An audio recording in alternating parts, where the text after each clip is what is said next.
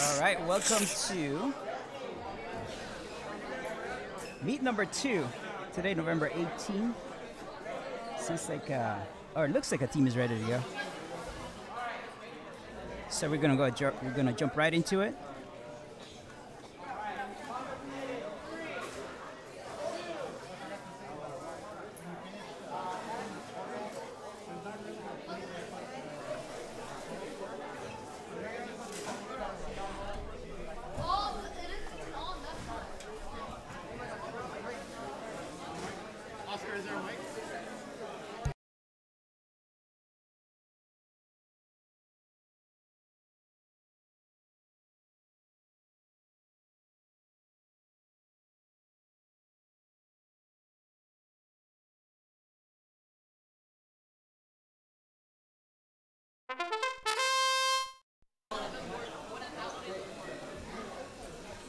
Okay, so it looks like the match is started. Let's just go over to 1 here for a second. That's the wrong field. Field 1. You just missed the 15 seconds of autonomous. And here goes 145 driver led.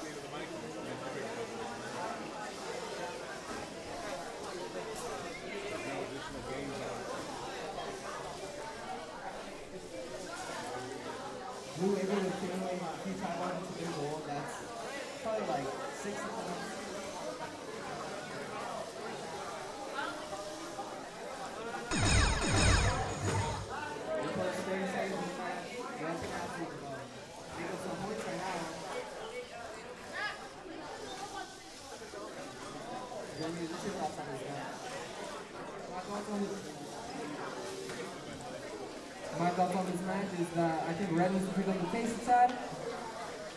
Blue team's doing a phenomenal job over there. I completely concur, Jeremy.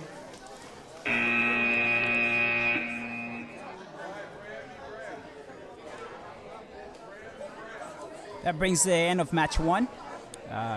We're going to have to start moving here along. We have 50 matches set for today. So it's going to be a long day for us. But being meet 2, we should be ready for this. Although, as I said, this is going to be a fast-paced one. We got right into match number 1. I'm just going to put it on match 2 here for the moment.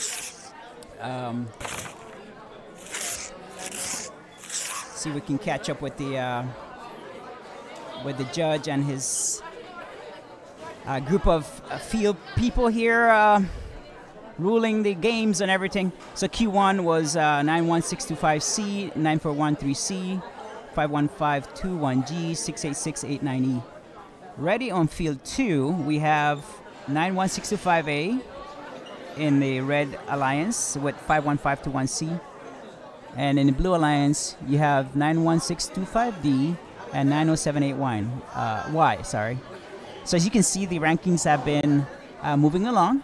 Of course, after meet 1, we have, it looks like the tail end of the rankings on this match here.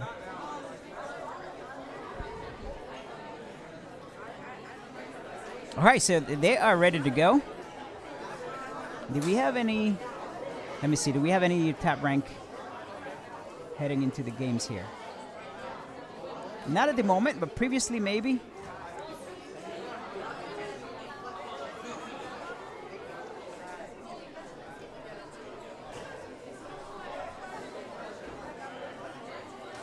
Okay, so we sit and wait for the ruling on match 1. Match 2 is ready to go. Our field judge is making sure everybody's got their goggles on. Remotes are connected. People have their tri-balls ready to go. And here we go. First 15 seconds of the game are autonomous, programmed. Here we go.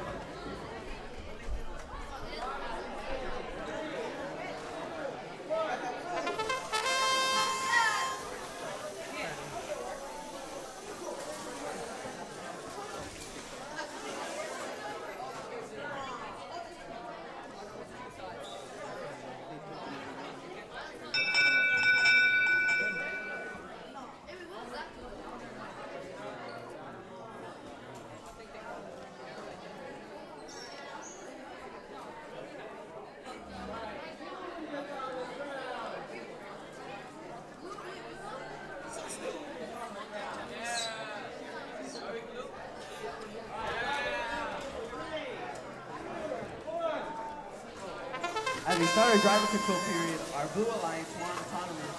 On their alliance, we have 91625D, Braille Bobcat, and 9078Y.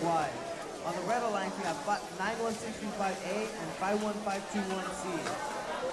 Already from the Blue Alliance, we're seeing a lot of tri-balls putting in to the field. They're accumulating some points on their side. We're gonna have to do something, and they do. They push 2 tri-balls onto their side. Looks like Greg's trying to cross the barrier, but got a little stuck. Let's see how their teammate will help him out.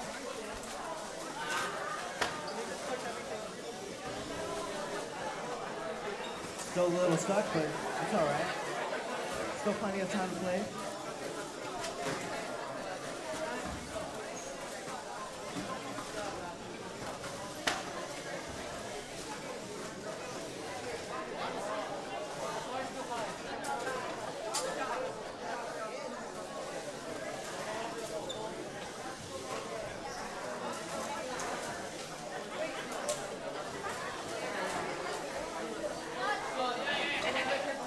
Got 30 seconds left in this match. Looks pretty even though the Alliance is down 1 Alliance.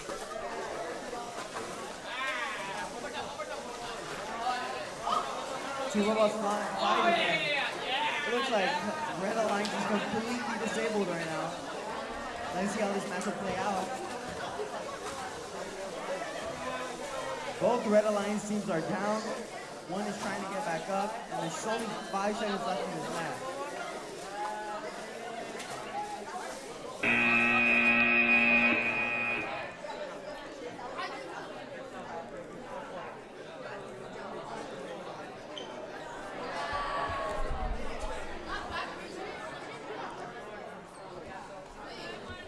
That brings us to the end of match 2. So Autonomous was won by the blue team on that one.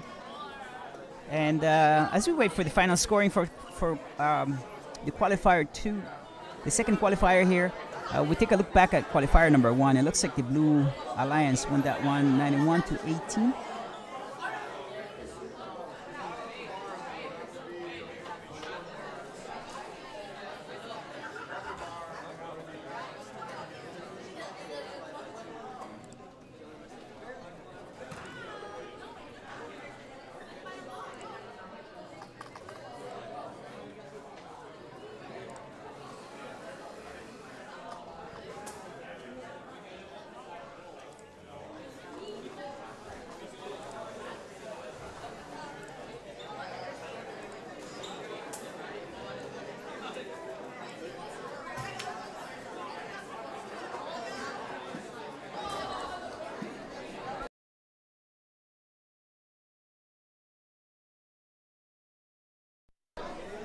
let's just go over to field 1 at the moment. And let's see. Let's see. There's no one here yet. Oh, there they go. They're starting to put their robots on the field. And in this match, we have a 5th rank.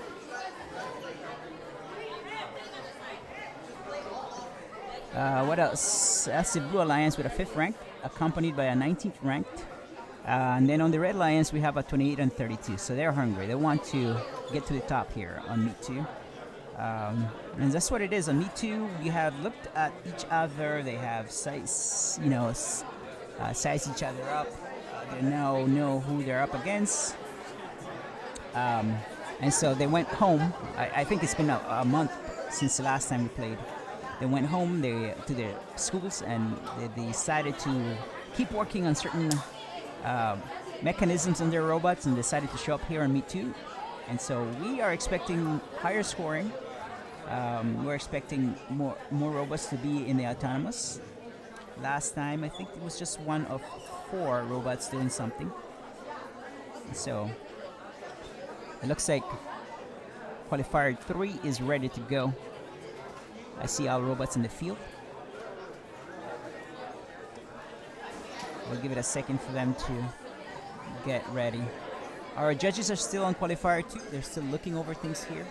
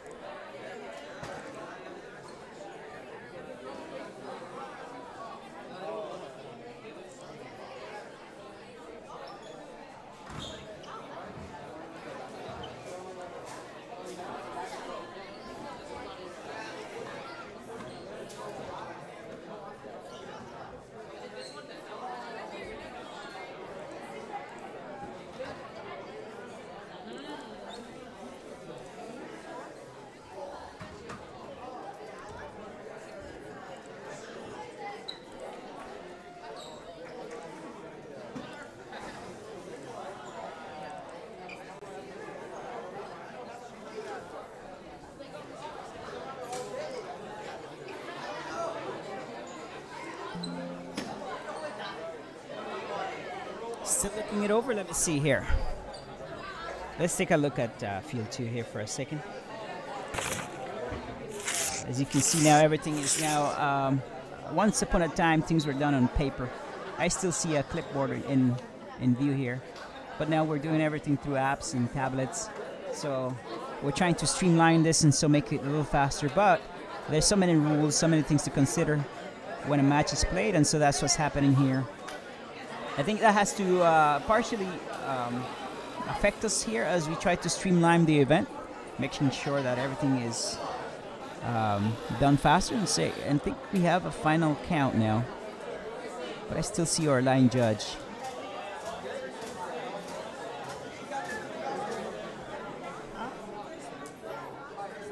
So that's what's happening here on the previous match, Q2. I see everybody now headed for Q3, so let's head over there again. And as you can see, our line judge is there, ready to go. Checking that everybody has placements correctly. Everybody's wearing goggles. So at the moment, I'll see that our lag is a little bit on the scoring. It looks like, if I can show you, I can't show you, but if I could, I would show you how we have now streamlined things ready to go. So here goes Q3. We'll wait until everybody's ready to go.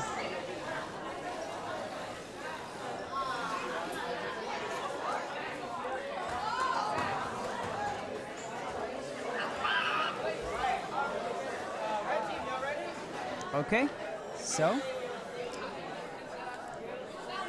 there goes the judge asking if everybody's ready. And here we go. First 15 seconds, again, 1 of 4. 1 robot of 4 moving.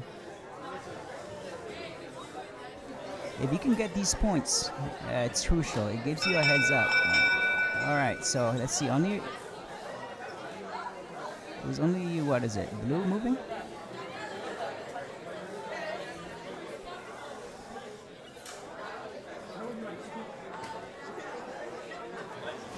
Yeah, so I think they're going to give it to blue. Oh, it's a tie. So I guess blue moved, but nothing came out of it, so it's a tie. So here we go. 145. In today's third match, we have a pair of eagles on the blue alliance, and on the red alliance, we have 68689X and 51521F. Every match we've seen the shooting shaft ring. What do you think of the strategy? I'm not really seeing the main strategy here. I'm still trying to analyze this game out. I do notice that they're all trying to load up. I do notice that they're trying to load all their tri-balls at once to probably get an advantage in the point section. So far, it seems to be working. Yeah, I completely agree with you, Jeremy. I feel like this early game is very crucial to the development of the entire game. As you can see, blue straight away, they started shooting their tri-balls onto their side. Now look at all the tri-balls they have on their goal. So each tri-ball you see in there, that's 5 points. So they've accumulated a lot of points already, and there's still 40 seconds left in the match. So let's see how red responds to this.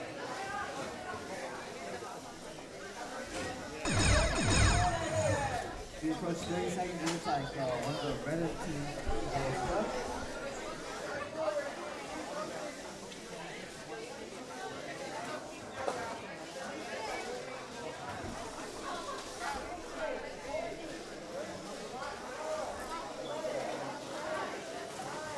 Looks like blue's trying to cross over. That's double zoning. So while the team double zones, the other team can take away time off from their side.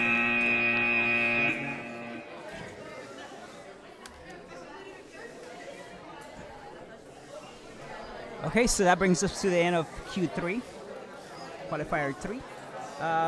Looking back on the second match of the day, we had a 10-point difference. And once again, blue team had the win on that one. Just gonna keep it here for a second so you guys can see how much scoring, how much deliberation happens as far as trying to make sure every team gets the right scoring.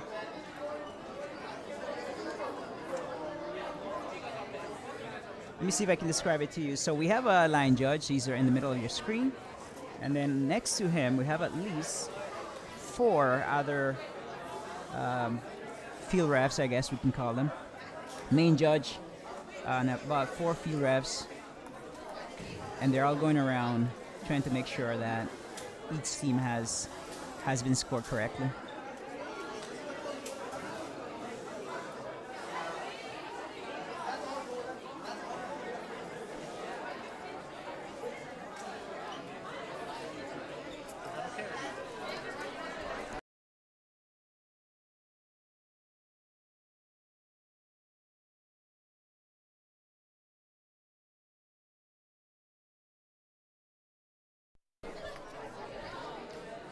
Okay, so while we wait, let's just take it over to Q4. It's already set up for us, so let's take it over there. Q4 is ready to go. Let me see who we have here. We have a middle of the pack. No, maybe like, middle of the pack, you say, and the bottom leaderboard. These two alliances are grouped. Well, it's well balanced. You have a bottom rank and a mid rank on each side.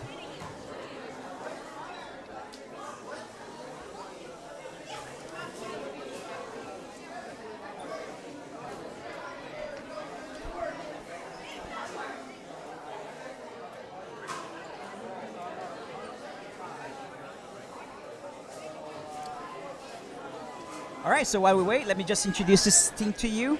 This is qualifier number 4. On the Red Alliance, we have the Lancer Robotics with the 51521D. And right next to them is the 941 3D. They told me how to say their names. I'm gonna get it wrong again. I'm just gonna say it in Spanish. Gigeja.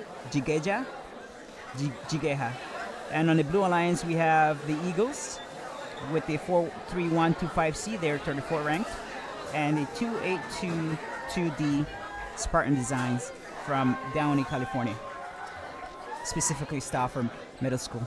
So that's the lineup here for Q4. Our judge is here with us, and I think he's just making sure everybody is ready to go. So here we go.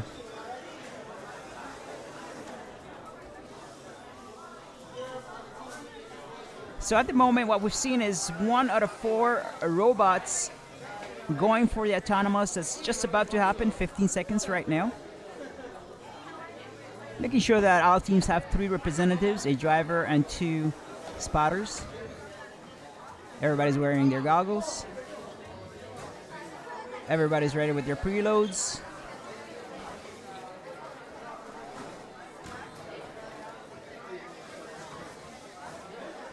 Okay, so thumbs up, and I think we're ready to go. So here we go, 15 seconds. Let's see how many robots try this.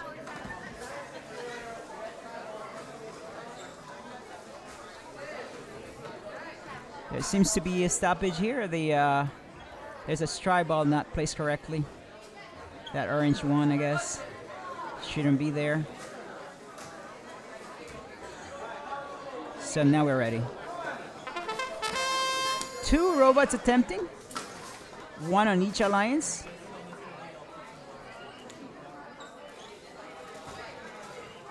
Waiting for the final seconds here. 3, 2, and 1, and let's see who won this one.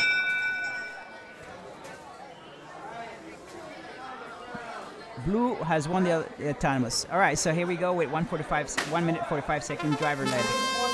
Our Blue Alliance is our autonomous winner. On their alliance, we have 43125C Eagles and 2822 Spartan Design. On the red alliance, we have 5152G and 9413D. Already we're seeing Blue with the same strategy as we're seeing in other matches. Shooting the tribal into their side. I feel like this is very crucial to accumulate a bunch of points, and from what I can see, this match can go anywhere. What are your thoughts, Jordan? This competition can get very effective really quickly. As we're both preloaded into the map, it's going to be a lot of triballs onto the field. High scoring, depending how both teams play it out, I feel like this is actually a high score. I completely agree. We're getting a lot of triballs on the field. We're going to get a few of the goals. The points are going to accumulate up quickly. We still have 50 seconds left in this match, so let's see how that plays out.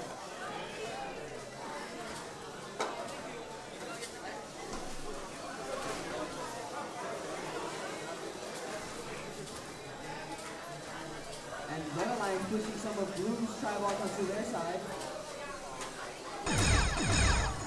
So 30 seconds left, and there's still a lot of triballs on the field. I say Team Blue is trying to strengthen their goal. Maybe the red team start scoring to his goal already.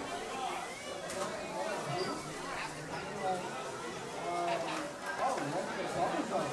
That's the double that's trying to get.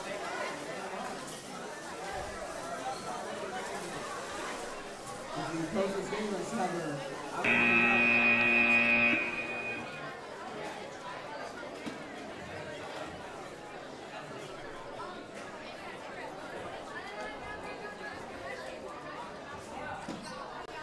And that brings us to the end of qualifier number 4. So let's watch. Let's watch the judges try to rule this one.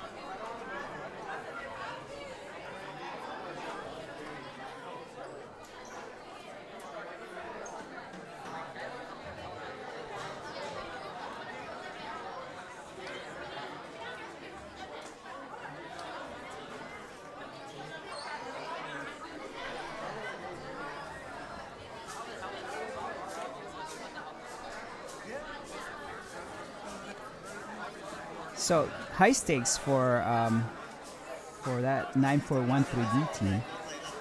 They would like to stay up there in the top rankings. So we'll wait and see what happens to that team. They were in the Red Alliance.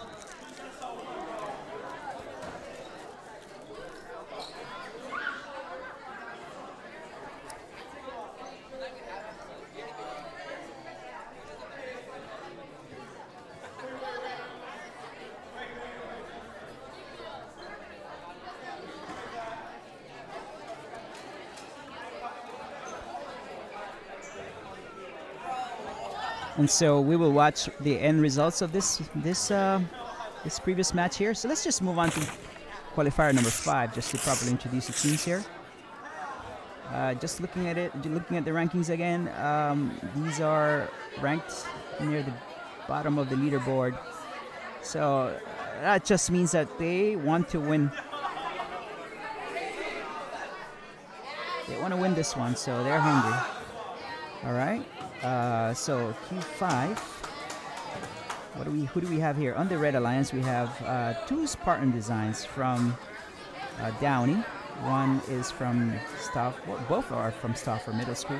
We have 2822C and 2822A. Both teams from the same school. That tends to happen, but not as often as you would think. And this is a good thing to be in the same alliance as one of the same school. You know each other. You may have talked about what you're going to do.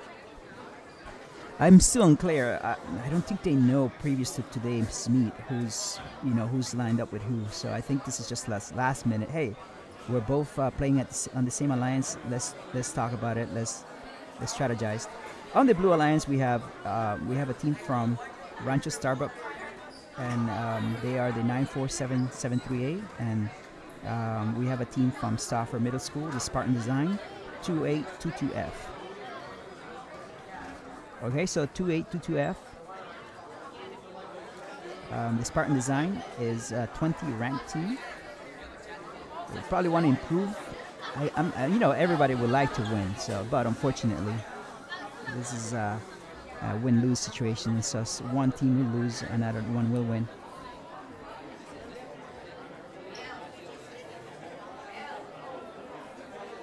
So we're still waiting for the results over on the previous match.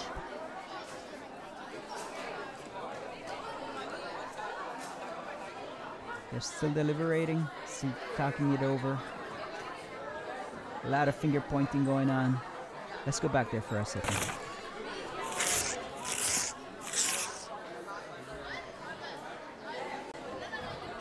As you can see, we are now having a lot of apps, a lot of tablets instead of pencil and paper now. They press a button that comes right to our controller here, sitting next to me, Mr. Ibarra.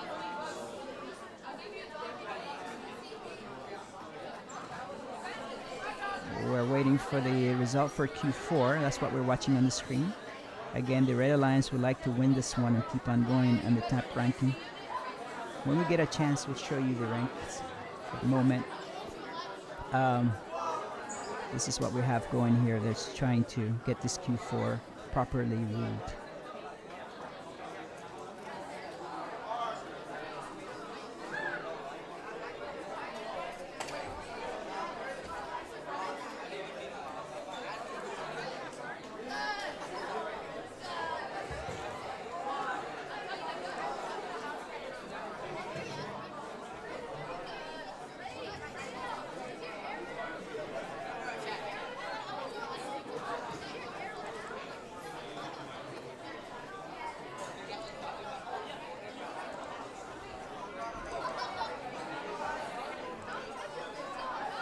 I think we'll have it gone, maybe.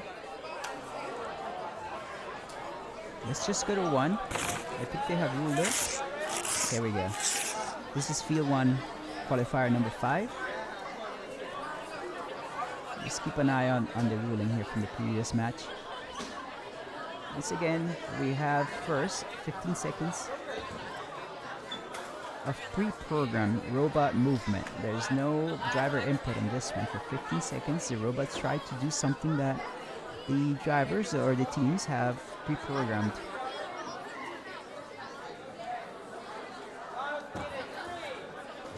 Here we go. 3 robots moving this time, so now we see an improvement on autonomous movement. There were more complex movements happening, more things happening in this match, so that brings us to end of that one. I saw red move more than the blue. One blue robot did not move, and red won it. We got blue, 28-23C scoring design, 28-22A scoring design. On red team we got 94-73A, 94-73A Rancho, 28-22F scoring design.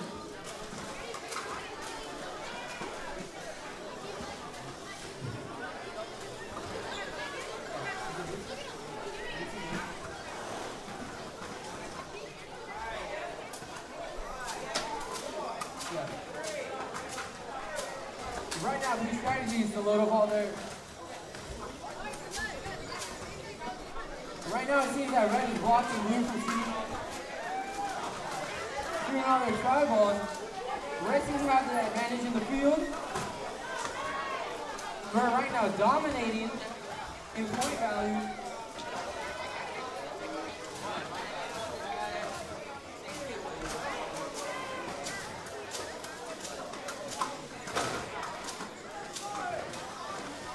Red continuing to block blue from shooting the tri-ball.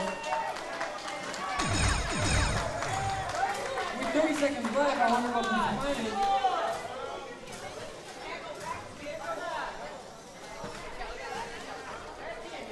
Seems like red is employing double zoning, so while red is double zoning, blue alliance can actually go in and remove some of their eyeballs in their goal. So let's see if blue does that. It's 7 seconds in the match, and that would be very beneficial to blue. And that's game.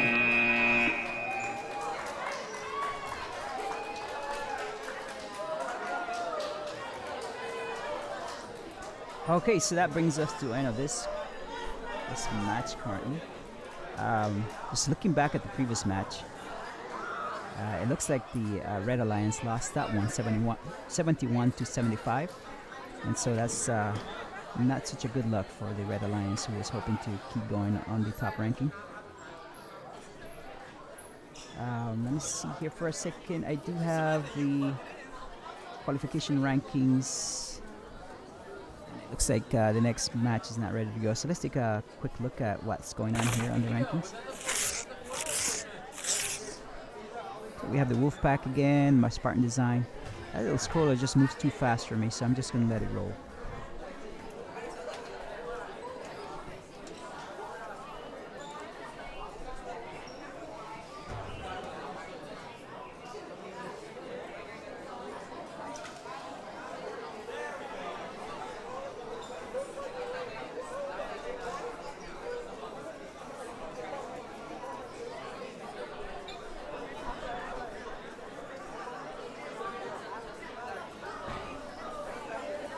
I'm going to go ahead and introduce the next match here for Q6. We have the Wolfpack G 68689G in the Red Alliance, and they are right next to Gen X from Griffiths Middle School, 9078X, appropriately named for their Gen X name. And then we have Telemundo from Steam Academy.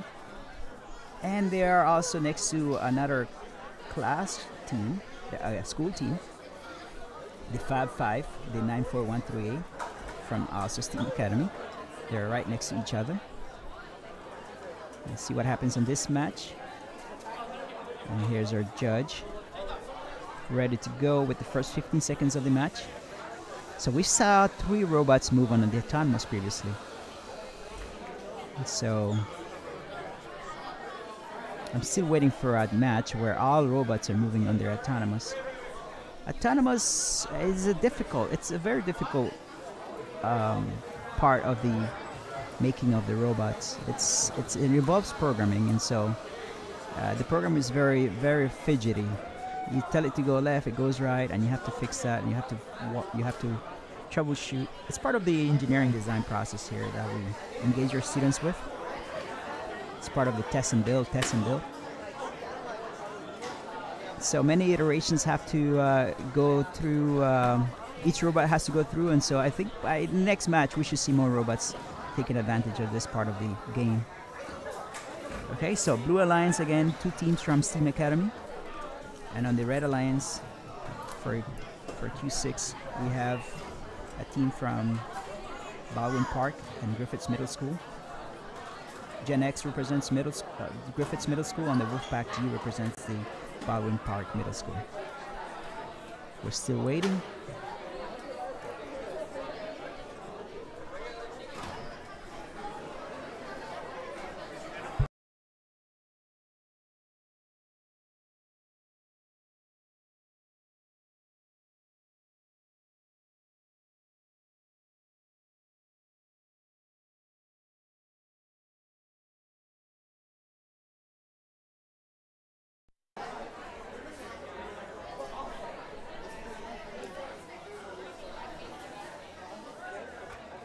We're still waiting.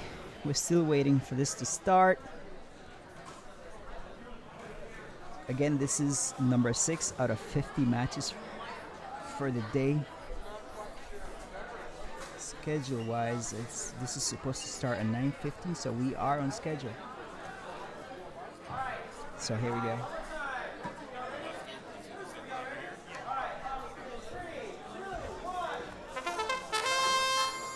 All right, 3 teams moving.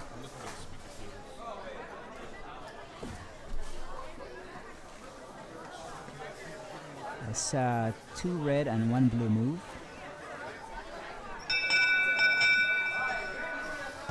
And red wins this one. And now we go for the minute and 45-second driver led. Alright, so the competition, we got red team, 68689G and 9078X. Now on the blue team, we got 9413E and 9413A.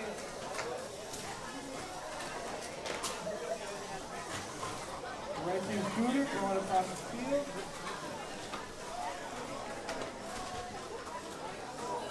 Wow, that's a performance on the shooter.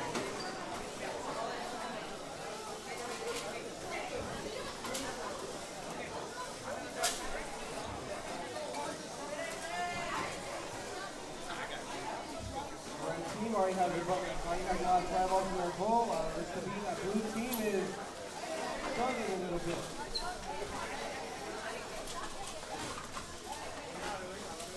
(9078X) doing a good job of scoring. Looks like there's double zoning going on.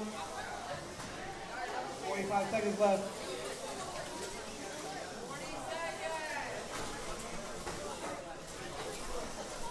Blue team struggling with fly balls. Red team is sitting on the strike line. Gio, what are you thinking? You really turned it super well. Blue has definitely struggled a bit on the red. I think this guy gets off to red's offense. That early game performance was phenomenal. Like you said. And it looks like someone's gonna try to do some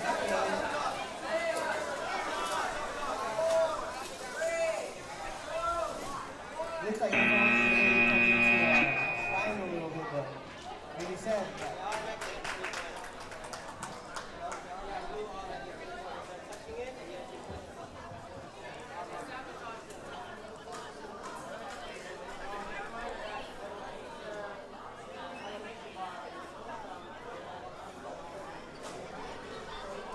Okay, so that brings the end of this match. Like here for a moment, since we're staying here a little longer on matches after each match is played. We gotta let the line refs and the judge rule this one, and so we're gonna keep it here for a few minutes, or I guess it seems to be a few minutes, but we're hoping for our best. But we also want to make sure that it's carefully ruled, and every team feels that they were fairly judged. So I know that it causes us to delay the game a little bit, but it's necessary. So while we wait, let's just show you the current rankings here.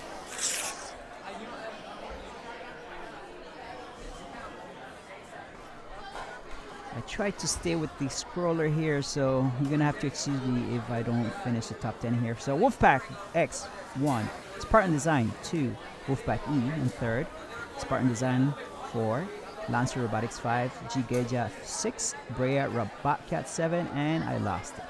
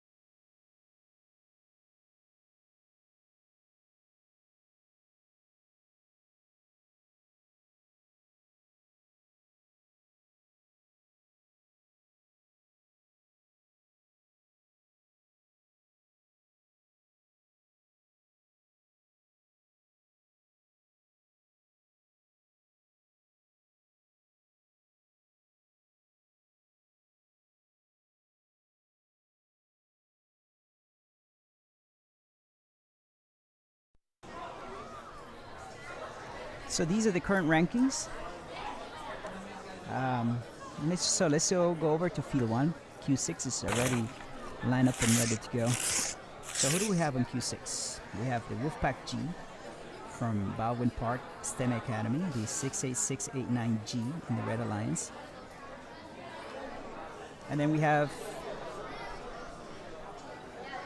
right next to them, we have, one second here. Let me make sure I get this right. Feels like I'm looking at the wrong one. Is Telemundo back again? No, that can't be. I think I am moving too fast. So I gotta wait for this to update for me. We should be on Q7, but the ticker's not showing that. It's just still showing Q6. But Q6, Q7 it still hasn't updated, but it's a Q7. Spartan Design 2822B, the Gimmies 9078W in the Red Alliance with the Wolfpack D 68689B and Lancer Robotics 51521. There it is. That's updated. Q7 on the screen. You see 2 robots moving. Actually 3. I can't see the other one because the judge is in the way, but yeah, there were 3. And that brings us to the end of the first 15 seconds of the game. I think I heard blue, is that correct? Red won it, red won the timer.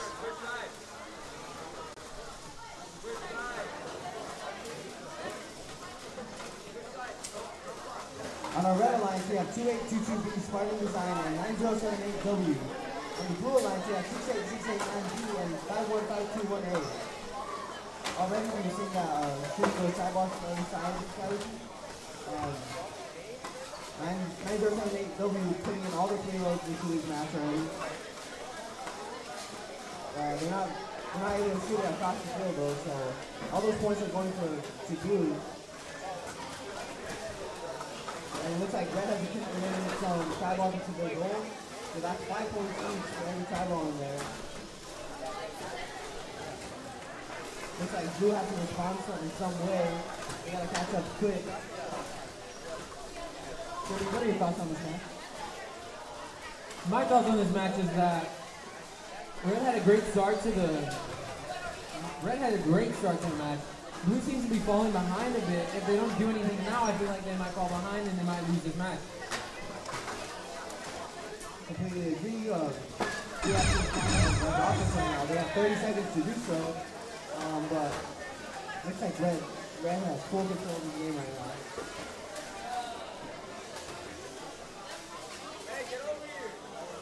But Red is double zoning, so Blue can go in and remove all those try balls, which they're trying to do. They have 9 seconds to do so.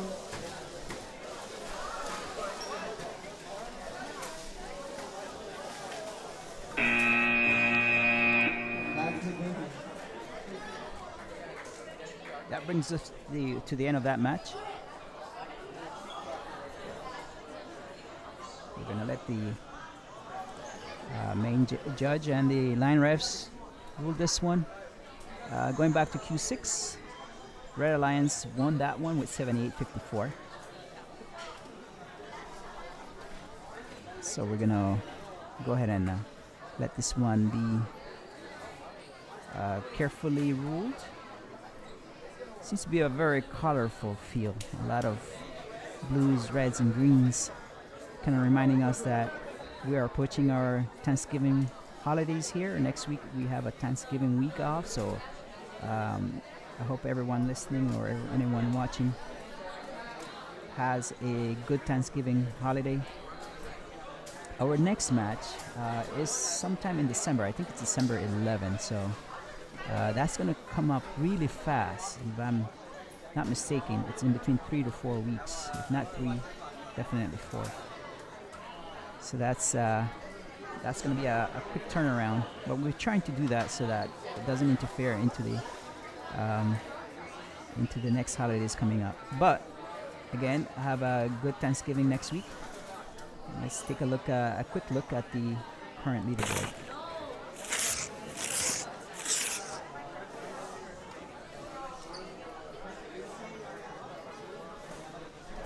So as it is, I don't think we've seen the top ranked team yet, unless I wasn't paying attention on the first 2 matches of the game.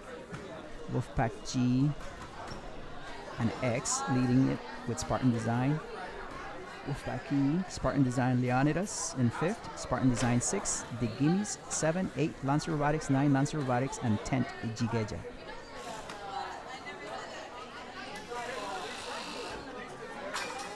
Alright, Judge is talking to Qualifier A.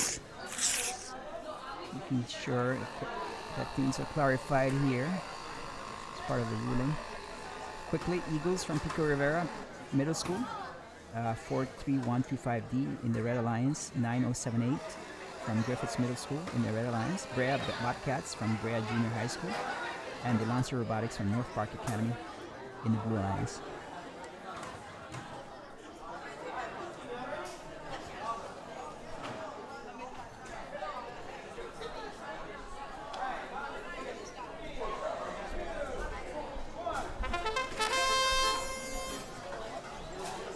Okay, so yeah, at least 3 robots are attempting the autonomous now. So we see an improvement from the last meet. That is what is expected on the second time around. The teams have gone home, have gone back to their schools, have worked on their robots, and have at least tried working on the autonomous. And who is the winner here? Still not. I'm not seeing it. The match has started though. Let's start with the match. We got a red team. Yeah, 43125D, 907810. And on the blue team, we got 91625B, 51521E. What the competition is looking like.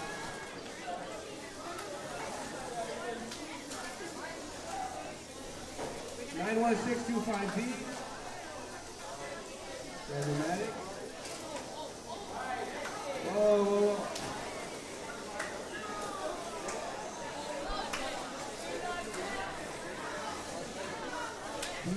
Blue team trying to get as many progress as they can. So they go.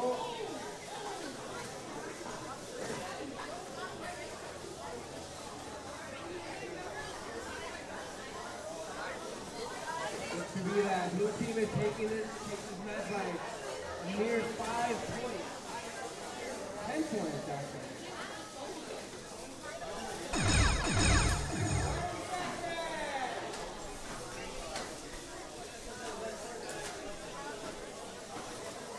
Final 30 seconds of the game. Very slow match. Their red team started pre-load. Competition. Blue blocking their shooters. First time we see that today. Last 10 seconds. You see the elevation there.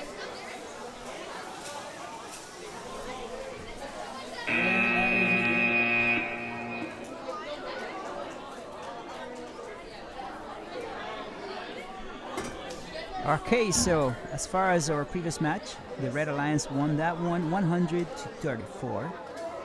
I think this is the second time we see a score from 100 points and above. I see Q5 had a 134 score. So that was 100 score for the Red Alliance versus 34 for the Blue Alliance in Q7. QA is going to be ruled here momentarily. Oh, it was an autonomous tie. I missed that. That's what happened there. Let's take a quick look at the rankings before we proceed here. And Q1, they are ready to go.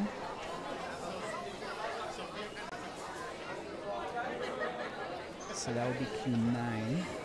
It's supposed to start at 9:33, so we are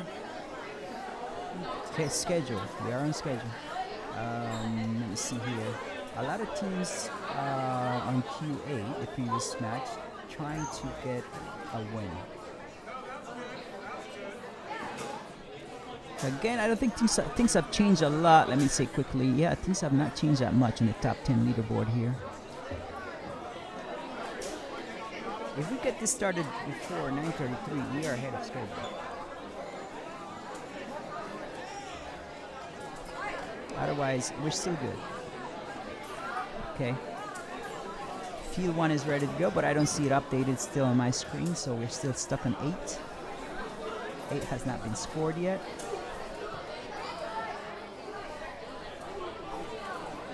We'll take it over there.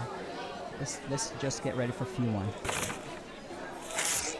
Okay, so without any confusion, it says 8 on the screen, but I have 9 here in front of me. So for 9, we have Spartan Design, 2822E, and the In and Outers in the Red Alliance. The In and Outers are from Steam Academy, our school here, where we're holding this event. And on the Blue Alliance, we have the Brea Bobcats from Brea Junior High School and the Wolfpack V from Baldwin Park STEM Academy. On Q9, still hasn't been updated. You see Q8 on your screen, but it's not 8, it's 9. Guaranteed, I'm not mistaken. That ticker will have to change. Otherwise, I will be in mistake. I will be in error. Has Q8 been moved? Not yet. I think that's what happens. As soon as, there it is, as soon as a team has been properly ruled, then the ticker changes. But that's not true, because there is a winner already for the Q8. The Blue Alliance won that one with 42 points against the 31 for the Red Alliance, but it's still showing Q8 on your screen.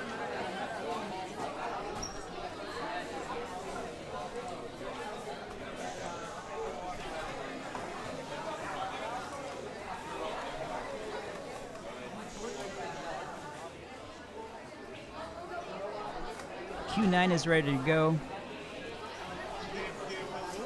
I see everybody set. I'm just waiting. It says 8 on your screen. Just be mindful. It's not 8, it's 9. Yeah, but nothing was moving. We didn't have the issue.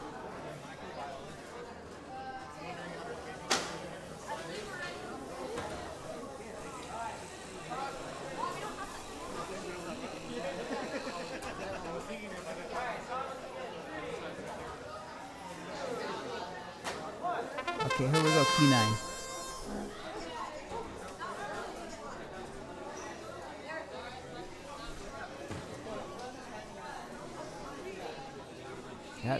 That blue robot is definitely doing some things here. Let's see if it gets them a win. That autonomous point is crucial.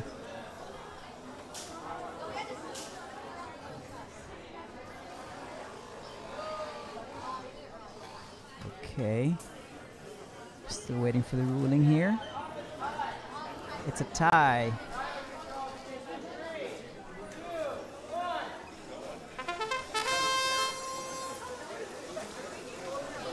On the blue line, we have 2822 Spartan Design and 9413B, the In and Outers. On the red line, we have 90625E Brea Bobcat and 68669B Wolfpack.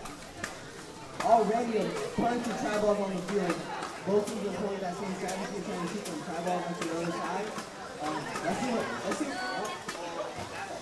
Tri-balls everywhere you see on the field. So they get to go driving, get to go controlling them. You know, they are straight triangulating them, so they don't bounce normally by the on the ball. I see what these teams do with the tri-balls. Let's see, and hopefully we see some goal action. We're so little left in this match, so let's see how high scoring this game is.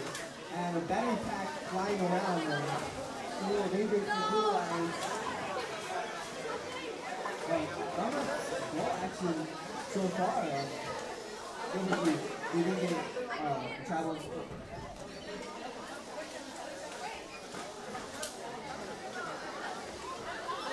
All of it is happening in the field.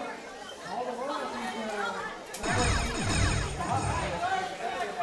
there are a lot of titles on the field. High scoring, very competitive. A lot of expansions going on right now. The two teams that number one team beat is trying to get an elevation going. They're struggling there. These teams are trying to wrap as many points as possible. Working to turn. This is an even scoring game right now. I think it can go either way.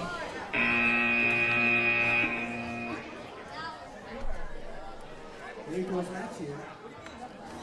That was the end of that match. Yeah, definitely. We're trying to cut down on the minute ruling here, so we can do this a little faster. But we're still on schedule. I was supposed to start at 9:33. We are, at 9:35. So next match, Q10, is supposed to start at, let's see what time, 9:39. So we're keeping up with it. Unlike the first meet, as always, our first tries are not going to work out, or in our second tries, we're improving. By the third time in December, we're definitely going to be on top of things. As it is with these robots and the teams, they go home, they go back to their schools, they rework their designs, or they improve on what they already have.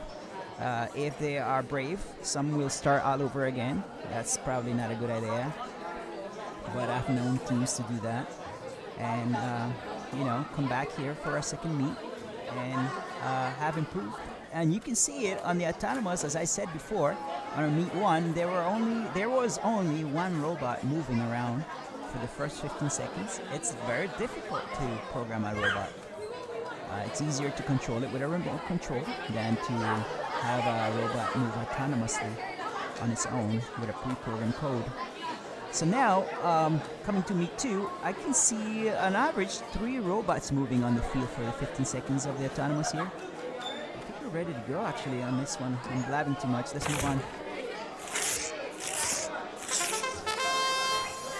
So while I have the time here for Q10, 68689A is named and numbered that way from Baldwin Park Steam Academy, and SMS 5.1 from Sussman Middle School. In the Red Alliance and the Blue Alliance, we have Lancer Robotics from North Park Academy and Kachow from Griffiths Middle School.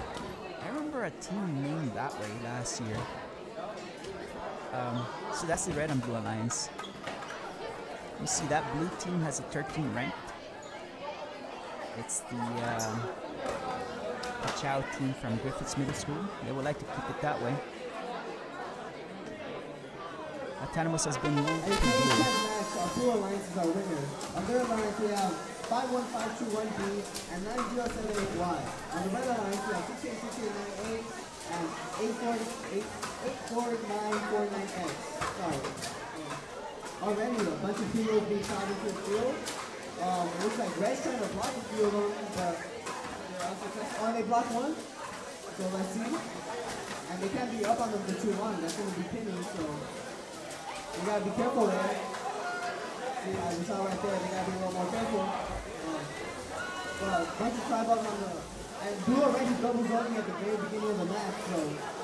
I mean, Blue doesn't have many tri-balls in the goal, but Red still takes them out, and Blue able to shoot them in, and they just cross the barrier with ease. Not something we typically see. We normally see robots struggle to cross that barrier, but Blue just did it without even trying. But Red did accumulate some tri-balls into their goal. So let's see how blue responds. We're gonna see some double zoning from red. So let's see if blue takes away some of red's goals. There's still 30 seconds left. Got a little robot action there near the screen. There's still 30 seconds. This match could go either way. You see, red has an interesting mechanism on the back of their robot. They have some grip that rotates. Gilbert, what do you think that's for? It could be a shooter, it could be an intake. I'm not too sure. I haven't seen them play it out this game yet, though. I would love to say that I think it is an intake. Looks like a very high-scoring match, and wow, yeah. I can go either way. Let's see when the results come in. Okay, yeah, so that's the end of Q10. Again, the Blue Alliances look to, they want to keep this one going, but at the same time, the Red Alliance is hungry for a win. We'll see what happens here momentarily. Take a look at the rankings one more time as we get used to seeing the top 10 here. So let me see, at this point, I think we are reaching to the second match of each team. So if it says games played, let me see, so there is win-loss 3 and 2 at the moment. Let me see if there's a 4 and 2 or a 4 and something. So 5 matches. Looks like 5 matches up to this point each.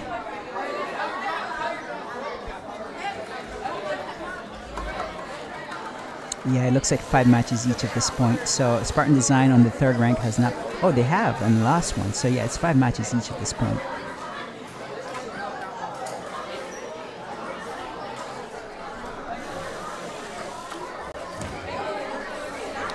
Okay, so field 1 is ready to go. We're gonna go over there. And it's gonna say Q10, but I know it's Q11. On Q11, we'll have the Wolfpack E from Baldwin Park STEM Academy, the 68689E in the Red Alliance. The Gimmies from Griffiths Middle School.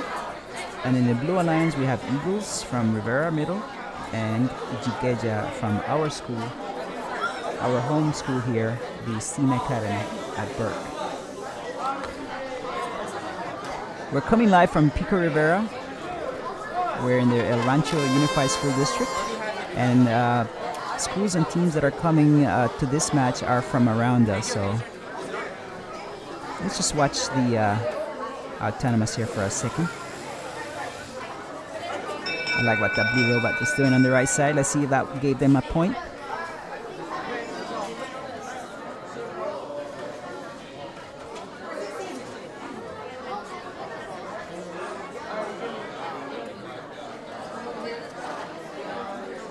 They're still deciding on this one. I forgot to notice the rankings, but it looks like the Red Alliance is highly ranked with the 4 and 8 ranked teams. The Red Alliance would like to keep this autonomous win. Let's see what happens here. And Red wins it. So that gives them the upper hand starting into the driver section of the game. Starting match 11, we have 68,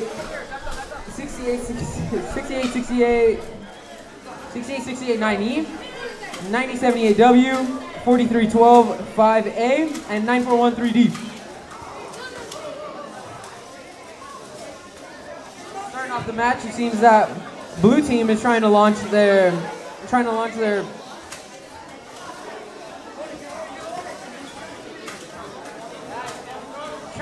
tri-balls onto their side of the field.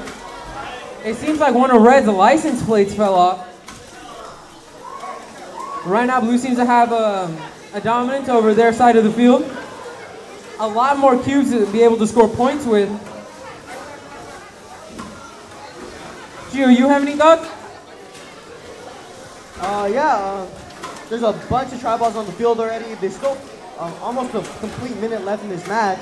This match could go either way, to be honest. It looks like both alliances are evenly skilled. We just gotta see what they do with what they have, the tri-balls, and to allocate their time. And it looks like blue is double. Oh no, I'm sorry, never mind. But Jeremy, you have something to say? It seems like red's trying to make a comeback. Like Gio said, this match could go any way. It seems it's gonna come down to the last couple seconds. It might turn out to a very close game. Looks like red is double zoning right now, so blue alliance to go and remove. We hear some unnecessary roughness from blue alliance, and that's game.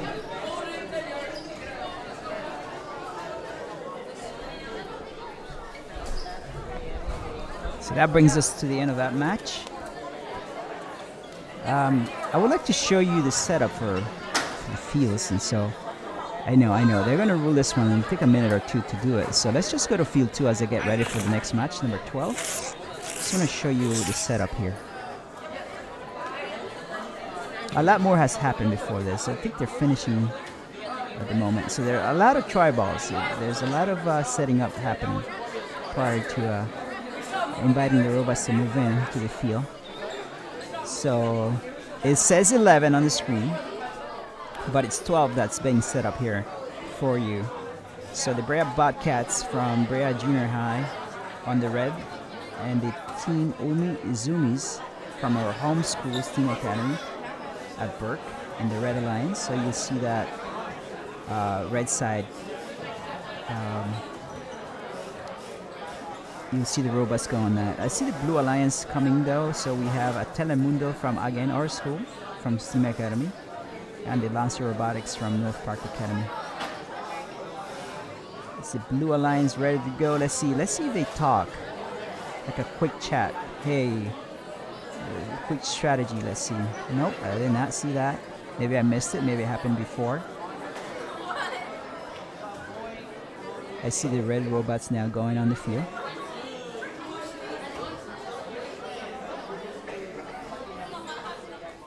Okay, so let's see that 6-8. No, that's let's see 11, 12. That's the previous match. I keep getting confused because it still shows 11, but this is Q12. Q11 is getting ruled. It's being ruled right now. Previous match, Q10 was won by the Blue Alliance, the 127 to 88.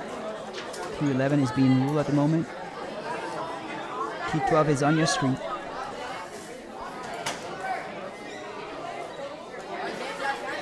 There it is. Q11 has been ruled, and it looks like it was just a 2-point difference above the 100 mark. So yeah, I can see why it took a little bit of time to get that one scored. Well, now we are actually on Q12, and so the line refs and the judge they are making their way over here. And what happened to my red robots? They were on the field, but they left, and now they're back. Okay. So Q12 supposed to start at 9:45. Now we are 2 minutes behind. Not as drastic as our previous meet, where we fell behind 30 minutes to 45 minutes by this time. But we are keeping up to the schedule now. Okay, so it does say Q11 on the ticker there on your screen, but it's Q12.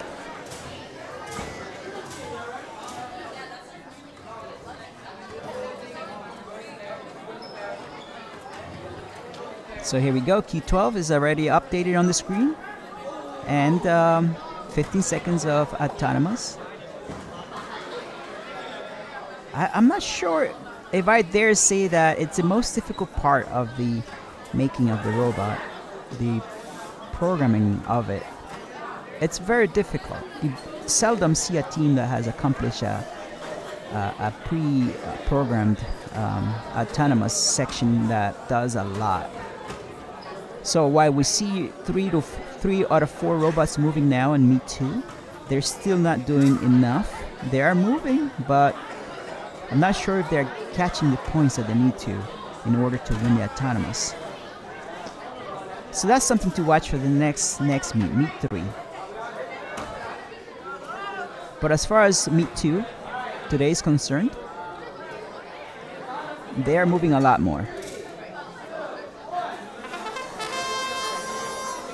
Okay, so in this occasion only 2 moved. But they did something. I'm not sure if that's gonna get them a win. I see ties, a lot of ties coming up.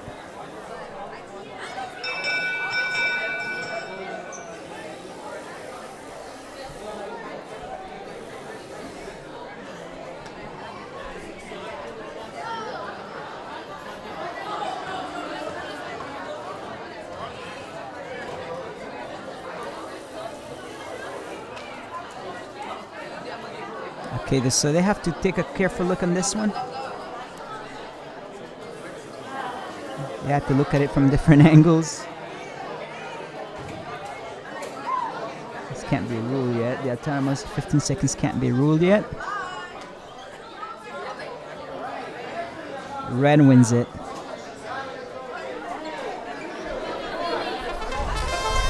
On the red alliance, we have 91625B and 9413C. On the blue alliance, we have 51521B and 9413E. Looks like 9413E is a little stuck right now, but let's see if they'll get into the game later.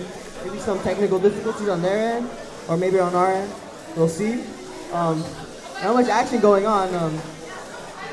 Red alliance putting in some of their preloads in, but you know that none of them have those shooting strategies, so I think this might be a low-scoring game, but they can still do a lot with just those preloads. They don't have to shoot them in. They can just get them and dump them into their goal. So let's see how these teams play it out. Gilbert, what are your thoughts? I don't know. This seems to be a very slow-running game. 941 is still stuck. I'm not sure what's going on there, but to be honest with you, this is going to be a very close match considering that it's mainly low points going on over here. I mean, red team trying to get preloads in, but pretty unsuccessful. Blue and red are fighting right now. About to hit the 30-second mark where blue team can no longer touch that post. Now, how is it going to turn out? I don't know. This is a very slow running match. Yeah, and I completely agree with you, Gilbert. Especially with blue having a disadvantage already. 9413E, their alliance partner, not unable to move right now. So it's really only one team versus 2 teams right now. So it's gonna be hard for blue to do anything, and that was very unfortunate for the blue team. So let's see them bounce back next time.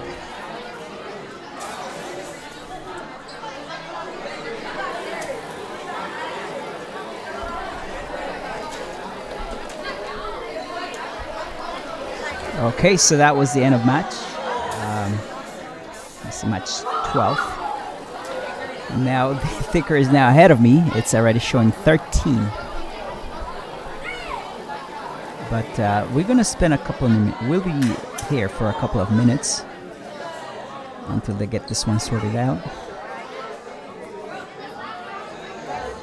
So let's go back to the leaderboard here. Let's take a quick look. Who's leading this? You see any changes here that jump out of me? So for first rank and second rank hasn't really changed, right? Wolfpack G and Wolfpack X. Third is Spartan Design. Fourth is Wolfpack E. Fifth is Spartan Design Leonidas. Sixth is Brea Bobcat. 7 is the Gimmies. 8th Spartan Design. Wolfpack V and Lancer Robotics in the top 10. Yeah, so at this point, most teams have played 5 games. Let me see if there's one with 6. I don't see any. I'm not sure why that last team only has 1 game played. I see a team with 6 now. Wolfpack E has played 6.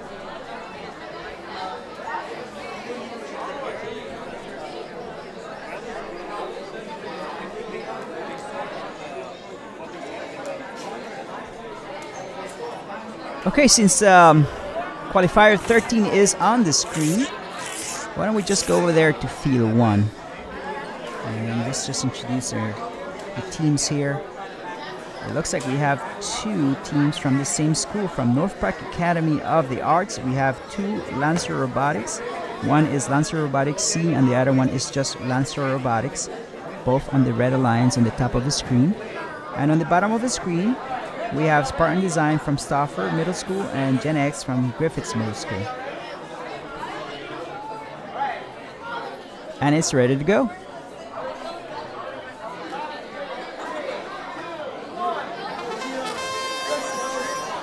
This is autonomous. For 15 seconds, robots are moving on their own with a pre-programmed code that allows them to score as many points possible in within 15 seconds. And that's over. And I think I heard Red won it. Yeah, Red won it. And now we have the 1 minute and 45 second controller-led or driven robots.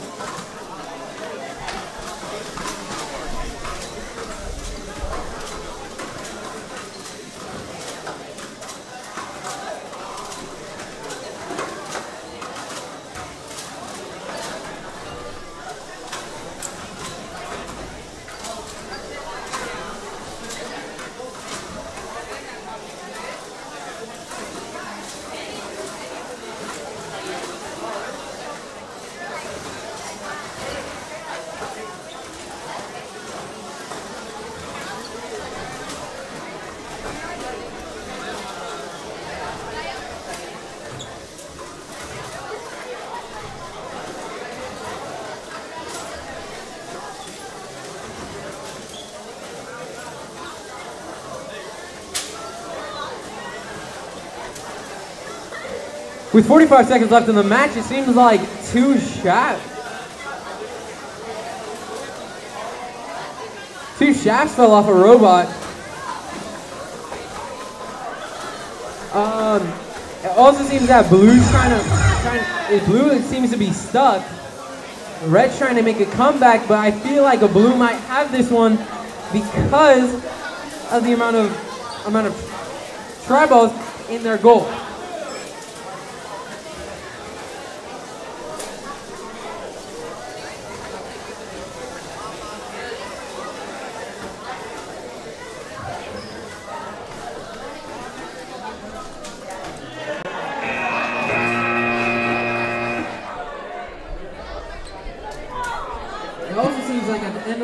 Someone lifted. I think that's the first time we see that.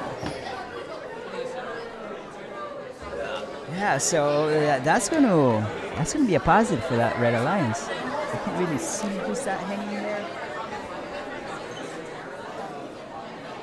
It's a 5-1, 5-2-1C team that managed to try to climb that red pole.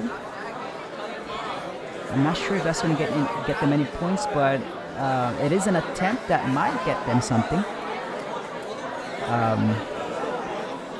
So that's going to be a new one for our line refs and judge to consider.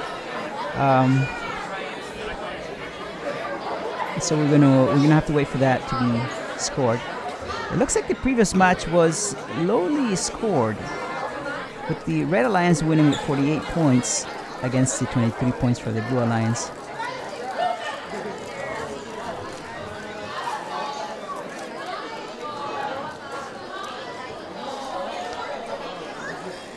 Okay, so yeah, so let's see here for a second if Field 2 is ready to go. Field 2 is already still setting up. It might be a few minutes before we get going. Actually, no, the judge is over here. Let's just go to this field here, Field 2.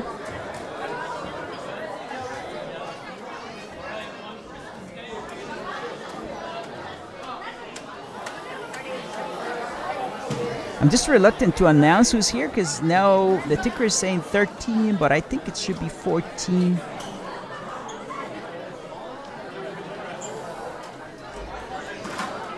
It should be 14. I'm just going to go with 14.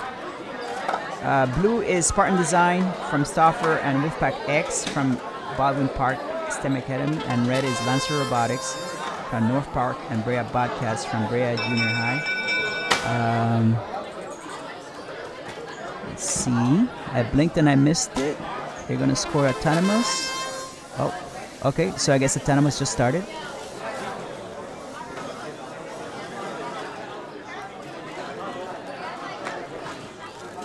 I saw 3 robots move on my screen.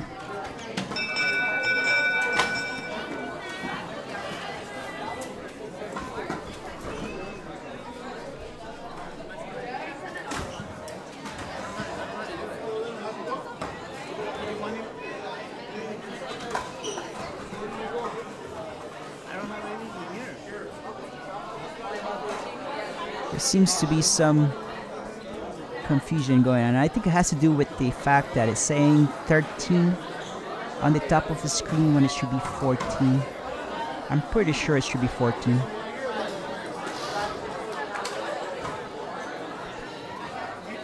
They're gonna have to rule this as it is and then enter it manually, I think.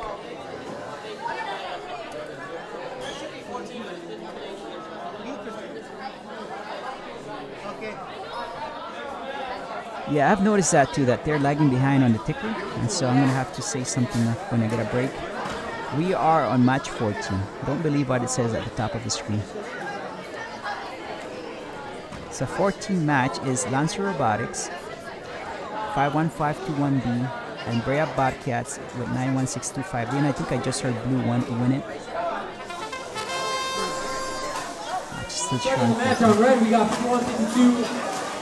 52 on B, 9162-5D, 2822C on blue, and 68-9X on blue. It seems that blue team starting off with the tactic of loading up all their tri-balls onto their side of the field to be able to get more points in. Red off to a bad start. It seems like someone's tank tread fell off.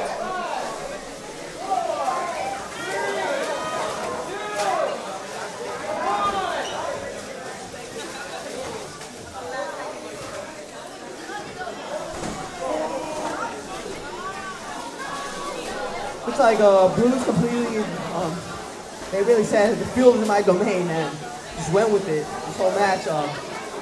We still have 46 seconds and it looks like technical difficulties. All the robots just kind of froze for a bit, but looks like Red Alliance is struggling a bit. 9165D is completely frozen, so it's all up to 51521B. Let's see if they clutch up here.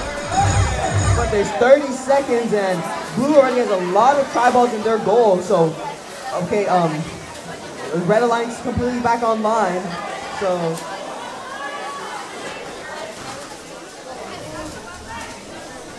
it's not looking good for Red right now. They got 10 seconds to answer. 6, 5, 4, 3, 2, 1. That's match.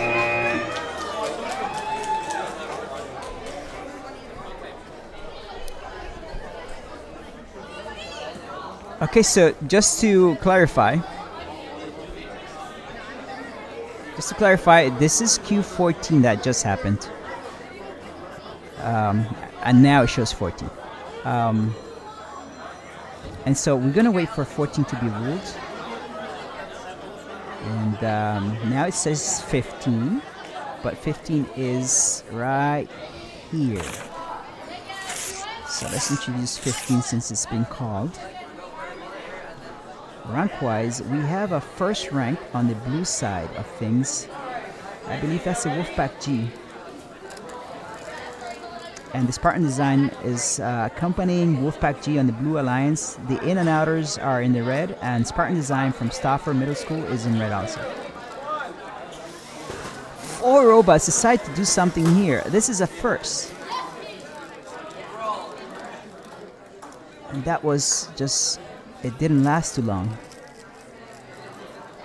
It was just about 5 seconds of movement, so we wait for the 10 seconds to run out. But the timer is not working. Timer did not move, robots moved. They're gonna have to rule this one as is.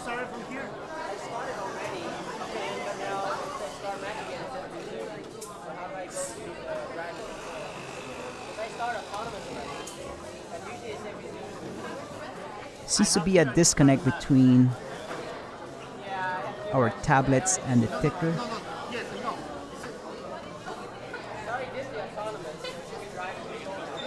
So I'm letting you just hear the deliberations here between our main judge and our control board.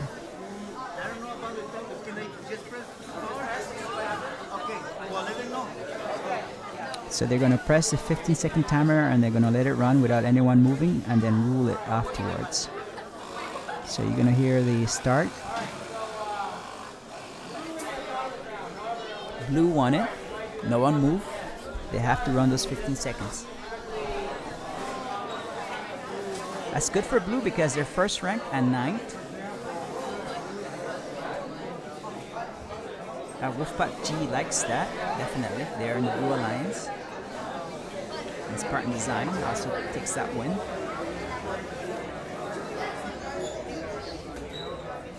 So what you're going to see happening is they're going to call a start game. You're going to hear the bell. 15 seconds are going to run out. No one is supposed to move. It's already been ruled. Blue won it. And then we're going to come to the end of the 15 seconds and start the driver section of the game. There seems to be a disconnect between the floor computers and the main computer here.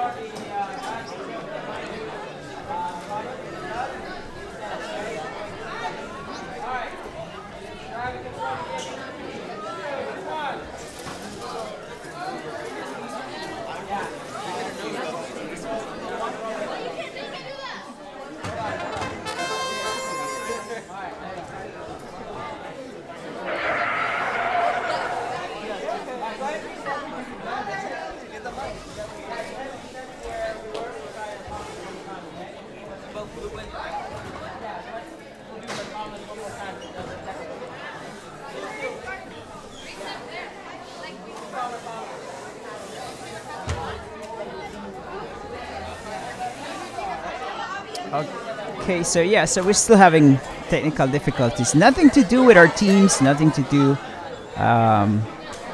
with robots and people not being ready.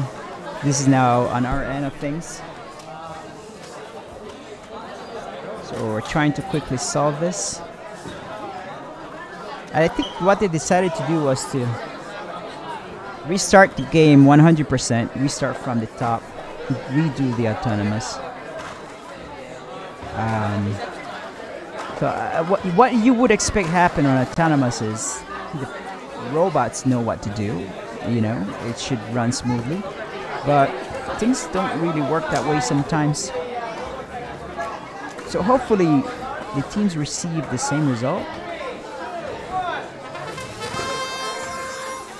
And I think even then they decided to give the autonomous for Blue and keep it Blue even it doesn't matter what happens in the second round. I don't think they're going to change the ruling.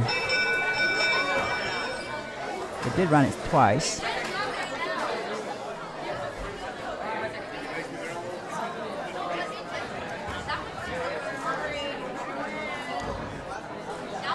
But they're still going over it, so I think they're going for a second.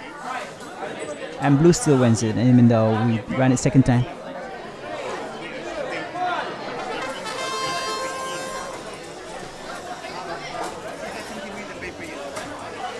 start of the match, it seems like blue team's trying the good old strategy of shooting all their cubes onto their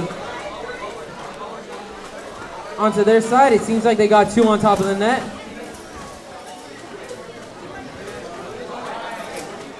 They're using a wheel, a very fast spinning wheel, a strategy I have not seen before in this competition. What are your thoughts, Gio? Yeah, I think that's very ingenious of them. We've seen these big, compact shooters, but they just have a tiny little wheel that's spinning, and that's going to save them a lot of space. Probably a lot more power, too, like Jeremy just said. And they could probably use a few less motors than if you were to have a shooter. So, you know, it's been working very efficiently. The only problem I see with it is the tri-balls getting on the net, and it's happened every time they've played. So, you know, it's fine. This is barely only the second league day, so you still have a lot of time to figure that out. But from what I can see right now, blue has accumulated a nice little pile. There you go. Red has to respond quickly. There's only 30 seconds left in the game, and they're doing so by shooting some tri-balls onto their side. And so far, they've made all of them but one. There's 10 seconds left. There's a lot of tri-balls on the field on red side, but blue does have more tri-balls in their goal, so let's see how this match ends up. And one robot trying to elevate themselves, but they flip over.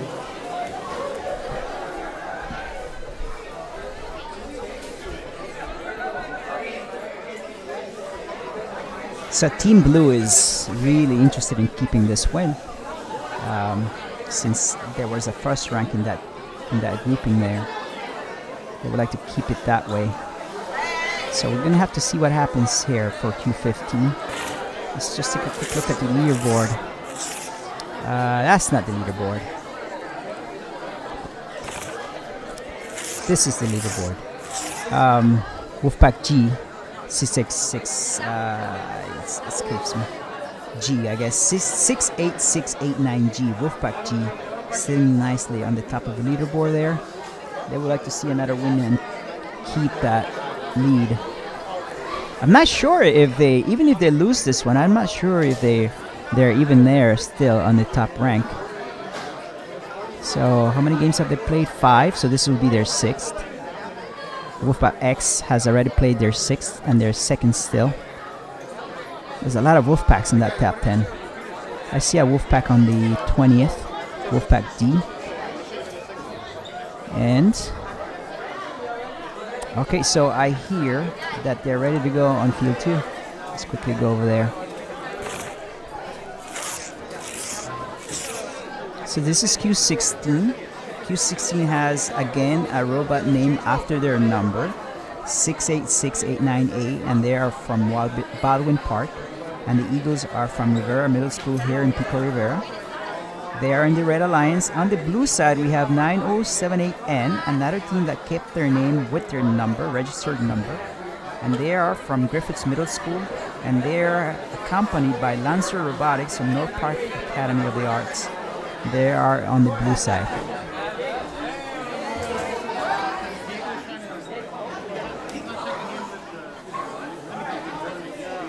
So, any ruling on the previous match? Not yet. Okay, so this is autonomous for 15 seconds. 3 are attempting. 3 teams have moved and are doing something on the field. One has decided to climb the center divider. I'm not sure that gets them anything. But I see the judge looking at it as though it does. Red has won it. Here's driver control for 1 minute and 45 seconds. All right, start off the match. We got both teams preloading into the field right now, while their teammates are trying to get into their goal as much as possible. Wow, 2 very efficient shooters. Looks to be that the amount of tri-balls on each side of the field should be fairly equivalent for the most part. Red is starting to rack up a little more. Blue has a little bit more into their goal, although red has more on each side. I'm not sure what's going on between blue and red. It looks to be a bit pinning. I don't know, red. All right, blue expanding, trying to get, oh, we got double zoning by red on the red goal, while blue is still trying to fight there on the quick spot. Red's quick spot. 5-1, 5-2-1, G just soloing it on the other side. Having a jolly old time over there.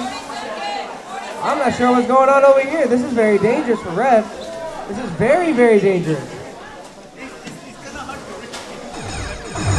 Blue gonna join double zoning onto their side, trying to score as many as possible.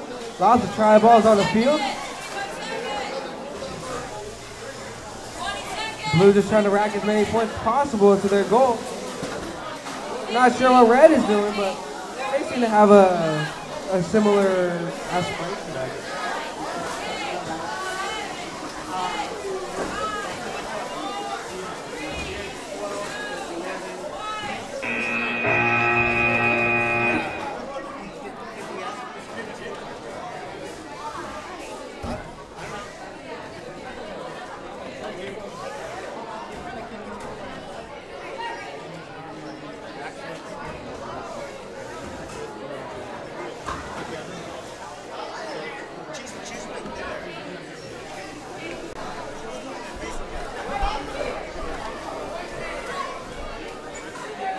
That brings us to the end of that match.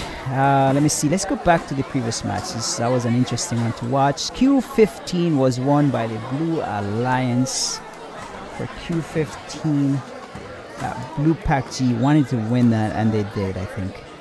Yeah, they did. So they were in the Blue Alliance. So Q16 is getting ruled. I don't see movement going on field 1. So I think we have time to just remind you how this is ruled. So let's go over and just quickly show this video here for a second. To the 2023-2024 Vex Robotics competition season, and this year's game, VRC Over Under.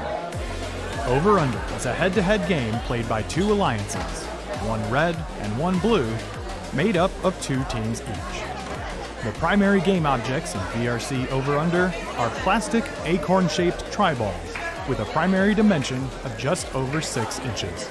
There are 60 tri-balls total in an over-under match. 1 preload per robot, 12 on the field, and 22 match loads per alliance. There are 2 netted goals on opposite sides of the field. A 3-inch PVC barrier divides the field into a red offensive zone and a blue offensive zone. Each tri-ball scored in a goal is worth 5 points, and each tri-ball which makes it into an offensive zone is worth 2 points. Robots can pick up additional tri-balls from the field or retrieve them from match load zones that are in the far corners of the field. However, robots may only possess 1 tri-ball at a time. Matches begin with a 15-second autonomous period, where robots operate without input from their drivers. During the autonomous period, alliances must keep 1 robot in their offensive zone and 1 robot in their opponent's offensive zone. Robots begin with 1 alliance-colored tri-ball as a preload. This alliance tri-ball always counts towards the same color alliance as the tri-ball, regardless of where it is scored. The alliance who scores the most points during the autonomous period will earn a bonus of 8 points. Alliances may also earn an additional autonomous win point by completing certain tasks during the autonomous period. The 1-minute 45-second driver control period begins once the autonomous bonus winner has been determined. During the driver control period, robots are free to move about the field. However, if an alliance ever finds itself with 2 robots in the same offensive zone, this is called double zoning. While double zoning, tri-balls that are scored in an alliance's goal are no longer protected from opponent robots. The VRC over-under field also includes 2 sets of alliance-specific pipes on either side of the barrier. These are called elevation bars and are used at the end of the match for elevating robots. At the end of the match, each robot's height off the ground will be measured to determine their elevation tier. Elevation points will then be awarded based on each robot's tier relative to all other robots. For example, getting to Tier E could be worth as many as 20 points or as few as 5. Elevation tiers begin at the floor, and they end above the elevation bar. VRC Over-Under can also be played in skills challenges, where one team competes against the clock, and the collegiate level Vex U competition. Team is ready to go, so let's go over there.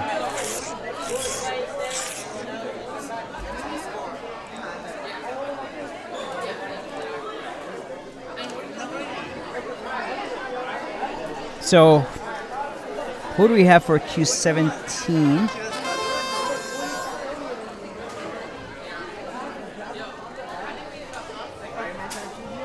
Lancer Robotics from North Park Academy, and the Eagles from Rivera Middle School in the Red Alliance, and Rancho 1 from Rancho Starbuck, and Brea Bobcats in the Blue Alliance. And I missed, oh, Blue won it. 1 minute and 45 second driver controlled. So, a few push spots out on the field.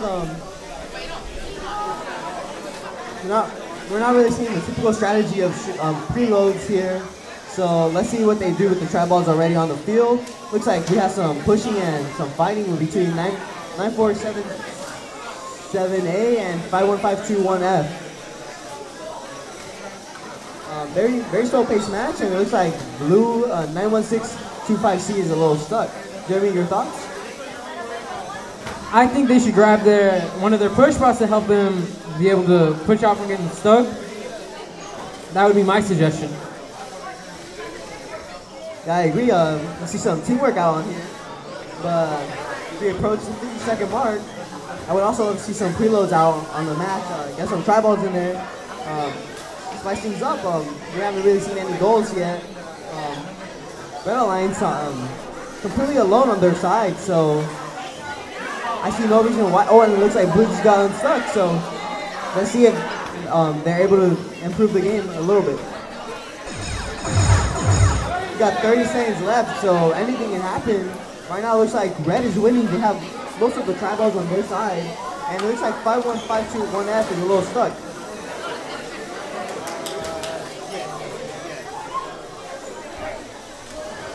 (91625C) immediately being an impact in this game, scoring a tri ball in their goal. Now it's like things are starting to spice up, and we only have 1 second left in this match.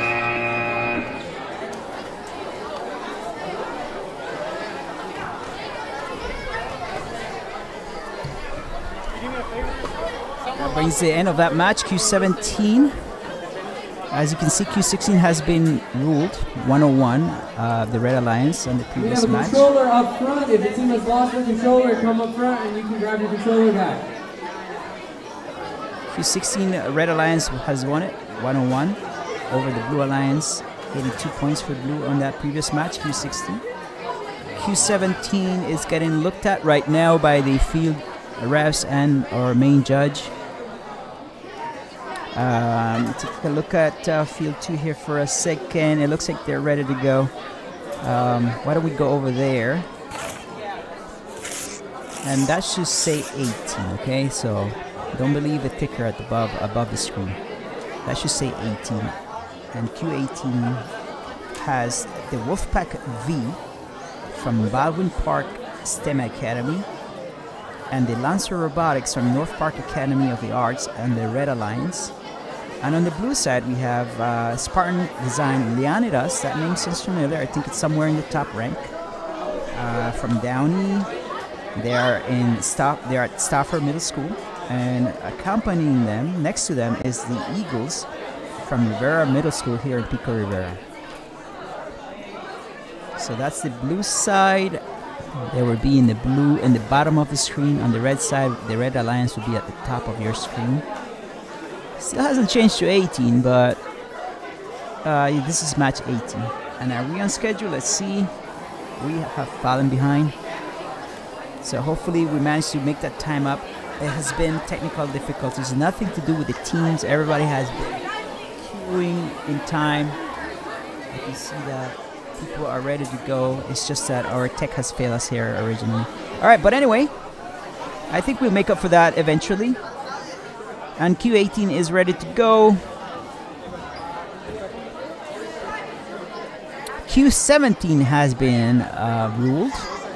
And it looks like the Red Alliance won it barely by 6 points. It's a very slow score.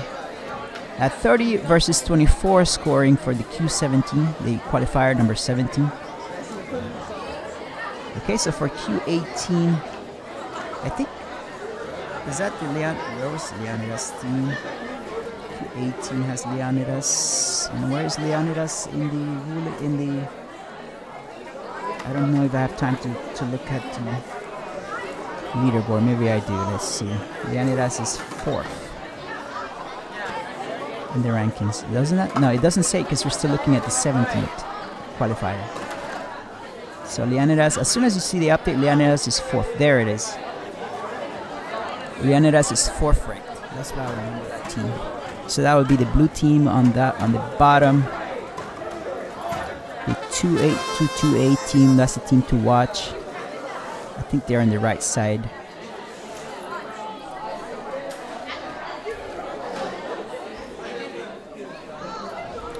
No, they're on the left side of the screen. This is the robot still moving here at the last second. With the little spinning things on top.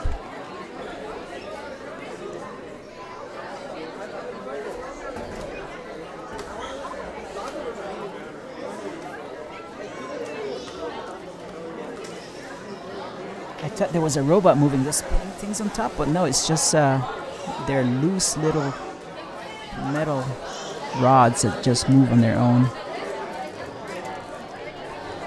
They're just, you know, just moving with the momentum of the robot. So it looks like they are.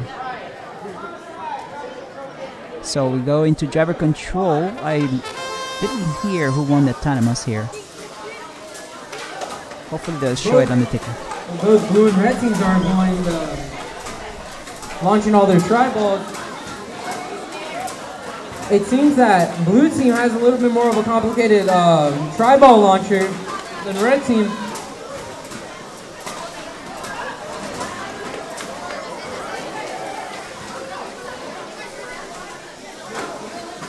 It honestly seems like an even match. It could go any way, but it seems like red might be having a little more, maybe doing a little better.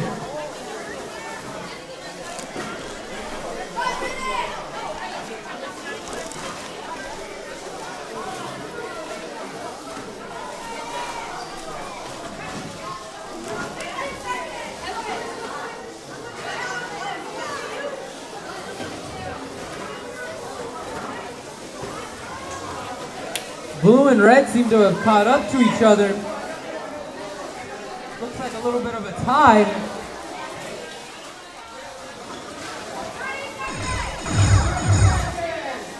And with 30 seconds left, it seems like red's trying to keep all the tri-balls on their side.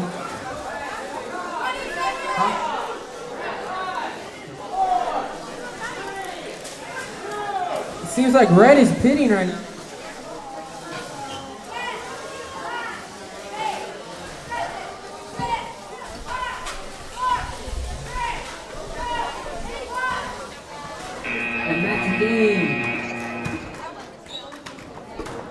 Okay, so you may not have heard it from our game announcers, but that was an exciting game to watch.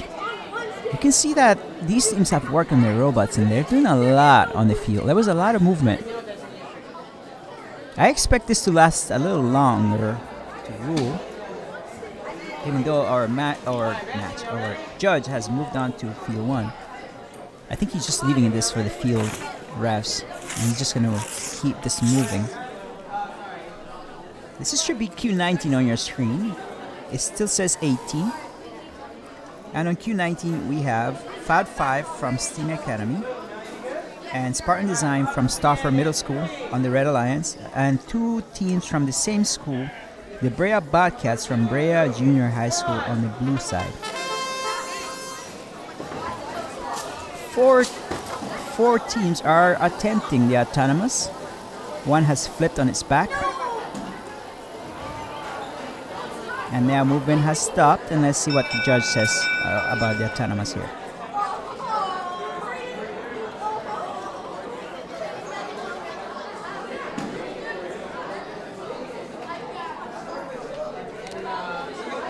So I see the strategy that the judge is using here. He's just gonna leave. If there are any big discussions to be had about any sort of ruling, they're gonna come and confer with him. But he's gonna leave the rulings for the line refs and move on to the next match. That way we don't fall behind too much on our schedule.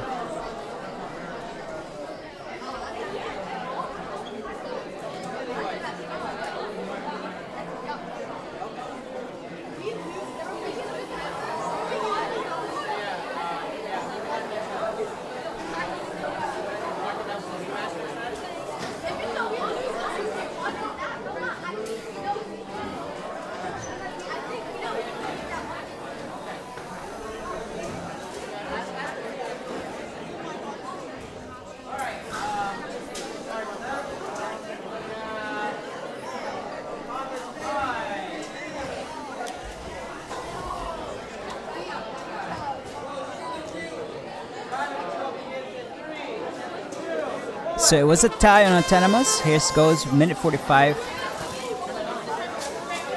Let's see, driver led here.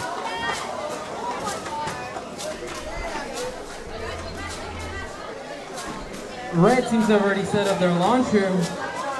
Blue seems to have a little bit of trouble starting up.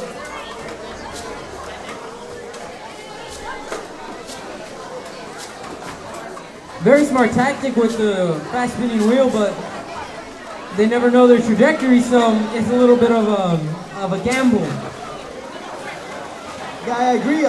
But I think he's got to work on it and practice a little more. And some of them did happen to cross over the field, but many just stay on their side of the field. So I have no idea what they were going for. I would think they would cross on the other side of the field to get some points, but I think they should be a little more careful with it, not try to rush it. But with the triballs that did end up on Red Alliance's side, Red Alliance is able to put in the goal. And it's evident they have a bunch of triballs on their side. Blue doesn't have many, so they're going to have to do something quick. They have 35 seconds left, so plenty of time to come back. But they gotta go quickly. And Blue's actually double zoning right now, so if Red wanted to, they could go and remove all those triballs in the goals. It looks like Red is trying to employ those endgame strategies. They're trying to elevate. Let's see if they'll be able to. Just 10 seconds left, so they're gonna have to stay there for a while. That does give Blue a bit of an advantage. They only have one robot to worry about, but looks like that's game.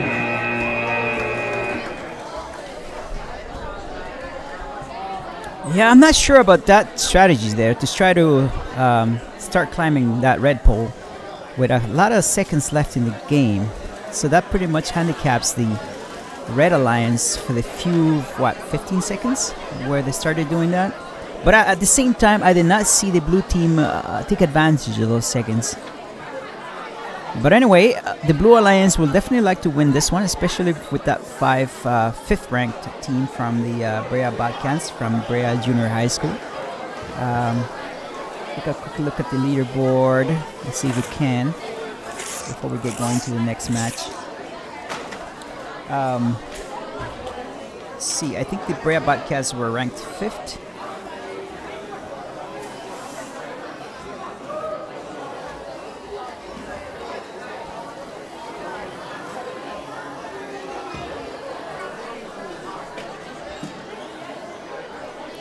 A lot of wolves on the top there. We have 3 of them.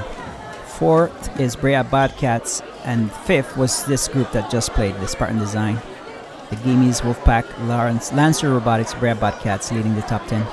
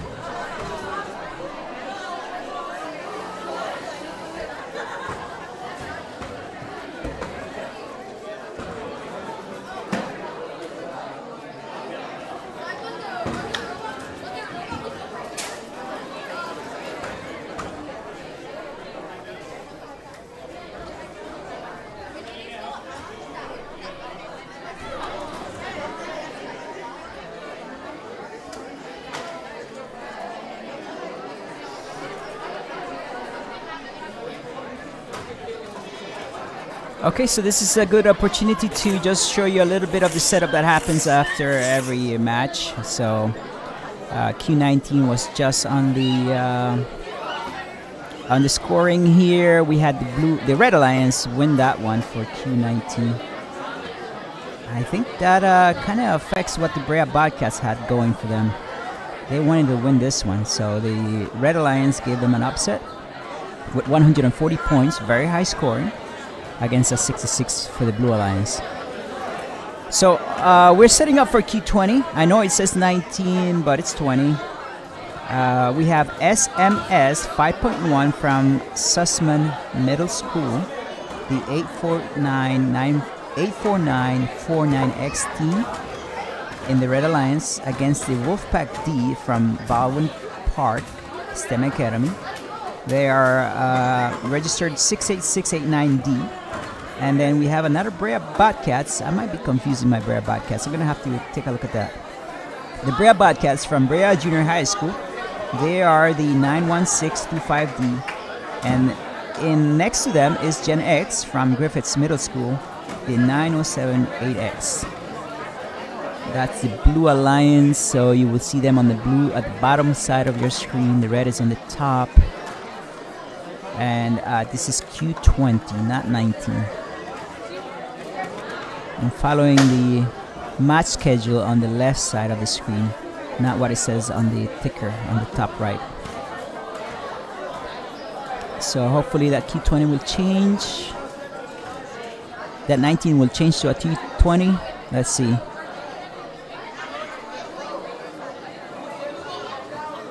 I don't know. Someone is in charge of that. It's like a press of a button and that changes. I think the judge, let's see. He's going to press something. Yeah, he's responsible for that. So Q20 is now on the board. And 4 teams are now moving. One moved. The Blue Alliance moved. One, the left side robot at the bottom moved and just went against the wall, and that was the end of that. The red had a lot of movement, but we'll see who gets the win here.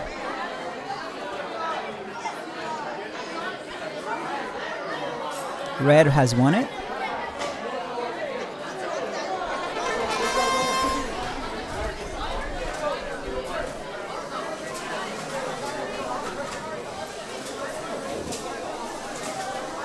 Alright, start off the match. Both teams got a preloader.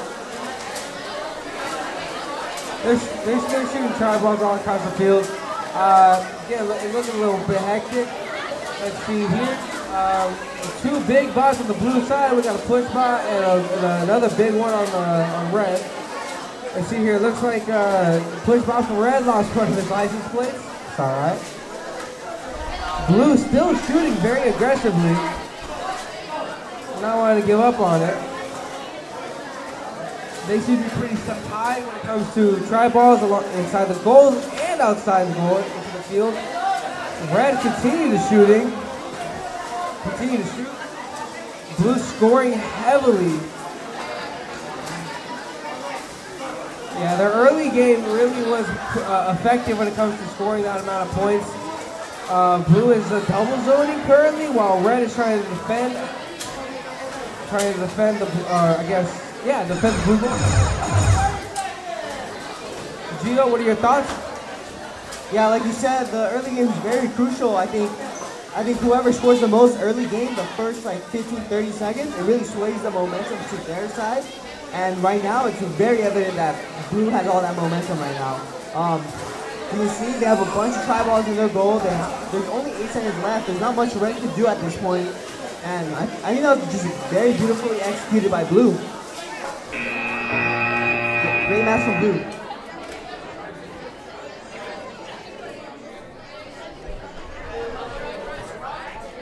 So that was the end of that match. That's Q20.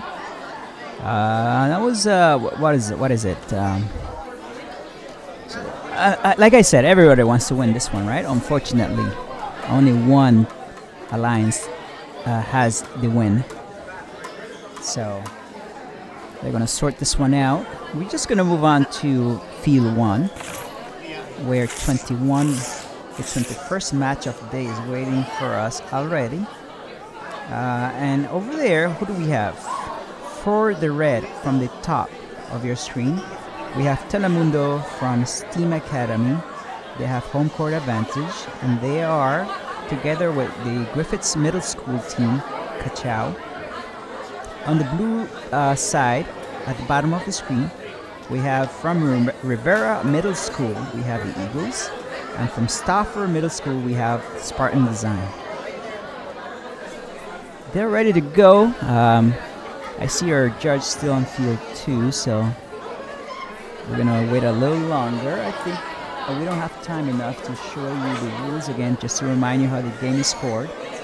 So I don't want to go into that and have to cut it halfway. So we're gonna have to wait on this one here because these guys are ready to go. One thing to mention is, like I said, I was kind of looking in to see whether the teams are talking to each other, and they are. Actually, it doesn't happen before a match, it happens throughout a match. I can see them talking to each other, especially when they're from different schools. They're reaching out. Of course, teams from the same alliance are talking to each other, pointing, hey, you do this, I'll do that, or we'll do that. While I don't see it happening prior, it is happening throughout. Although right now, I'm seeing the left side of the screen. They are talking to each other right now.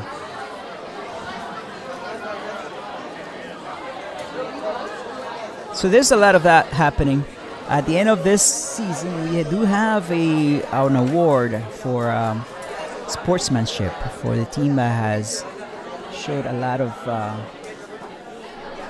winning spirit. They talk, they congratulate each other, not only themselves but the other teams. And overall, they show a positive attitude to the whole tournament. And so that's something that a lot of us are watching, and even myself, we are asked, who did you see has had a good sportsmanship throughout the season? And so we get to vote. And so we're noticing that. We're looking at the teams. How are they playing? Are they being nice to each other? And so that's what you see happen sometimes. And I think we're ready to go, it looks like. Final score is coming in.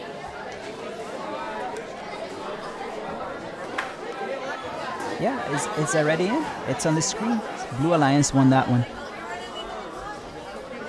For T20, the Blue Alliance had the Brea Bobcats and Gen X. They have won that one with 95 points. T21 is on the field and ready to go.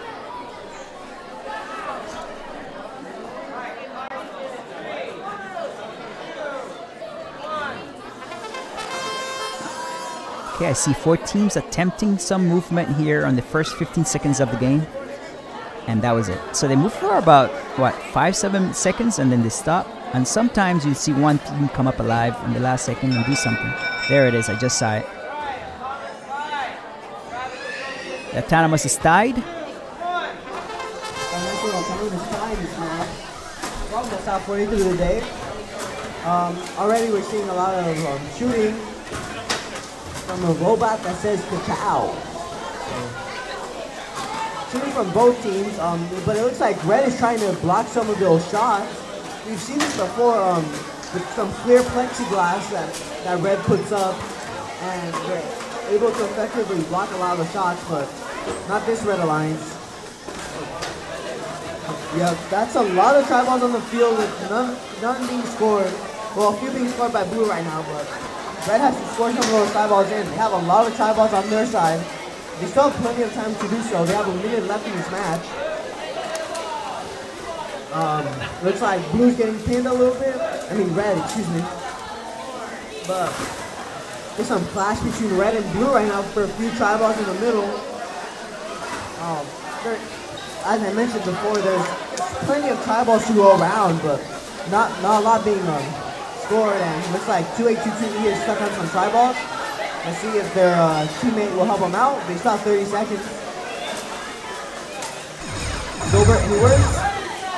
I feel like 2822E is in a very weird position right now. Even if he gets unstuck, there is a chance he may touch the elevation bar for Red, which will not be good for his side.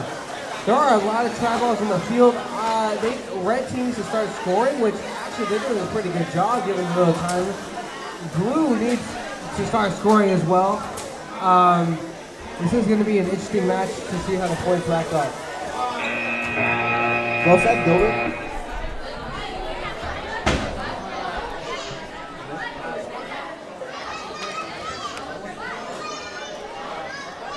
So we see the refs and line refs and judge confer, and they are talking this one over. Let's see who won this one. Let's see what was at risk here. I think that 13th ranked team, the 9078Y, Kachow team from Griffiths Middle School, would like to get a win so they can keep advancing on the leaderboard. And that would be helpful for that 36th ranked, the Telemundo team from Steam Academy. If they could get this win, it would be a positive, of course, for anyone to win. But like I said, only one alliance can win. The Red Alliance would like to win this one.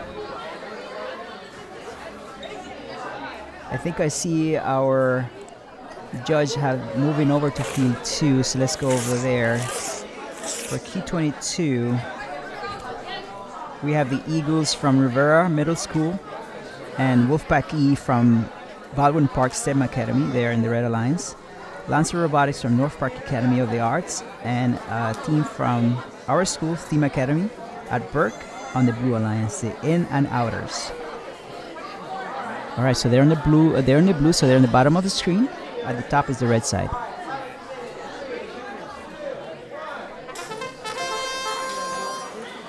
Two teams have moved, one from each team.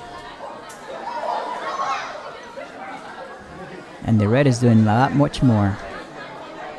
Normally you'll see a robot just move for 5 to 7 seconds, but this one kept going for at least 10 or more. And blue wins it. Even though they didn't move as much, blue won it. Some excitement from 9413B.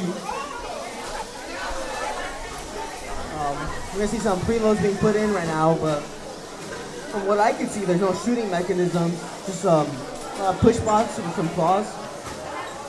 Looks like 43125C has stopped working. Looks like they have some technical difficulties from their brain. They have a bright orange screen, so that can never be good. Blue almost getting in trouble for pinning 68689E.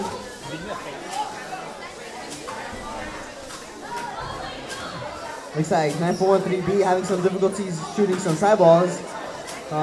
Giving some points to red, so they're gonna have to push some of those tri-balls onto their side. They want to try to win, and blue starting to double zone.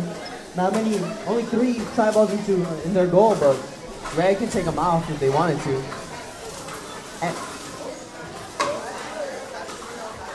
68689E employing that wheel strategy, so really ingenious from them.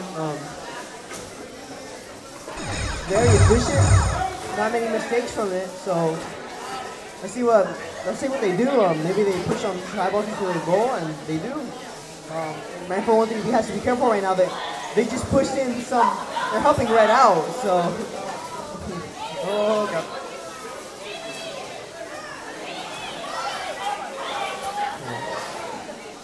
Even with just one robot working, it seems like red has had control of this whole game.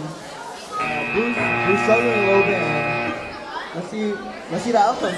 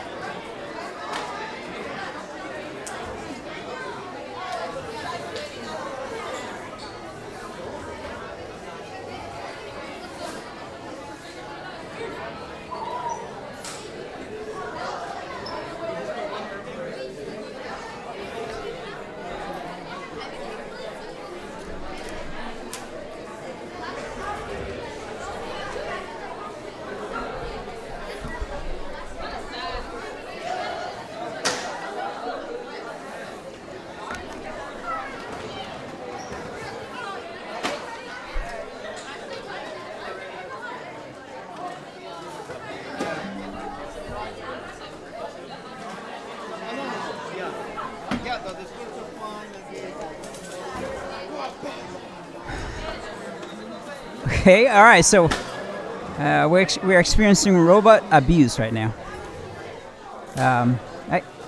Yeah, did you guys just see that? Somebody just mishandled a robot, I guess. I'm pretty sure you shouldn't be doing that, but either way, what's going on? What's going on? Key 22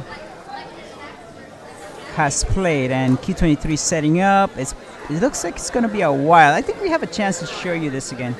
So let's go ahead and watch the rules video just to remind you how this is ruled.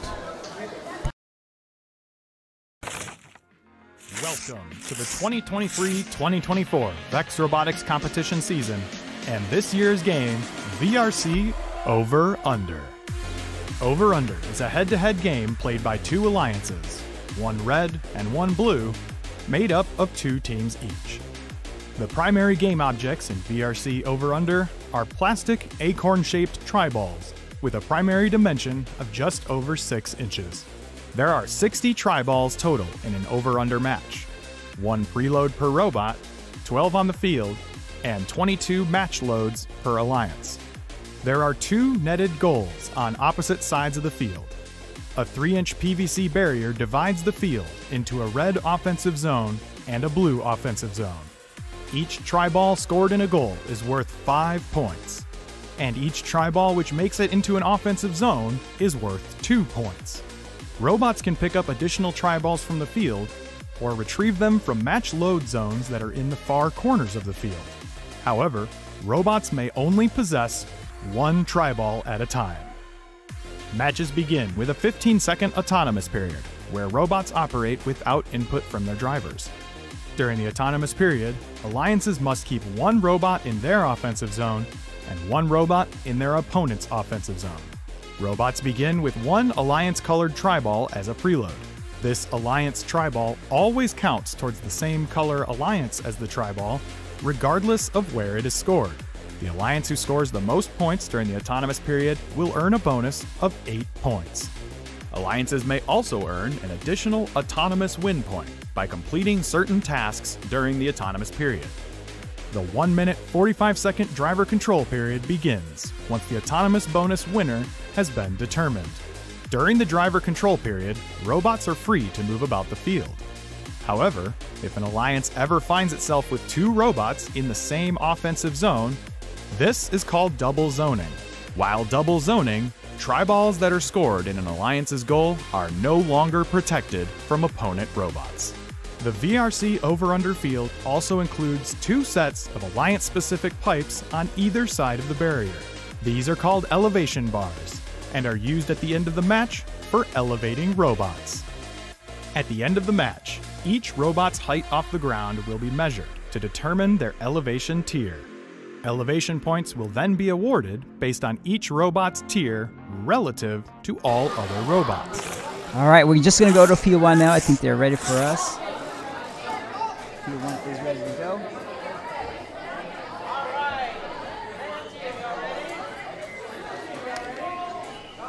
Okay, so field 1 has match 23. You don't see that updated on your screen yet, but the Brea Bobcats and the Spartan Design are on the red alliance, the top of the screen, and the blue alliance has the Lancer Robotics, 2 Lancer Robotics from North Pack Academy of the Arts here in Pico Rivera. The Red Alliance has an 8th and 9th ranked team. Teams ranked 8 and 9. And the Autonomous will go for Red Alliance. So let's start on the right footing here. Ready for Autonomous win.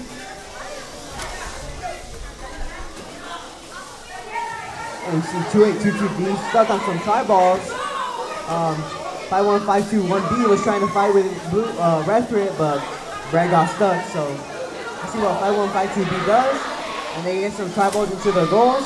And it looks like red is double zoning already. Start of the match. Blue can actually remove some of those tie balls in red zone, red goal. It seems like a very slow match now that there aren't that many tri-balls on the field.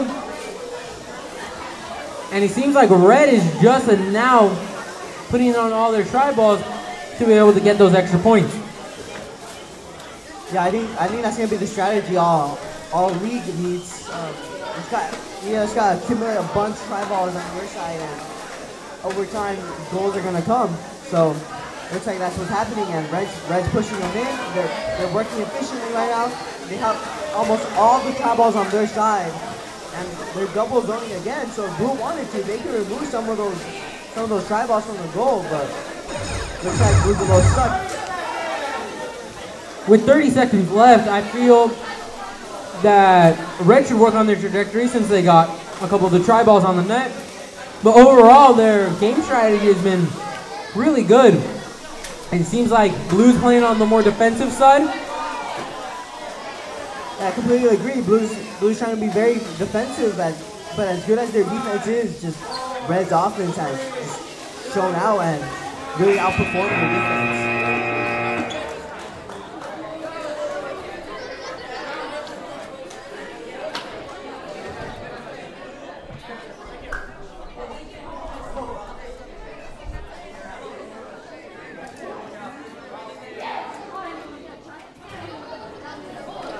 Okay, so let's go to field 2, where the judge has already headed over to. And so that is going to be match 24 of the day. On the red alliance, top of the screen, we have Wolfpack X from Baldwin Park STEM Academy, from Baldwin Park, California. And then we have the Spartan Design from Stauffer Middle School, from Downey.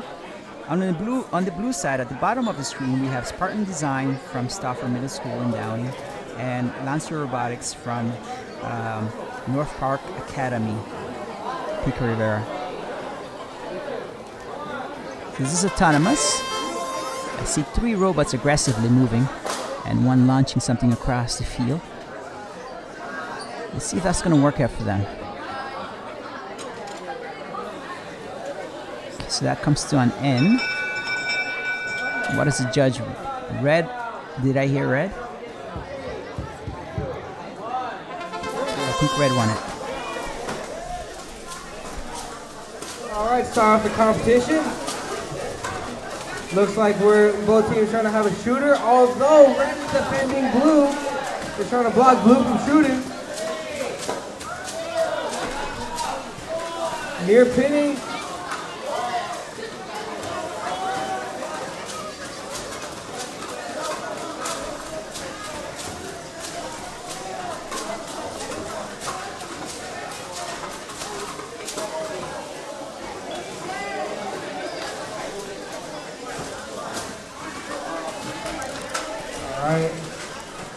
2-2B. They pinned blue, official. Will not be getting a win point no matter the result of this match.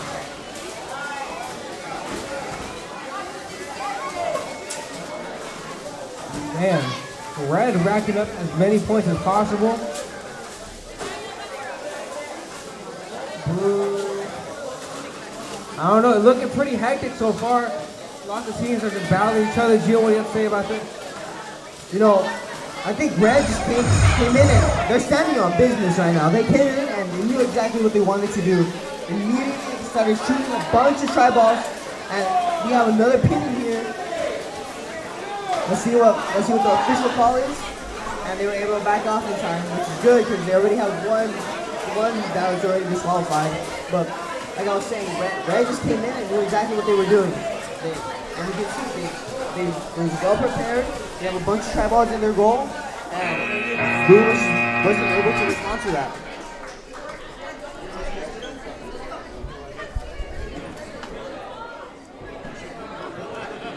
It's a very exciting match that just happened. There's a lot of offensive strategy being used here. Okay, so they're gonna go ahead and tally this one for us. I'm really curious about the rankings at this point, though. Let's take a look at that quickly.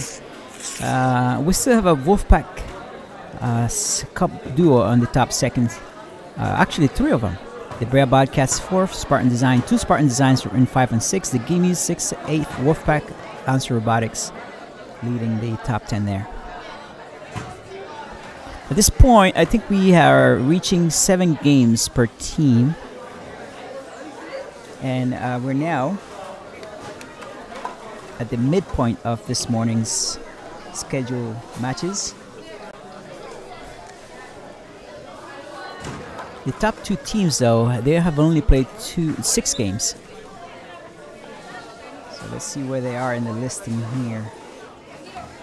Wolfpack G comes up on the 26th match, and Wolfpack D on the 27th match.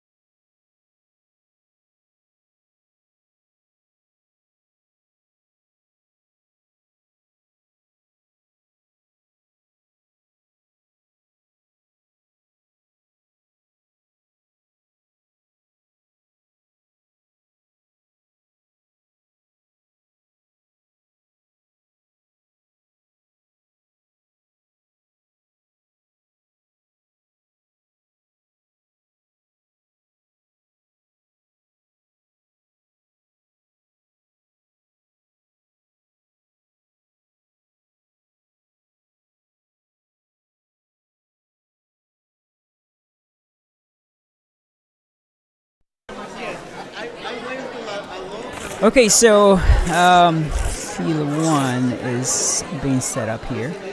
On field 1 we have qualifier number 25.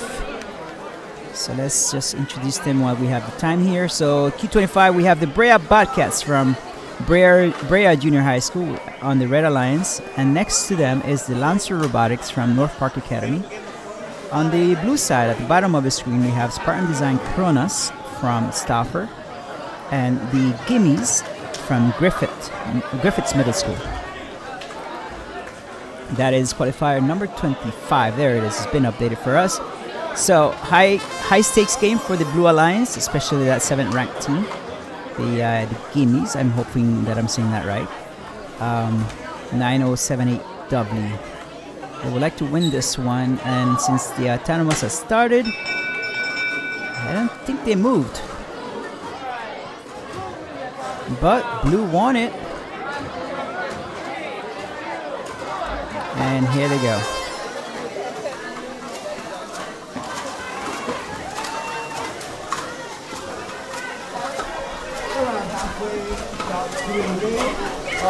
Blue standing on business right now, shooting great try balls to their side.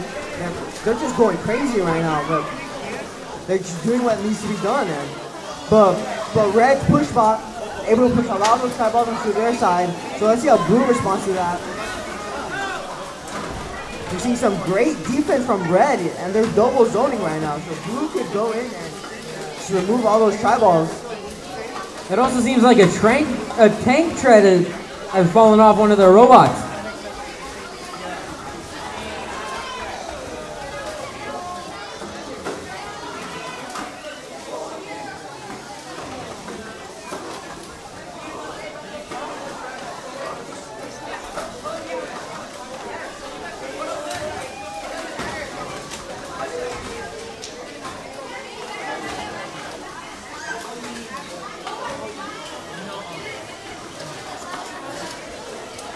Seconds left in this match, and it looks like it's pretty even. He's just gonna come down close. Seeing some great teamwork from our driver right now, and it looks like we're gonna try some elevations right now, or no, never mind. I stand corrected. Looks like Red is stuck a little bit.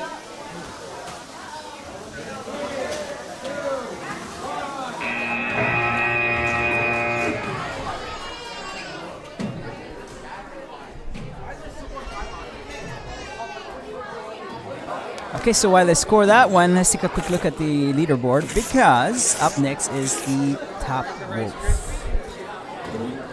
Wolfpack G is going to go ahead and play their 7th game on the next match, match 26. So we'll be watching that, see what happens there. Let's quickly look here. Out of 39 teams, Wolfpack G is leading.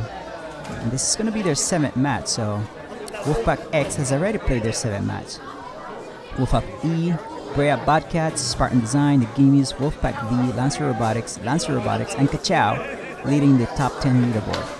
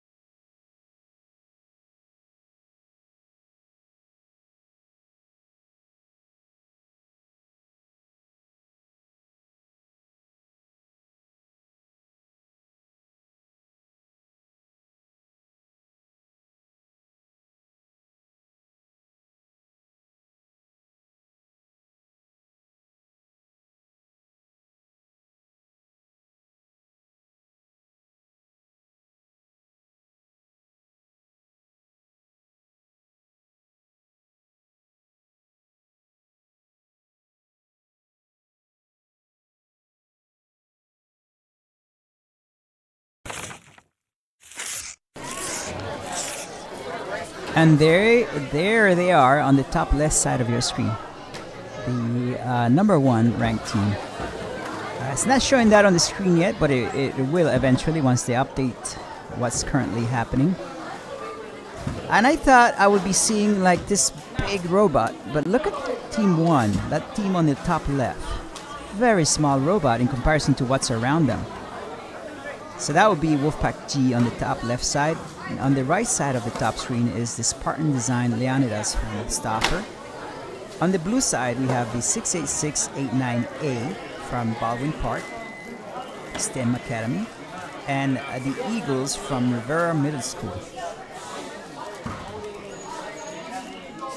So let's see what happened previously. The blue side won that one for Q25. That 7 ranked team likes that one because they're going to keep going there. That was the Gimmies 9078W. 7th ranked, so I'm not sure where they are now. But definitely either around 7 or a little bit above it.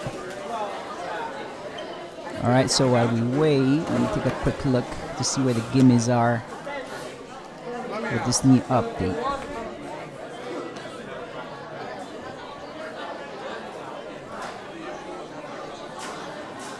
It looks like the Gimmies have gone now to 4th place.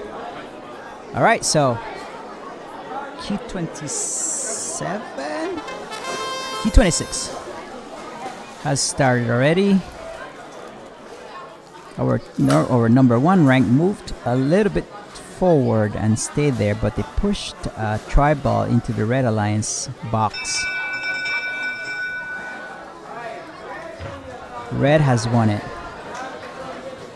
So that's a good start for our number 1 team, the Wolfpack G.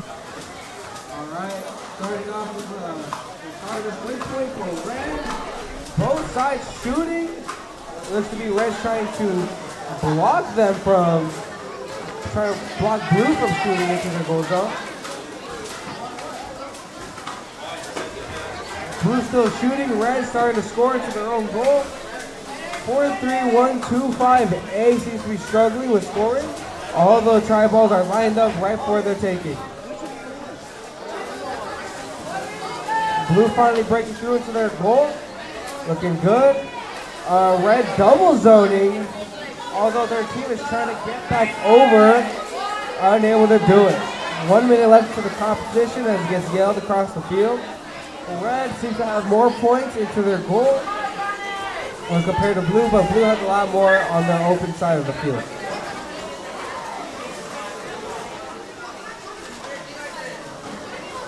Red still scoring to their goal, massive points. It is looking good for Red, handling their business, getting down to it, and really scoring. Blue, on the other hand, they have a lot of room for opportunity when it comes to scoring. They're not doing too well when it comes to it, though. Not really taking advantage there.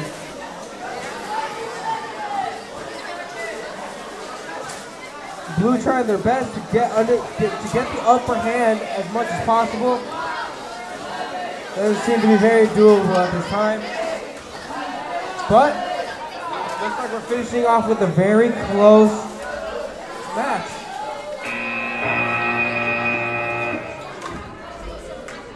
Very close.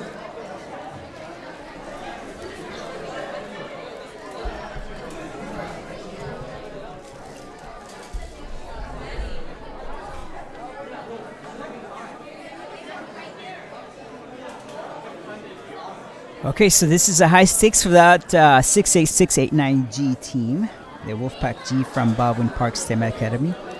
I did not notice, but they had a team from the same school in the opposite side, in the Blue Alliance. They were it's a team with the same name as their registered number, the 68689A.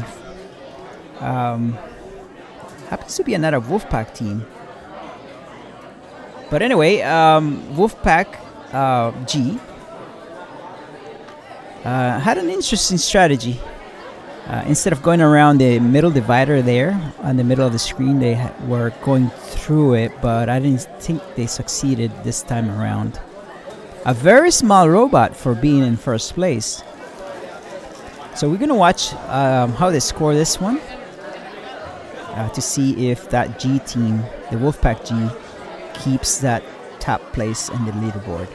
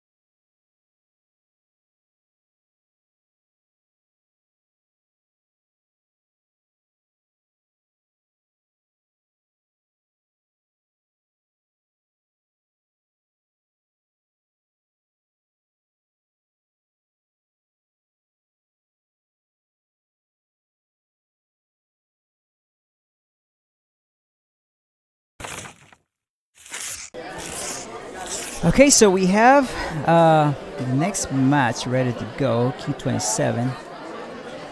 We're going to come back and see what happened in Q26. Q27, who do we have? Brea Bobcats, together with the Wolfpack D on the Red Alliance. On the blue side, we have Lancer Robotics and Fab 5 from STEM Academy at the bottom of the screen there.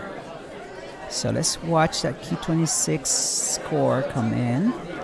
Remember, we're looking for the Red Alliance to win this one. If not, then that other team, the 68689A, wins, and so that gives them an advantage. So as we wait for that, once again, we have Q27 on the field, which is supposed to start at 11:04. It's 11:16, so we're 12 minutes behind. Not too many. And I think it's been. I hear clapping, so I think Q26 has been scored. Let's see. I don't see any update coming up yet. Okay, so nothing yet. So one more time for Q27. Who do we have? From Brea Junior High School, we have the Brea Bobcats. From Baldwin Park STEM Academy, Wolfpack D. They are on the Red Alliance on the top of the screen. And on the bottom of the screen, on the Blue Alliance, we have a team from North Park Academy of the Arts. We have the Lancer Robotics C, and from STEM Academy at Burke. On the home field advantage, we have the Fab 5. Q26 has been scored with the Red Alliance winning, so the Wolfpack G team keeps that first rank. Okay, so it looks like we're ready to go on Q27.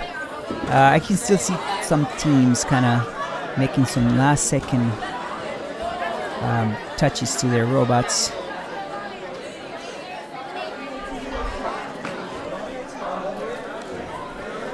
Let's take a quick look then while we wait.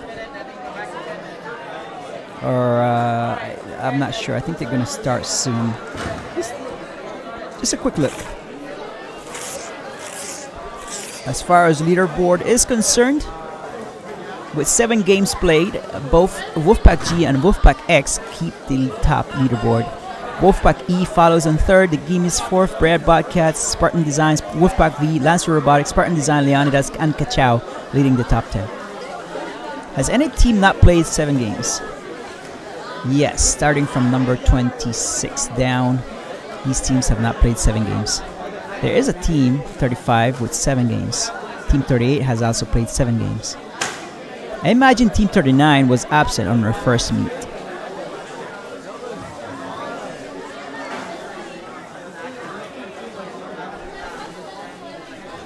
Let's go back to Field 1. The teams are ready to go, but our judges and field revs, our judge and field ref, they're not on screen. I see our judge, but that's not scoring, that's happening. So we're going to wait a few seconds here.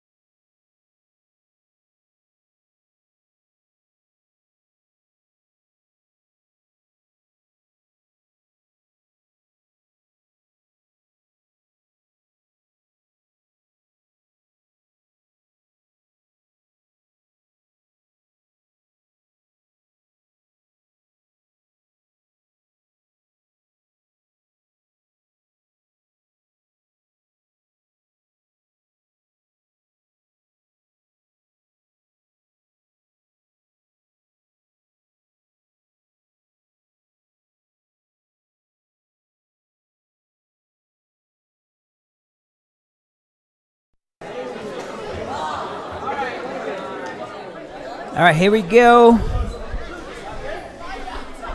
15 seconds autonomous. Here we go. Thumbs up everywhere.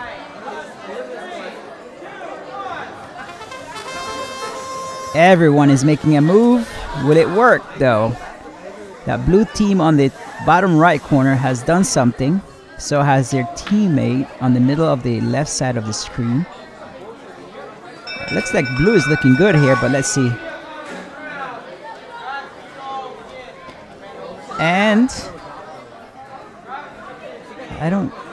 okay, I didn't hear it, and I don't see it coming up, so I'm not sure who won the autonomous there.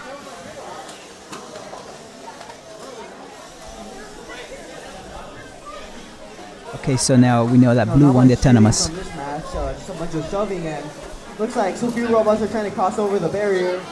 They're having some trouble, and some beautiful teamwork from blue.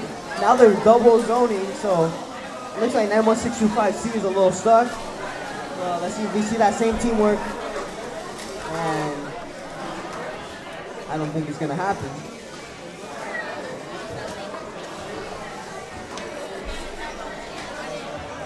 Blue and red both with a tri-ball in their zone, in their goal. Even right now in the goals, but it looks like blue has blue has a few more tri-balls than red. Let's see if we have some preload action soon. Get some tri-balls onto the field. Let's have this a high-scoring match.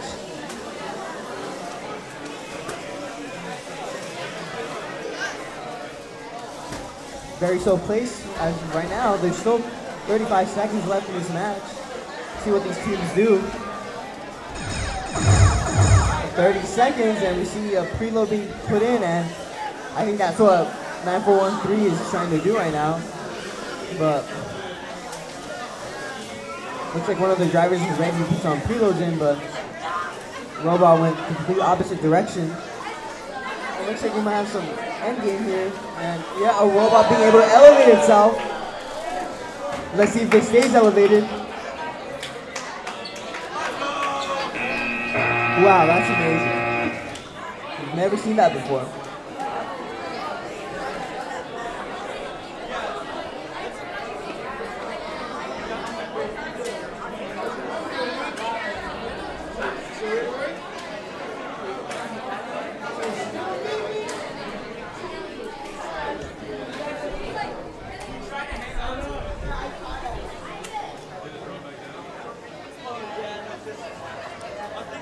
Okay, so that 91625 C spent most of the time stuck on the middle of the field in that divider there. I'm not sure why the other team couldn't help them out there. Maybe they did try, but it didn't work out, I guess, and they kept moving to something else. So that's unfortunate for red team. Not only did they start without the autonomous win, but one of the teams disabled themselves by trying to take a shortcut. I'm not sure how it happened. Let's assume they took a shortcut and they got stuck trying to do that. The previous team, the top ranked team, Wolfpack G, I saw them do that and they realized that they might be getting stuck and they backed out of that one. So I'm not sure what's the strategy there, but that's what this story tells. So now we're moving on to field 2, and here is supposed to be 28. Let's see, there's any updates? No updates, so... Oh, there is. Yeah, so with the red team getting stuck in the middle divider, they can only manage 7 points, and the blue team won that one with 32 points. So a very low scoring game, but it gave the blue team the win. So good job for 94138 and 515221C. They won that one, hands down. In Q28, who do we have? On the screen, we have 9413D, Jikeja, and the Brea Batcats on the Red Alliance, so they'll be on the top of the screen. At the bottom of the screen, we have SMS 5.1 from Sussman Middle School and the Lancer Robotics. And here is autonomous with 3 robots attempting something. That red robot is just spinning on its axis there. Someone tried something at the last second. Let's listen in and see who won that one.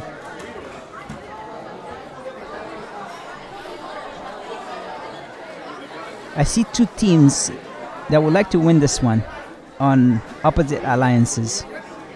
The 9413D team, the 16 rank, would like to win this one. So would the 515218. And blue wins it, so that goes for the 515218 team. This is the driver-led portion of the game with 1 minute and 45 second remote control led.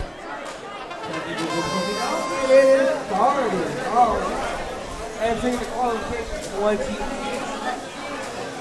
We're already started with blue team shooting across the field. Blue team receiving a warning. Red team also shooting with their very effective shooter, seems to be. Can't touch it. All right.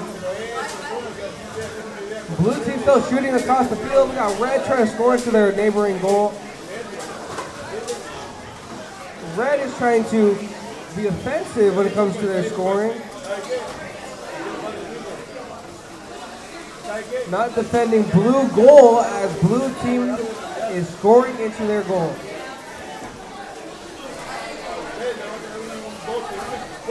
Red attempting to what seems to be double zoning. Whoa, whoa, whoa. Red team trying to get through. Blue is not letting them in. They're not letting them in. Red team shooting some more. Gotta keep going. Last 20 seconds. Red still attempting to shoot. A very low scoring game with tons of tri-balls on the field. So what is going to come from this? Wow. Red team being effective with their shooter, trying to do as much as they can. Wah, wah.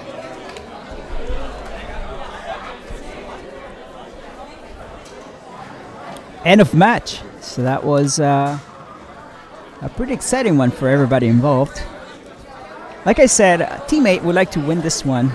And of course, on the red side, Team 16, the 9413D, the team from Berks STEM Academy, would like to bring up also their team, the 916258 team.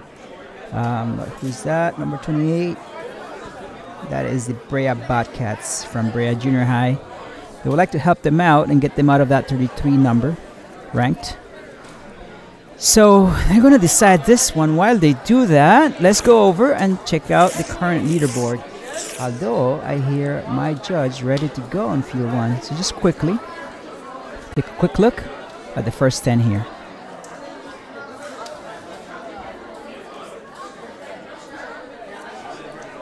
All right, we're just going to move over to field 1 because they're ready to go. I like this routine. I like this rhythm.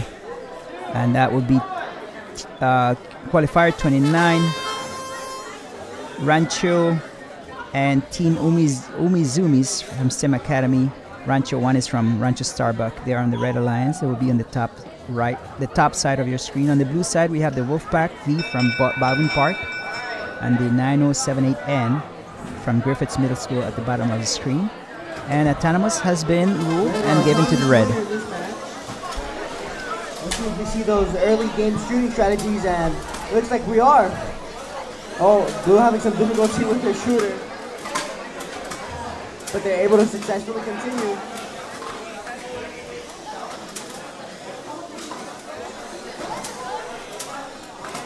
Looks like Blue Alliance has an interesting mechanism, a little arm that comes out from their side, able to push a few more tri balls than normal, but Blue's been really efficient with their shooting right now. Well, there goes a few that didn't make it completely across, but for the most part, they're able to make everything. Pretty even tri-ball distribution, but Blue able to push a bunch of tri-balls onto their side. And there's some pinning going on between two robots, jostling each other. Just walking into this competition and looking to see what's going on during this match. It seems to be that Blue is having the upper hand against the Red. Seemingly doing so while double zoning. Red team seems to be struggling a bit and is unsure. Wow.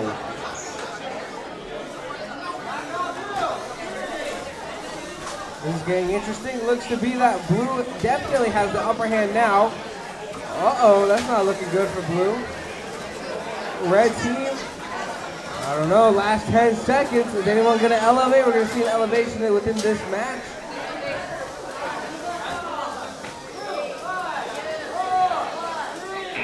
Very interesting.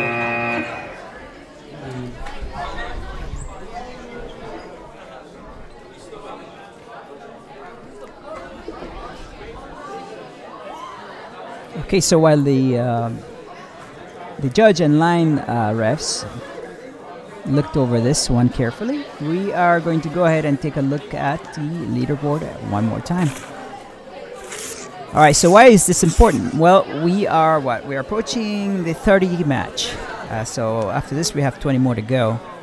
And so at the end of this meet 2, the ranking is becoming a little bit more difficult to move up and down it. So while we still have 2 more meets, the one in December and the last one in January, you might want to start considering getting yourself locked into some kind of number here. So we still have a set of wolves, a pack of wolves leading the top 10.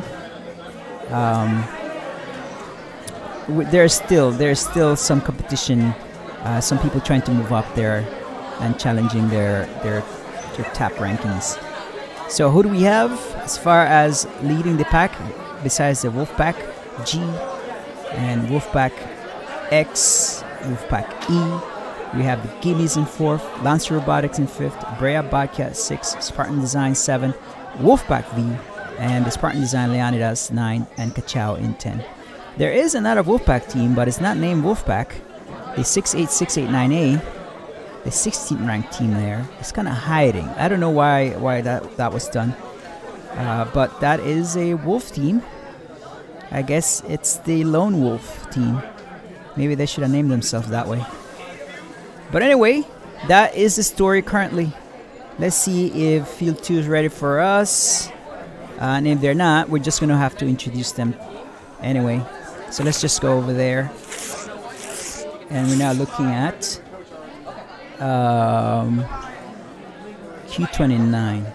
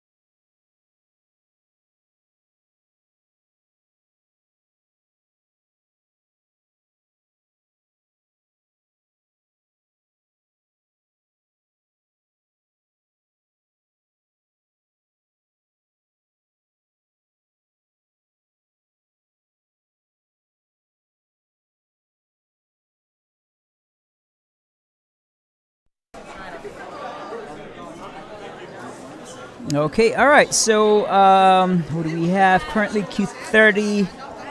Once again, Q30. We have an Eagles from Rivera Middle School and a Lancer Robotic team from North Park Academy. They are going to be on the top screen on the red side. On the bottom side, we have Lancer Robotics. Yeah, there we go. It's 30. Yeah, it's kind of confusing sometimes, but it's Q30. Lancer Robotics, again from North Park, and Wolfpack G. Again, okay, so they are on the Blue Alliance at the bottom of the screen. The judge is kind of hiding their robot right now, I think. We can't see the G team. Is that the G team? Where's the G team? Okay, so that brings us to the end of Autonomous. And Blue has won that one.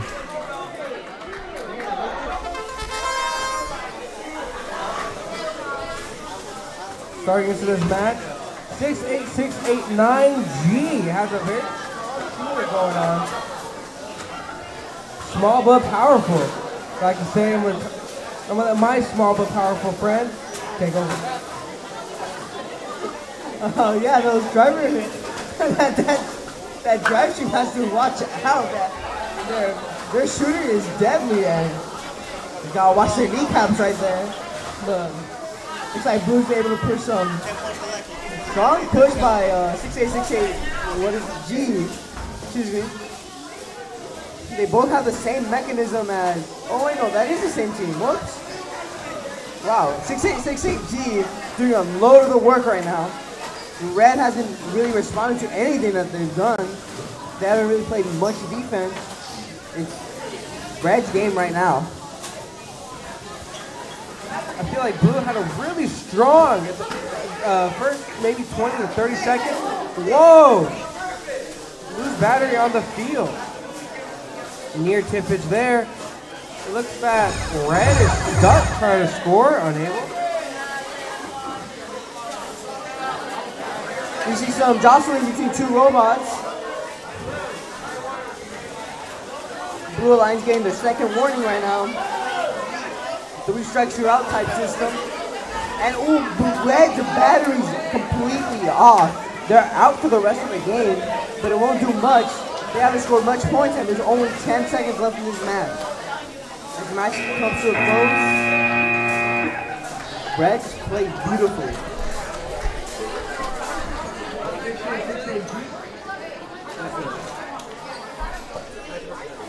You can definitely see why that 68689G team is in first place. They're a really small robot, but it's very well built. It's you know, it's a David among Goliaths. It's very well built, and they got a lot of strategy, as you can see at the beginning. They launch all those tri-balls across the field, and then it was the G team turn to get those into the goal.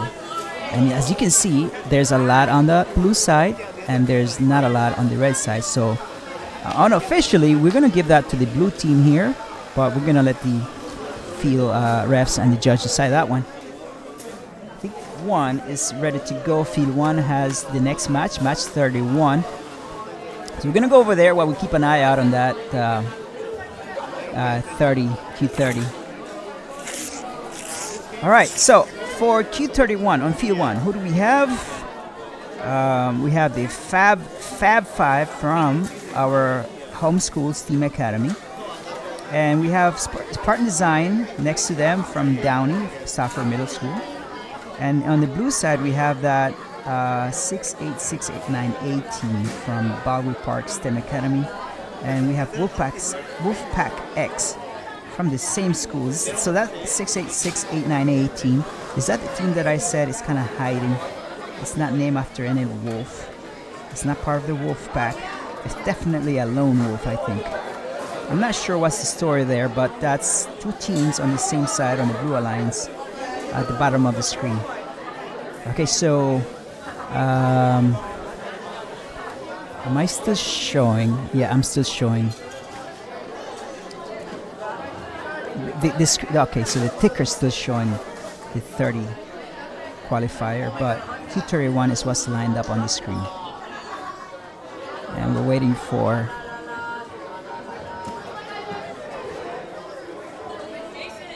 the score. Seems like I'm a little bit ahead of what's reality here.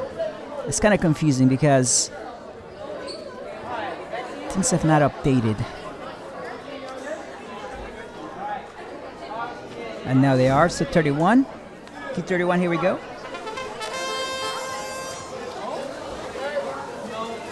And yeah, so score from the previous game, the Wolfpack G kept that win with 101. It was hands down. On this side of things, we have the Autonomous, and Blue has won it. So that Wolfpack team on the right side of things as they go into driver control.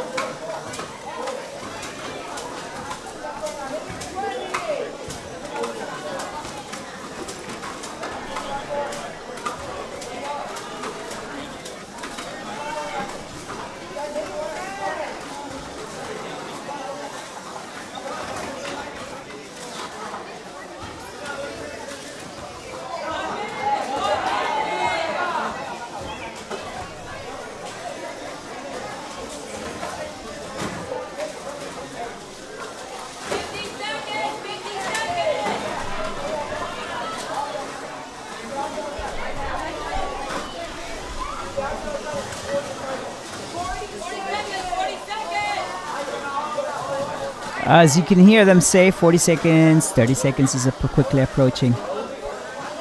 This is an evenly match. I see equal number of, almost. I guess the blue side has more in their rectangle there. The blue side is looking into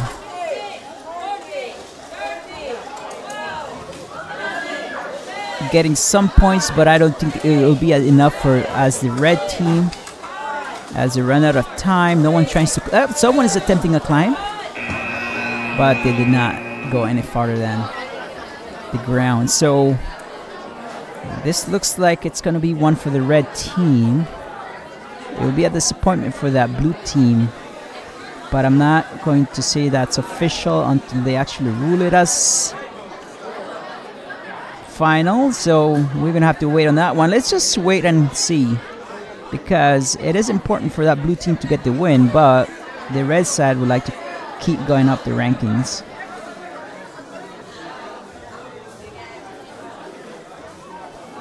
I'm unable to see how many try balls are there, so I can't really count and give a good estimate of who won.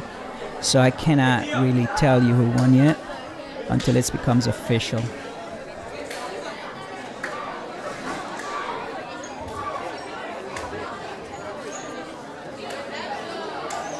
Okay, I can see that field 2 is not ready. It seems, no, that's a player lag now. That's team's not being ready. So we might have time to go back and check out how this game is ruled. Look at them measuring the distance from the ground with a piece of paper. Okay, I can see that field 2 is not ready to go with the next match. So we have time to just remind you the complicated way of ruling this game, giving points or awarding points. So it's going to go ahead and make sure that you are aware as much as you can how difficult this is to rule. Welcome to the 2023-2024 Vex Robotics competition season and this year's game, VRC Over Under. Over Under is a head-to-head game played by two alliances, one red and one blue, made up of two teams each. The primary game objects in VRC Over Under are plastic acorn-shaped tri-balls with a primary dimension of just over 6 inches.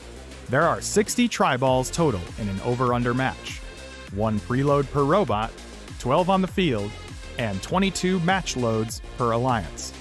There are 2 netted goals on opposite sides of the field.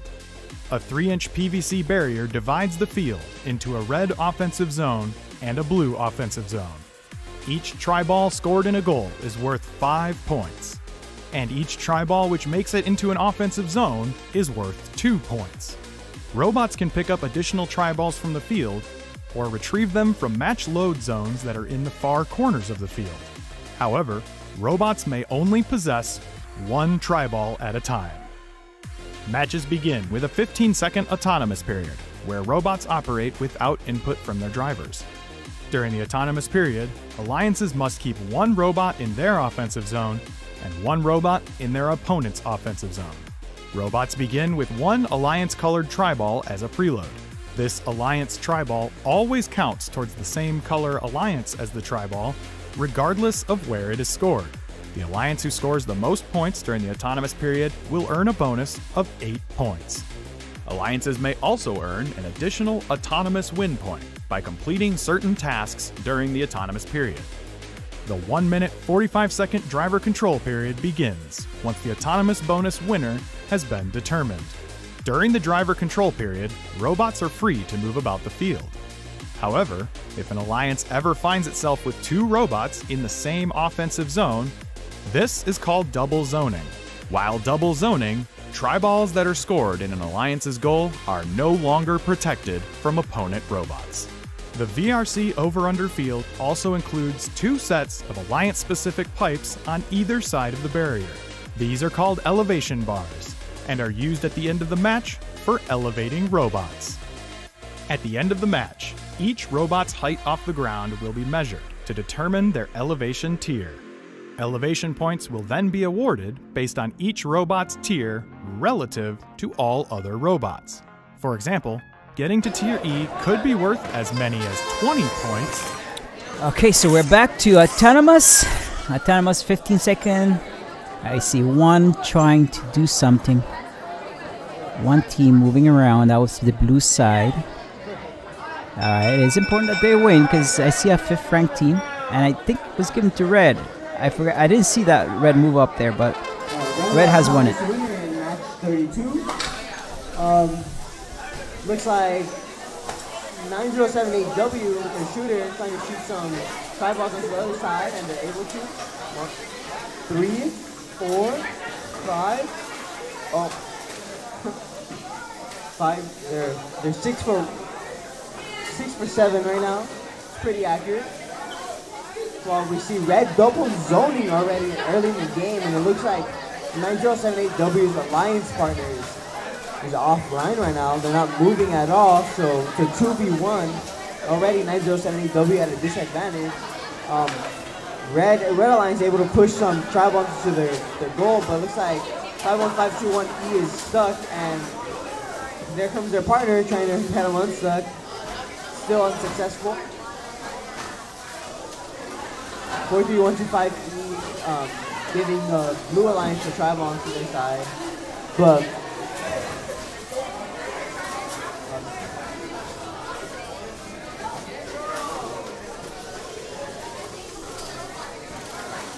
and 9078W expanding, trying to get some tri-balls into their goal. This is good play by 9078W, knowing that they don't have an alliance partner. They're just trying to accumulate as much as they can. They know there's nothing they can do about Red's goals. They just have to keep on scoring. And it looks like 51521E is taking advantage of the double zoning. They're able to take away Blue's goals.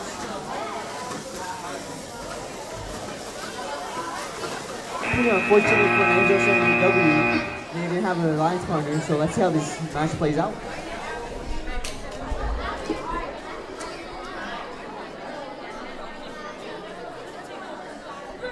Okay, so as they go ahead and judge this one, we can see that Q31 has been ruled with the Blue Alliance having won that one with 129 points against 99 for the Red Alliance. On the Q31 team, that was Blue, that was Wolfpack X and the 68689A. And we're ready for the next match, so let's keep going to Field 1 here. This is Q33, the Brea Bobcats and the Lancer Robotics on the Red Alliance, with the Blue Alliance, Spartan Design and Wolfpack D on the Blue Alliance. And who gets this first win here? The autonomous win goes to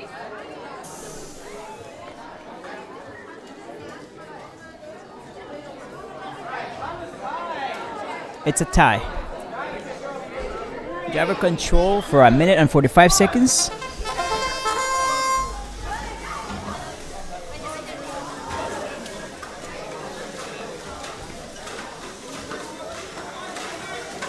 See some shooting strategies from Blue Alliance. Able to get a bunch of tri-balls onto their side. Much more active than our previous match right now. And they're just going crazy right now. Shooting tri-balls after tri-ball after tri-ball. And they're able to push them into their goal. 2822A with a shove. Double zoning here from Blue. Interesting strategy. You see 515219A is able to push some tri-balls into their goal, but Blue Alliance has been scoring like crazy right now.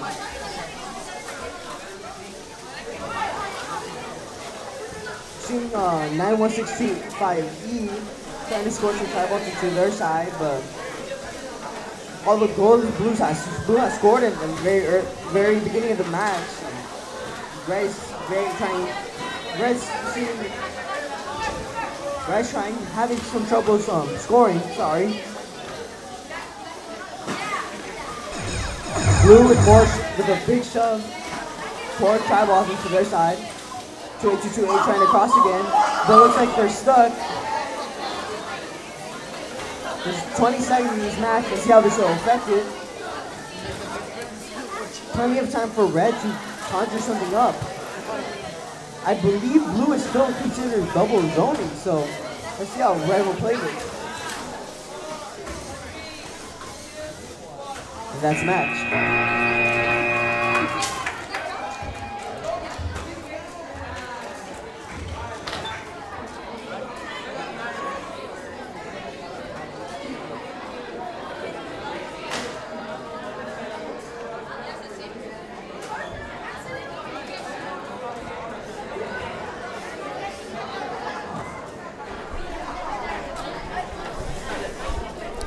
So the previous ruling for Q32 was 50-62 with the win to the Red Alliance.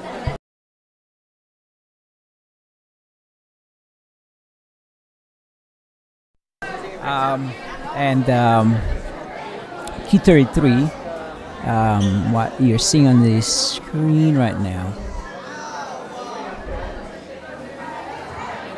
is being ruled at the moment. So we're going to wait on that one. So Q33, a 10th rank and a 29 rank on the blue side with the autonomous win. Q33, that was the Spartan Design Leonidas and the Wolfpack team. Very strong group, very strong teams. We're waiting for a decision to be made. Likewise, on the red side, we had the Brea Bobcats and the Lancer Robotics. They're also hoping for a win. Alright, so then that goes on to 34, but while we wait and see if they are ready to go here in field 2, they're not. Let's take a quick look at the leaderboard.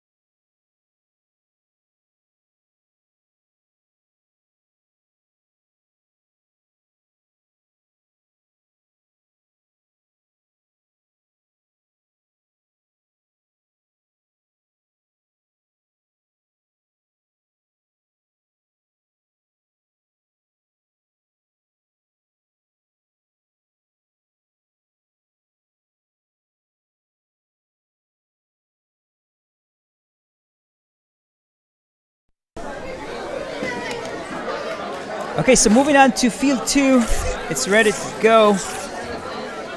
Q34, once again, Eagles from Rivera Middle School with the Gen X team from Griffiths Middle School. They are on the red side. They will be on the top of the screen. On the bottom side of the screen, we have the blue side with the Eagles from Rivera Middle and 9078N from Griffiths Middle. Looks like we're ready to go. The judge is just making sure everybody's fully safe. Have goggles on. Only 3 teams per robot. And we're ready to go with the first 15 seconds of the game. Yeah, he's making sure everybody's protected. Are we on schedule? Oh, we're falling behind 15 minutes, but that's okay. Here we go. Here we go. Nope, not yet.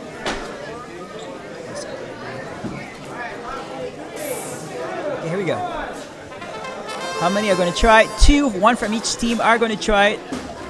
We're both decidedly scoring. Oh, there's a last second move from the red side. I think the red one won that with that move there. Let's see what the judge says on that one. And I think I heard red.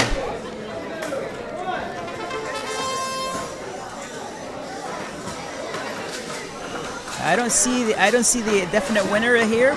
There usually is a sticker that comes above the winning group. the winning alliance, but I'm not sure on that one until we see it. So let's keep it that way, and let's just watch what happens here on our screen. Currently, the bottom left side robot, the strategy there is to launch those tri-balls into the opposing team side, and then go over there and then push those tri-balls into that team's color, or under the field goal, I guess you would say, under the goal. So now they're trying to, so I'm just watching that blue team trying to make it over to the other side, but they're kind of stuck as they were trying to make their way across. And I think the strategy right now is to be offensive, to try to make that other team not score on their goal. So currently we have a blue team kind of protecting over there on their side. Okay, so now we see the other team has now moved over to the other side of the field and is now pushing those tri-balls on that blue side color, under their field goal. And now we have 30 seconds left. So that blue side, that blue team spent a long time trying to get themselves over there. They're being blocked. I can understand now why that Wolfpack G team is a winning design. It's a very small robot, and it keeps surprising me how small it is, and yet it's very effective. The reason why is there's so many bottlenecks in this design on the field.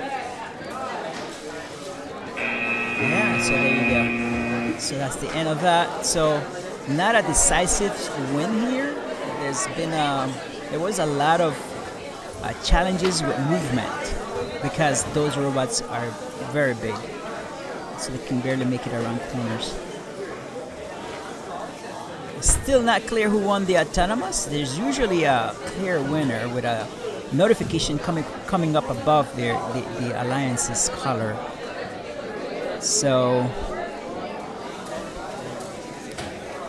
I'm gonna have to let that one be decided here. Let's go ahead and make sure that we are on top of what's going on next. It looks like field 1 is not ready, so let's take a quick look at the current leaderboard.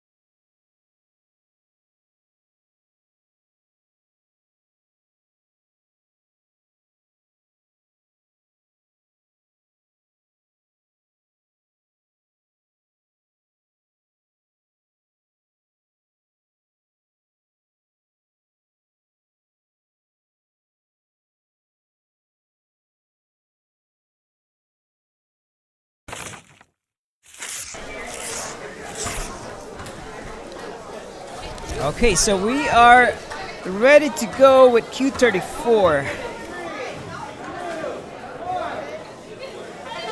And everyone has moved. Everyone is moving here. And someone has launched across the field. The Red Alliance, made up by the Eagles from Pico Rivera Middle School. and Gen X from Griffiths Middle School. And on the blue side, the Eagles and the 9078N on the blue side. And blue has won that side. Second here. No, it's 35th. It's a 35th match. So no, it's Lancer Robotics and Spartan Design on the red side, and Brea Bobcats and Kachow on the blue side. Okay, so there's a lot of movement going on. There's a lot of launching.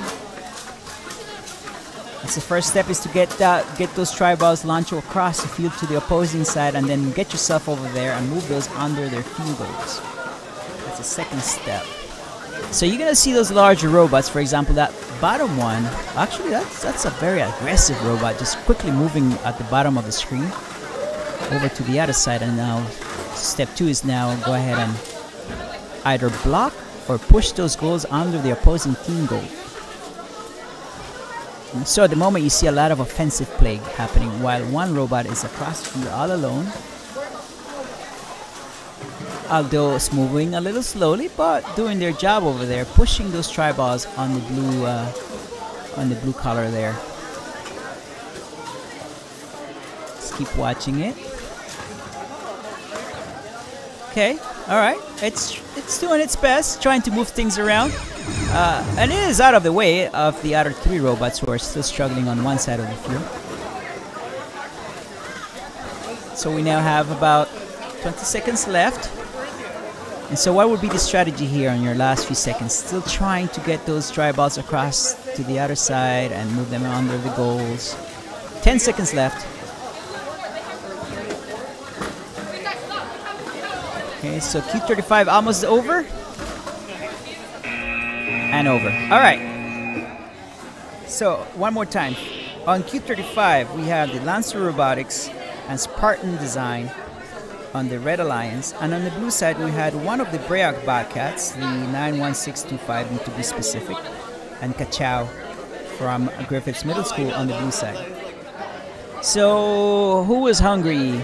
I would say that blue side was hungrier. The Red Alliance would like to win this one and keep that high rank, that 5th rank, and keep going up on that one. But that would be decided by the judge and refs. Like the previous match on Q34, it was given to the Blue Alliance with 78 versus 54. Let's go over and check on field 2 for a second, because the judge is already presiding over it.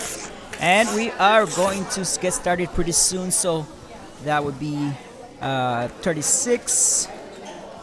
Scheduled for 11:51. Yeah, we're still around 14 to 15 minutes behind. So anyway, Wolfpack V on the red side, and Lancer Robotics on the red side also. On the blue side, we have SMS 5.1 and the Spartan Design. The 2822D team from Spartan Design. Autonomous goes for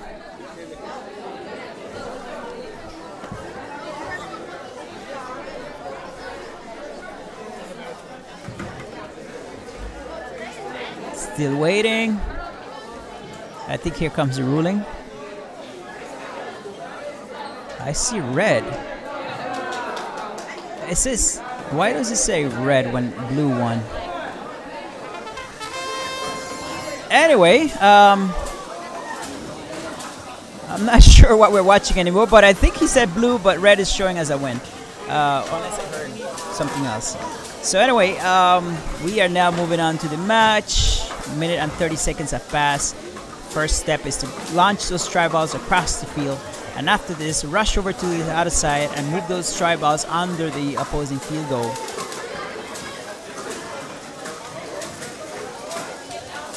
Let's see. All right, so I now see a blue team over there already, pushing those tri-balls into the blue color. So that's the challenge. Challenge is to launch first and then move across the field with the obstructions in the middle.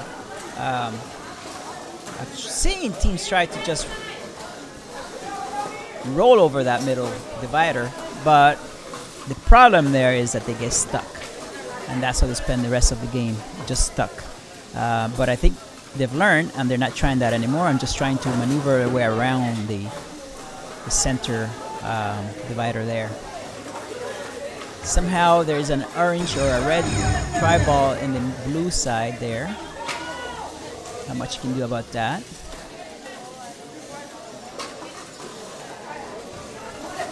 At this point, it looks even. It looks like, even though the blue team has managed to put a lot of tri-balls on the other side there, it looks like it looks like the blue side has this one. All right, anybody's gonna attempt a climb? No, no one. All right, here we go. So that was an 8th ranked team on the blue side and a 7th ranked team on the red side. And I guess the autonomous is red.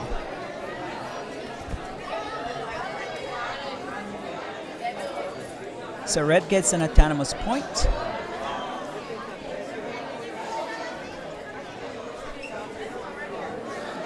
And they're going to count this one. All right, I just see them just tapping how many tri-balls there are. Let's check on field 1 while we wait. This field 1 is ready to go, so let's just go over to field 1.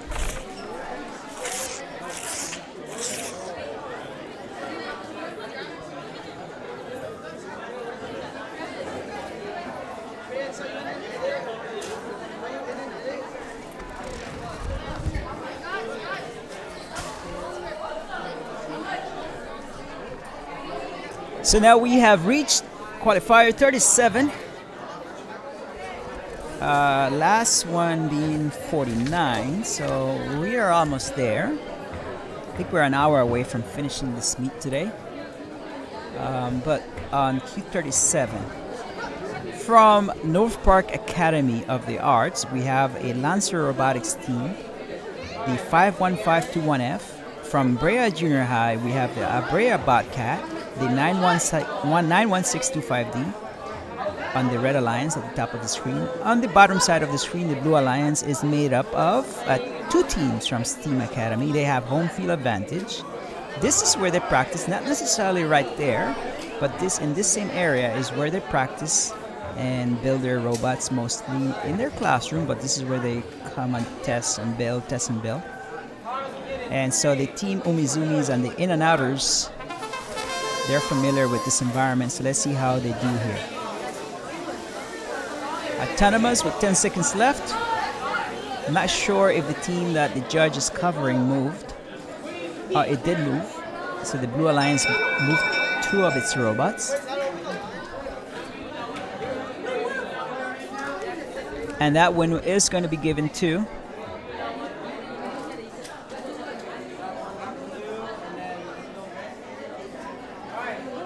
Blue. Blue wins it, so yeah.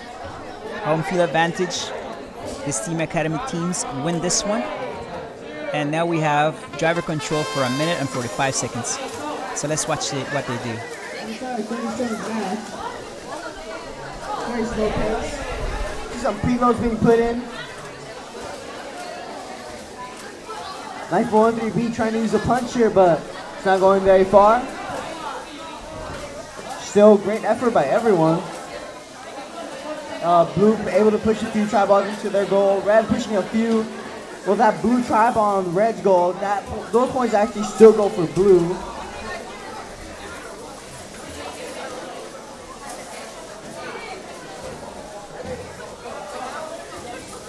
Interesting design by 91625D. Wonder what those little bars are for.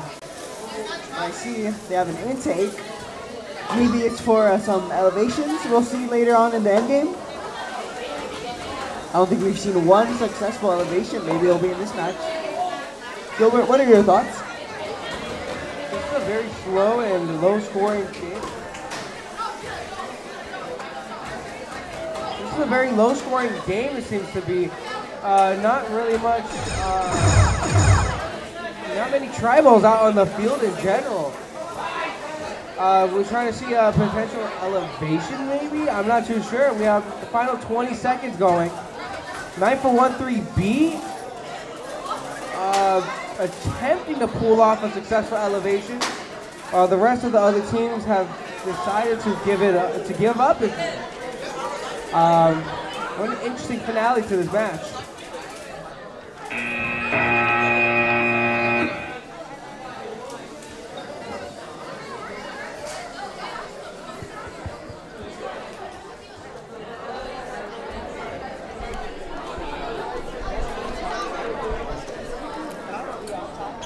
Unlike the previous matches where you see a lot of tri-balls being tossed across the field, this one did not do that. This is a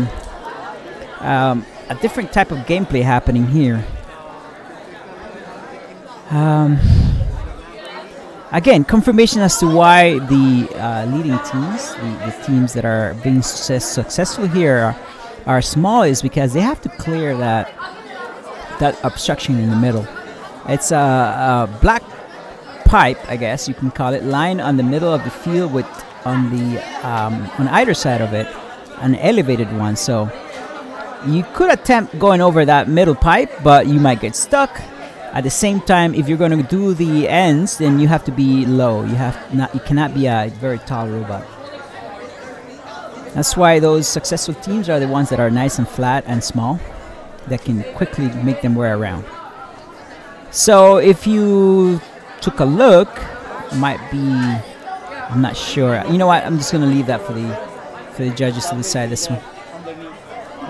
Field 2 is ready to go. The tablet's over there. 38 is ready to go. With Q36 has already been ruled 112 for the Blue Alliance for Q36. Q37, we're still waiting for it. Q38 is ready to go on the screen.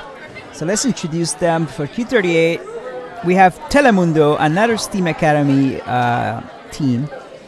And on the Red Alliance, along with Telemundo, is Rancho 1 from Rancho Starbuck.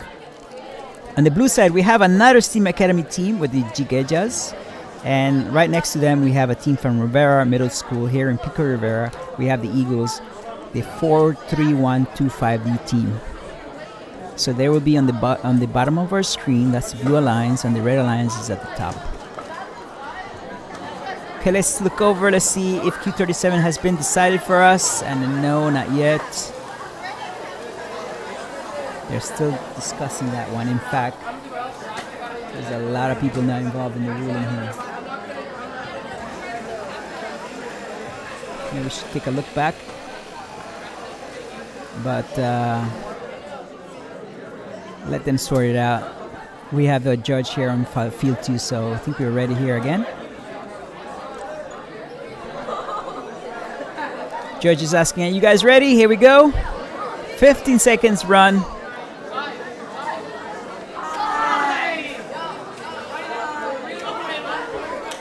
Making sure everybody's wearing some kind of eye protection. There are only 3 group members per team. The controllers are full. The robots have been set properly. So that's what the discussion is about right now. Q38 scheduled for 12:01.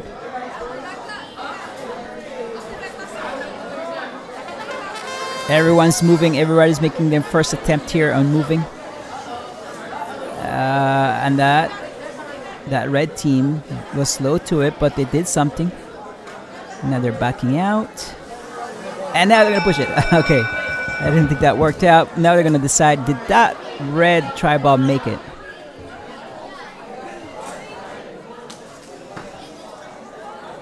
Did that make it fully into that blue rectangle?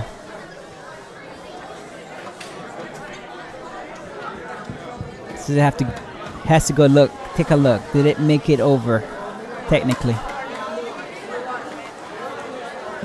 Blue has won it. Must have been that last push there by blue. Minute and 45 second driver control. Blue's taking a tournament. All right. Look at Blue setting up for shooter. Whoa. Going across the field, looking good. Blues Alliance. Blues looking to score. Red team staying pretty neutral so far, not being too effective. Red is slowly scoring for their goal. 9-4-1-3-D trying to get as many try balls to the other side as possible. While 4-3-1-2-5-D is taking the try balls into the goal. Now for red team, there it doesn't seem to be making too much movement either. 9-4-7-7-3-A trying to get as many try balls in their goal as possible.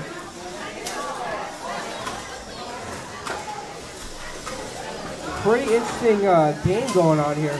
Fairly slow, but yes, seems to have a competitive take to it. Gio, what do you think about this? No, I completely agree that very slow, but you know, there's a lot of try balls out here, and there's still plenty of time. 30 seconds to compete. So I think these teams can still score a lot. We just gotta see how these teams play.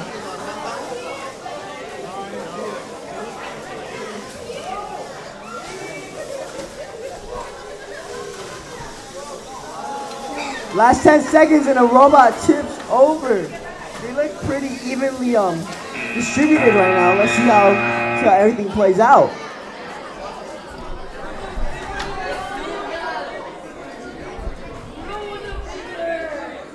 And that brought the end to that match. So that was Q38.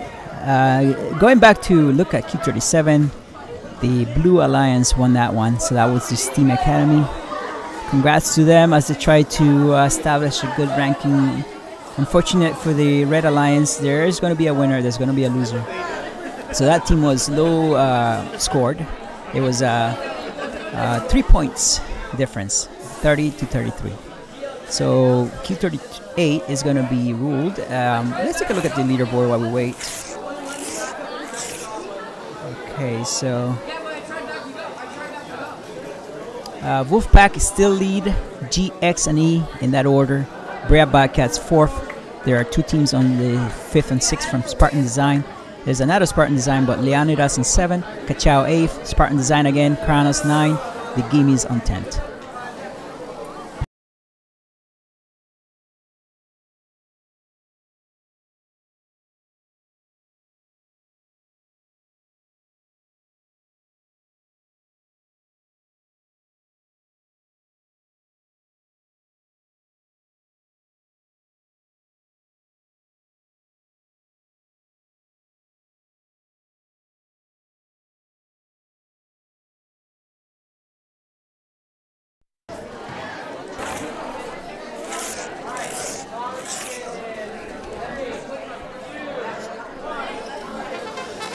All right, everybody has decided to make a move here.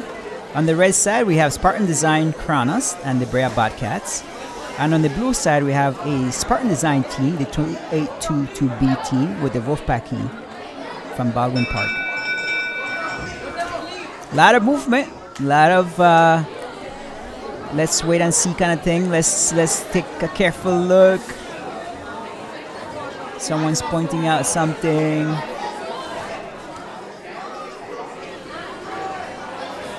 All right, so this is Q39. Q38 has been already scored with the Red Alliance winning that one. Okay, so that was 58-49. Red Alliance with Q38. Q39, the autonomous win was given to the Red Alliance.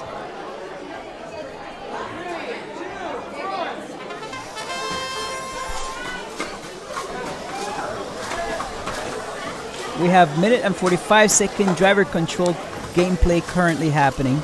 Now this one is fully active. Really got fast-paced match right now on match 39. 10 more to go for the rest of the day.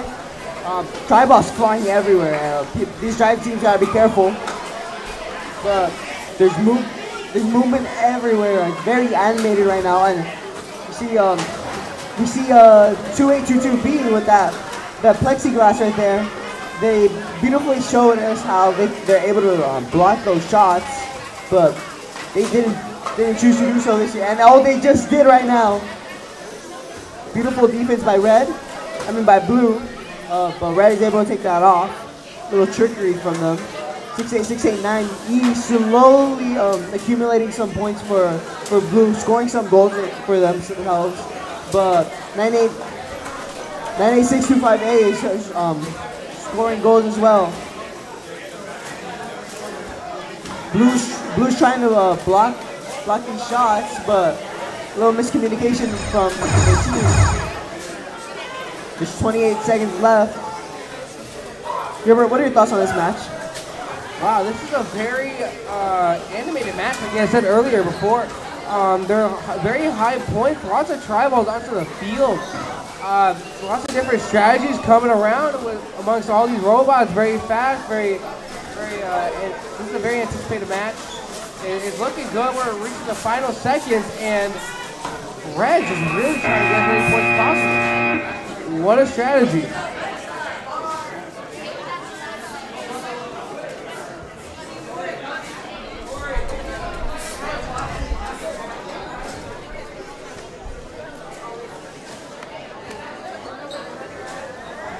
Yeah, so that was definitely, evenly matched, I think.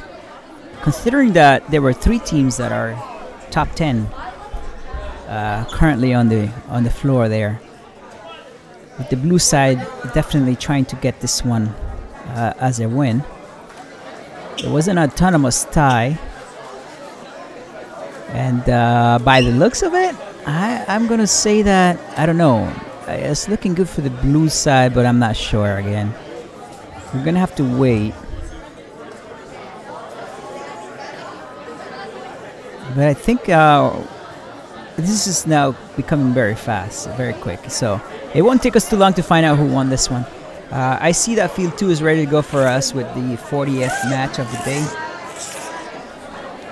It does say Q39 at the top. Just forget about that. It's 40. So match 40, we have Kachow and the Gimmies on the red side. That would be the top side of the screen. And on the bottom side, we have the Wolfpack G and the Wolfpack V. So if you remember, those are top ranked teams right now, and they're both from Baldwin Park STEM Academy. The Red Alliance is from the Griffiths Middle School. Okay, so it looks like we're ready to go. And there we go, so we have a 40 match. Everyone's moving. That is awesome. Everyone has moved. Once again, programming a robot is not an easy task. And so that everyone is moving at the end here, that is awesome. They have figured that out. But now, who won? So you know that first-ranked team would like to start on the right footing with a win here on autonomous. Who do they give it to? Just quickly, the Red Alliance won the previous match.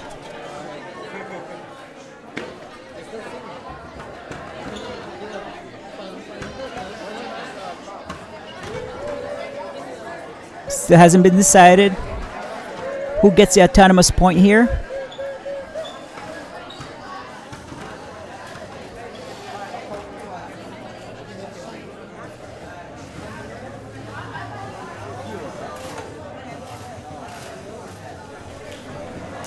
We don't know yet. We don't know yet. He's got to carefully look at to make sure those tri-balls are crossing in line.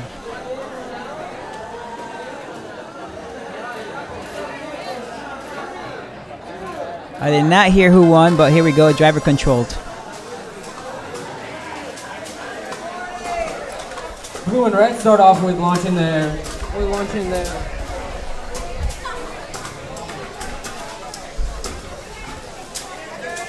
We're launching the tri-balls. It seems that red has a more secure method of, and red is actively trying to stop blue from being able to launch their tri-balls.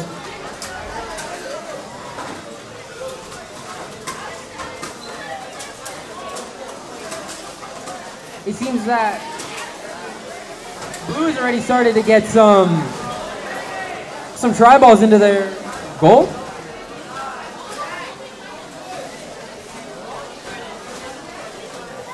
Into their goal. If red doesn't pick up the points, it could be a close game.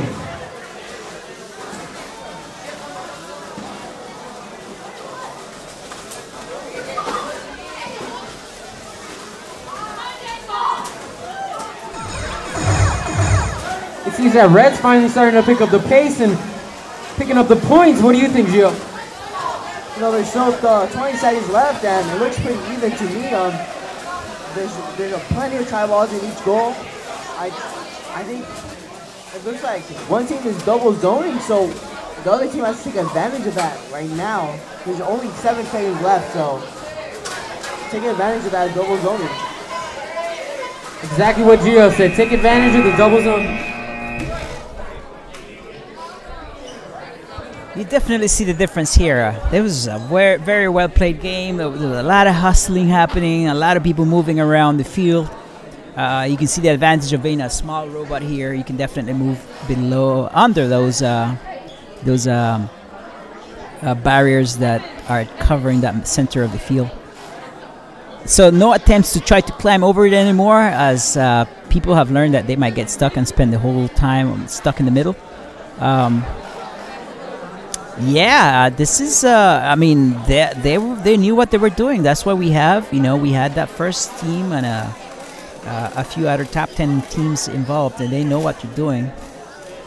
So we're gonna have to watch how this one is scored. There was a lot of people watching this one. You see here for a second. It looks like Q1 is lined up. Field 1 is lined up for us. But just take a last look. That's how a well-played game looks like. I think the next thing to watch for next time we meet is how many can climb. That's like a last challenge for everybody. Try to figure out how to climb the pole and get some points, some extra points at the end. Like an end game type of strategy. Let's go to Field 1 and let's move over to Qualifier number 41, where we have a Wolfpack again. The Wolfpack X from Baldwin Park. And next to them in the Red Alliance, the top of the screen is the SMS 5.1 from Sussman Middle School. And on the bottom side, on the Blue Alliance, we have 2 Brea Bobcats from Brea Junior High. And here goes the 15 seconds autonomous, 2-3 attempting. And that's it. But at the last second, somebody always does something. Let's see. Let's watch. Seems like red has won the autonomous match. Let's see what happened here. Autonomous has won. Driver controlled. Driver control has now started. Red's starting to launch some of their cubes. Let's see if blue follows the same strategy. It seems like red's already working on a more offensive strategy, trying to put in some of the tri-balls into their goal. Blue either needs to start picking up the defense or starting on some offense.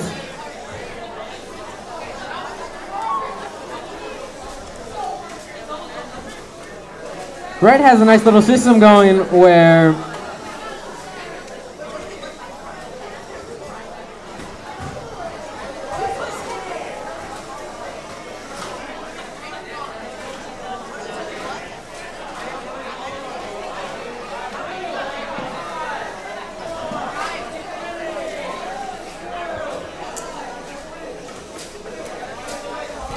look like an attempted pin going on.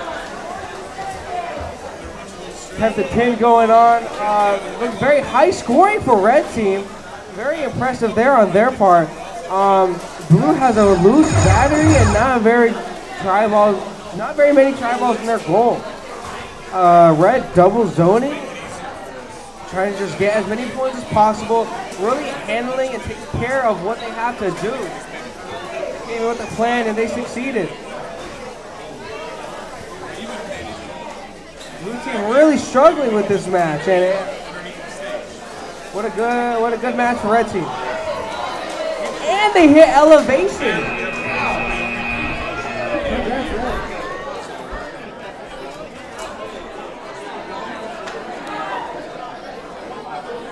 So we do see someone trying to attempt some elevation here. I think this is like the second time or third time that we see that. Anyway, going back to the previous match, match number 40 has been ruled, and I believe the G team, Wolfpack G, has received its first loss of the 2 meets here. And so I think that drops them to second place. Let's go take a quick look here while we wait for the results for this current match, Q41. Let's see, take a quick look. I expect some movement in the top, but not much. Just maybe 1 or 2. I don't expect to see Wolfpack G anymore there at the top on the first rank. Let's see. Take a quick look. There it is. Wolfpack X is now sitting on top. Wolfpack G second. Brea Bobcats is third. Spartan Design fourth. Kachao fifth. Wolfpack E is sixth. 2 Spartan Designs, 1 Leonidas and Kronos in that order. The Gimmies on 9. 10 is Spartan Design.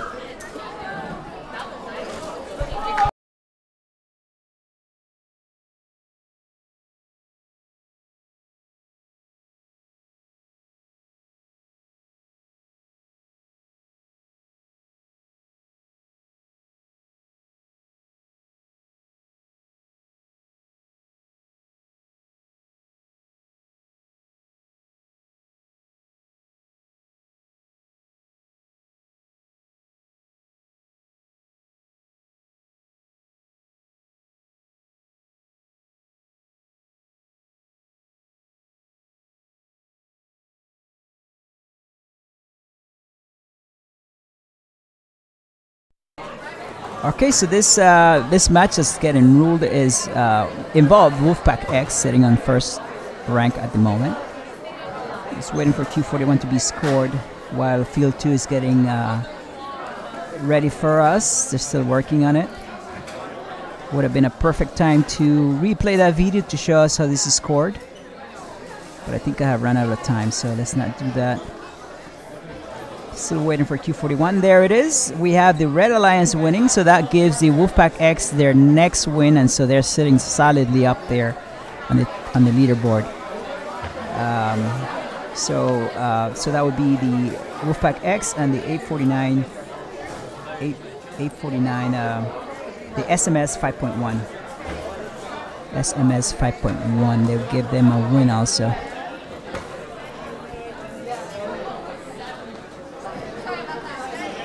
Okay, so Field 2 is now ready for us. Let's take one last look. Wolfpack X, there it is with 9 wins. Alright, Wolfpack G, Spartan Design. And let's take a last look at SMS 5.1. There it is now at 17. I think it was 20th before, now they moved on to 17. Let's go to Field 2, where for the second match is set up for us. We have the Brea Bobcats from Brea Junior High. And on the red side, also with them is the Spartan Design Leonidas from Stauffer. They are the 282-2A. It's a 6th ranked team at the top. We don't know which side they are on. I'll take a careful look. On the blue side at the bottom, we have 2 Eagles from Rivera Middle. We have Eagles 43125B and 43125C. So where is the team to watch? The 2822A, Spartan Design Leonidas. Where are they? Let me see here for a second. They're on the top right.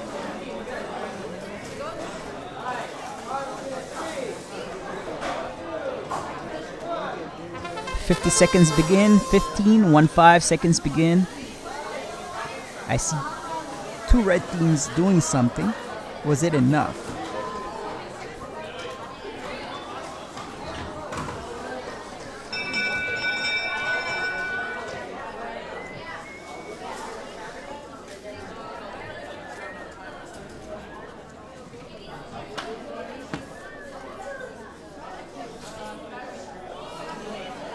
We're approaching the end of our meet here. We only have 3 more matches. No. 7 more matches, I guess.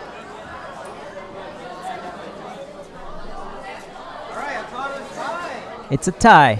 Autonomous is tied. So that red team did not get that win they wanted. The one team was enough. The one blue robot that moved was enough to cause a tie. And they're asking why. And the judge is explaining. And it's a tie, officially. All right, so driver control for 1 minute and 45 seconds. Here we go.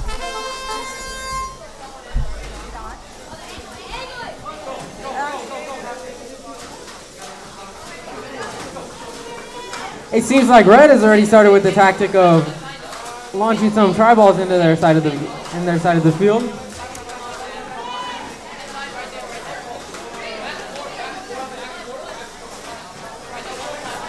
All they need is a little push to get all those goals in.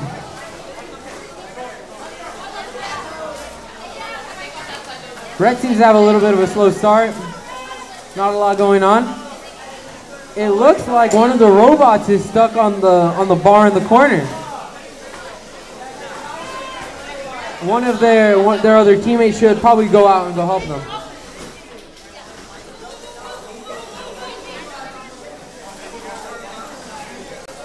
It's not looking too good for Blue.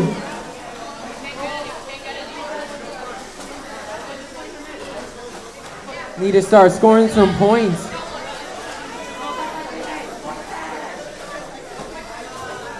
Red seems to have more of a well-set strategy of launching and scoring points. Blue needs a little help.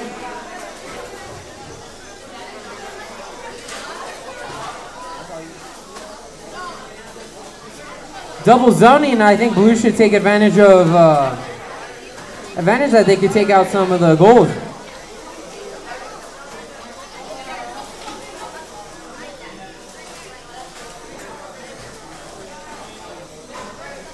Red seems to have a little bit of trouble. That's game.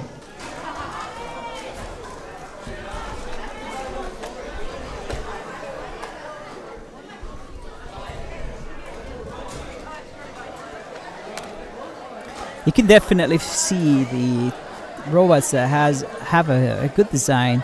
It looks like a good design robot is able to maneuver themselves under those dividers that are at the ends of the center line, and at the same time they are big enough to be able to launch trifolds across the field.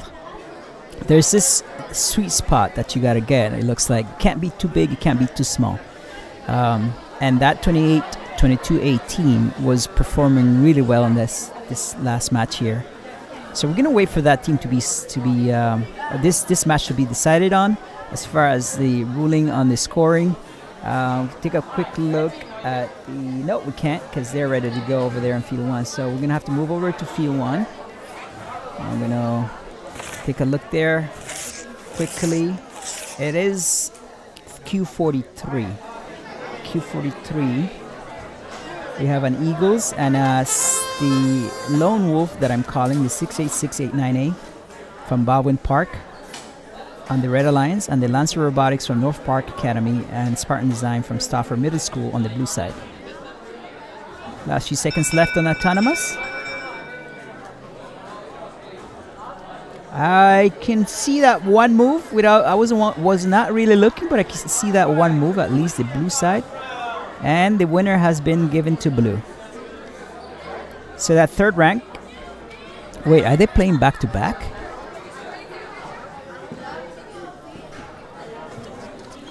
Did they just play? Oh no, that was A. So 28-22A just played, and now 28-22D is playing now. And there's a 28-22B coming up next. All right, so yeah. That 28-22D, the Spartan Design team is third ranked.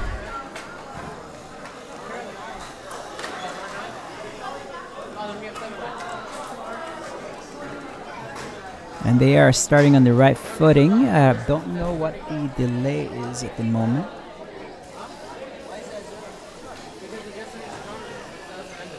I'm thinking that the autonomous point is being challenged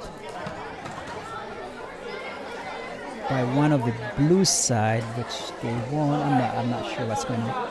But anyway, so we now have driver control ready to go. And here we go.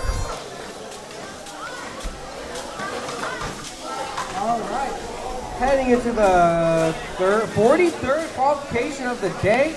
Only 6 more matches left for today's event. Red having a shooter, shooting across the field. Splendid job, wow. 4-1, I don't know, F41521F is trying to block them, but unsuccessful. Not sure what 2822D is doing with their shooter, but wow, they have just rammed a ton of tri-balls into their goal zone, into their field zone, trying to get them inside the goal. Red, on the other hand, tons of tri-balls for the taking, looking very good and sharp for Red. As we all know, the very first 30 seconds is the most crucial when it comes to driver control. 50 seconds remaining. Red dominating their side of the field. Tons of tri-balls into their goal zone and in their field zone. Looking very good for Red. Blue trying to figure its way out.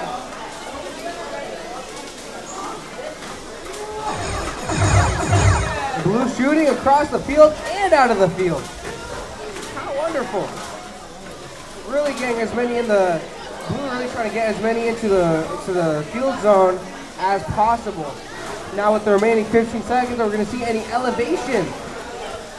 Is that something we're looking into for today? Red with a loose battery, while Red and Blue are hustling it out with the last couple seconds going. Wow, what a match.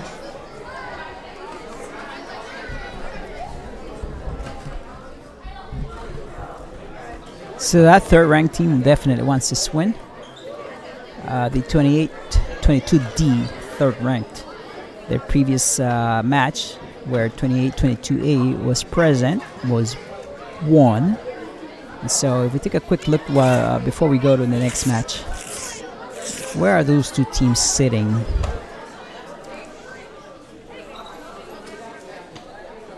Okay, so obviously the most team we remember are the Wolfpack team, right? The Wolfpack X and G. We had a switch there. G was leading when we started this morning. X is now sitting on top. Spartan Design, Leonidas. Those are the two teams that are participating right now, 3 and 4.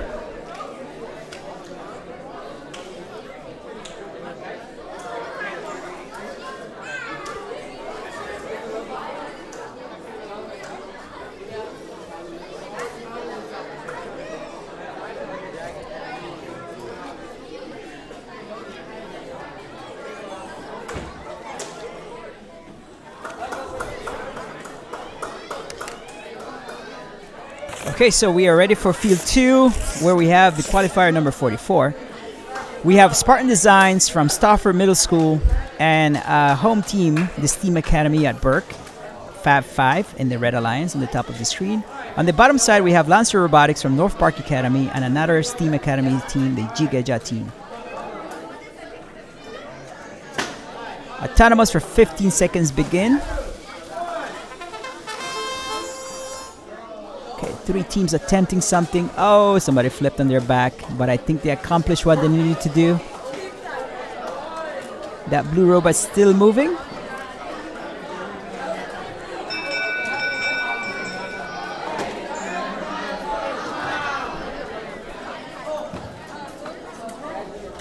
Did I hear Red winning the autonomous round? All right, driver controlled. Red taking autonomous.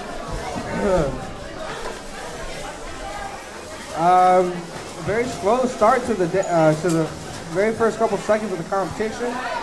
Let's see here.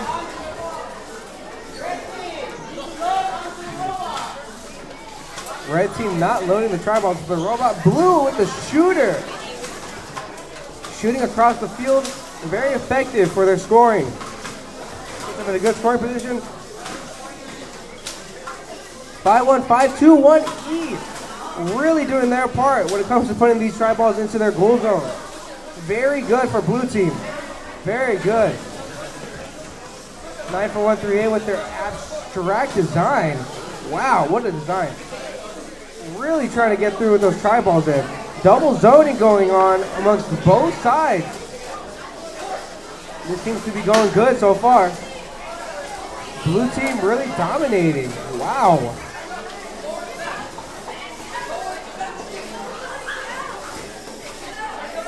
Red team trying to do as much as they can to keep the score level. 2822B left alone on the red side. While 9413A is joining 51521E on their blue side. We're back in normal position. 2822B trying to block 9413D. Being successful with it as well. Last 10 seconds for elevation, and we're going to see that within this match.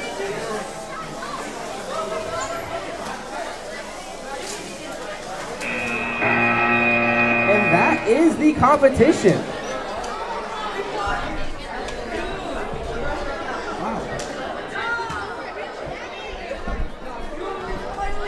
Okay, so the scoreboard doesn't show, still doesn't show who won autonomous, but that red side, the Red Alliance, would like to win this one and keep going higher onto the rankings, or at least stay solid where they are.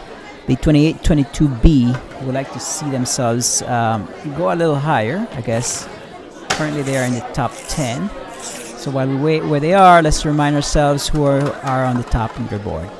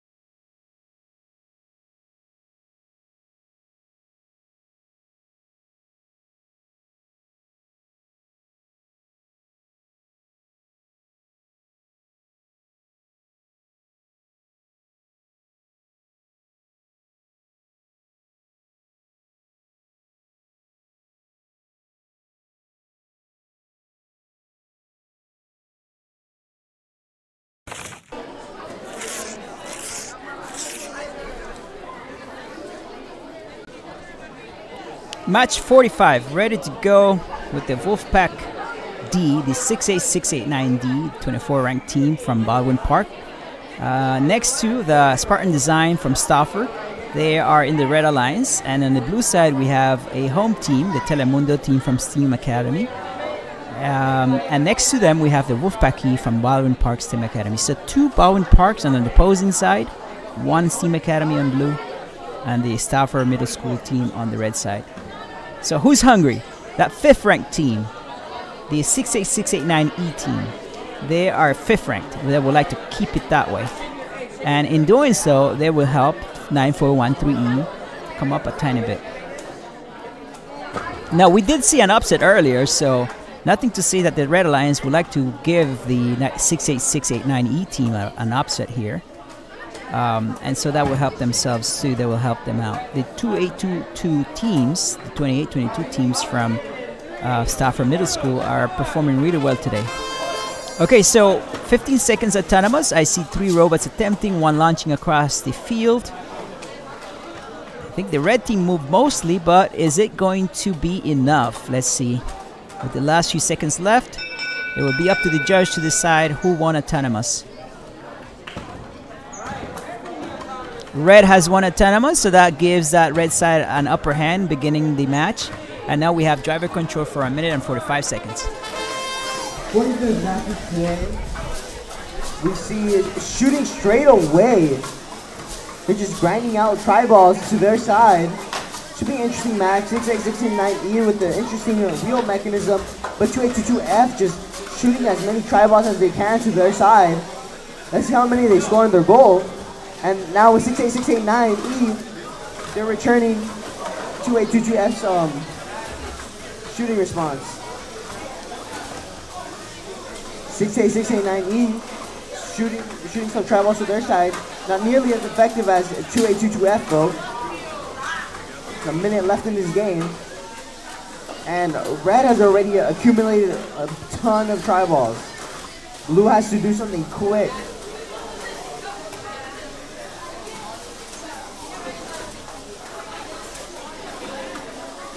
We approach 45 seconds left in this match.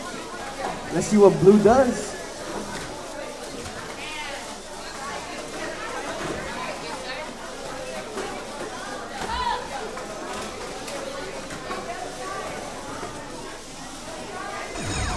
Seconds left. Blue able to push some tri-balls into their goal, but red still has that giant lead.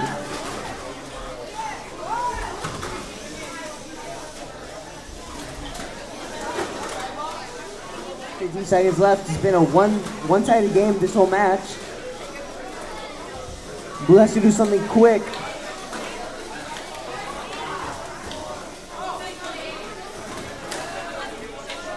That's game.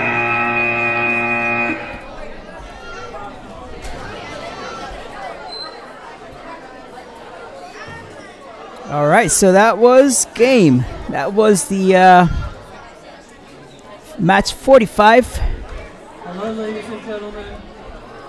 My name is Mr. Ormstad, and on behalf of the Steam Academy and Brea Junior High School, the hosts, we'd like to thank you for joining us today. We have a couple more matches to run on each field, and then if you would be willing to help with the cleanup, we'd greatly appreciate it. We do not need to move the chairs, those can stay there, but tables can be broken down. We'll need some help getting the fields back on the stage, so any of you willing to help with that, we'd really appreciate it. We'd also like to wish you a very happy Thanksgiving, and we'll see you on December 6th for the next competition.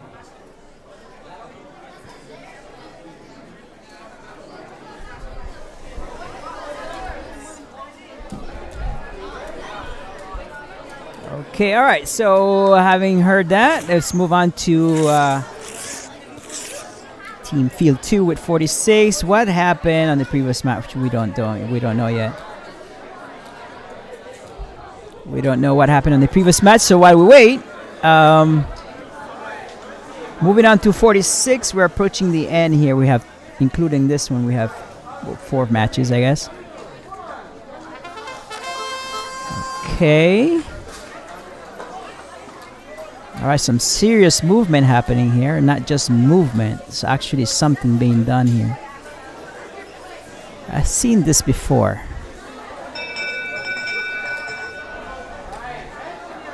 Red wins this, hands down. Red is our autonomous winner in today's 46th match. See a few shooting mechanisms with the wheel. You've seen some teams really employ this strategy and they've been really efficient with it, but others have not. Here it seems like they're somewhat efficient, some going on the net, some getting on their own side, but the Red Alliance's shooter worked like a charm. They got a bunch of tri-balls on their side, and the majority of the tri-balls are on the Red Alliance side, so that's a bunch of points for the Red Alliance already.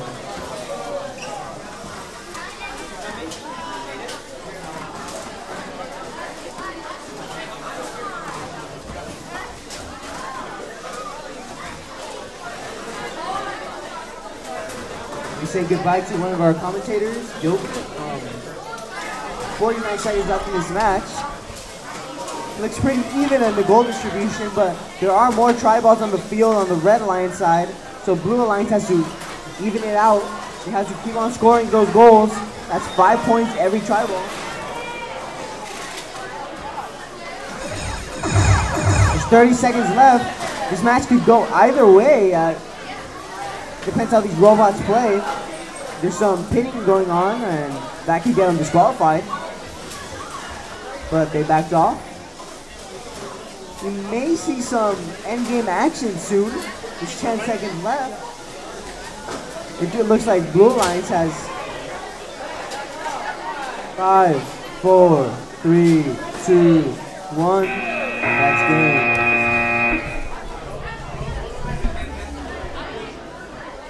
This is what a well-played game looks like. It's just a lot of movement, a lot of strategy happening, a lot of tri-balls being pushed under different goals and moved across the game,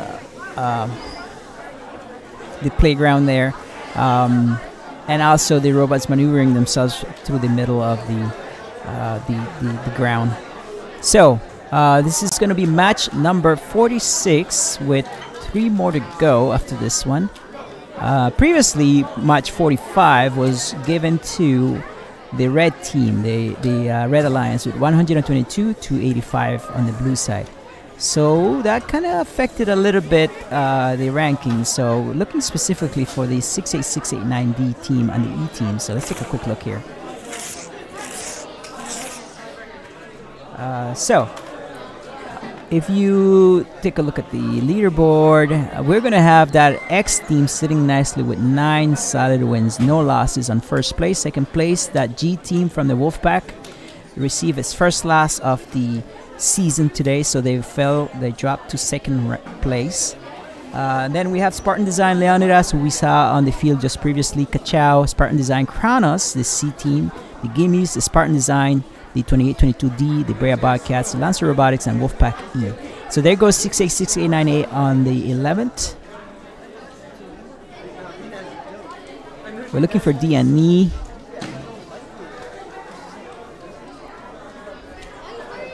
They must have gone. I missed them.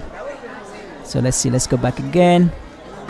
666E there on Thent, and D sitting at 19th place. Those are the teams that just previously played and now have shuffled a little bit in the rankings. All right, so match 47 is sitting there nicely waiting for us to just go over there and take a look, introduce them properly before they begin. So on 47, who we have? The Brea Bobcats from Brea Junior High, along with Rancho 1 from Rancho Starbuck. They are in Whittier here in California. They are in the Red Alliance. On the blue side, we have Lancer Robotics from North Park Academy here in Pico Rivera, and also the Eagles from Pico Rivera Middle School. They are on the blue side. That is the bottom of the screen. Blue is at the bottom of the screen, and red is at the top. So the strategy here is launch as many as you can, launch as many tri-balls as you can from one side of the field to the other, and then tuck them into your collar, and that would give you some points. Additionally, on the first 15 seconds of the game here, you have pre-programmed your robot to move across the field and score points, and so gives you an advantage here with an autonomous win. So currently, we only have 2 robots, one from each alliance moving and deciding to do something. That blue robot moved, but I didn't see it do any more than just move. The red robot is looking good though. Let's see who won this one.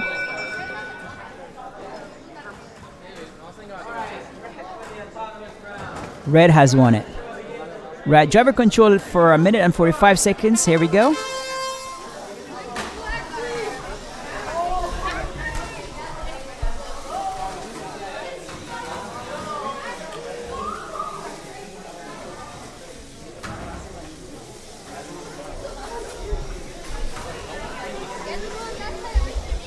Very slow pace.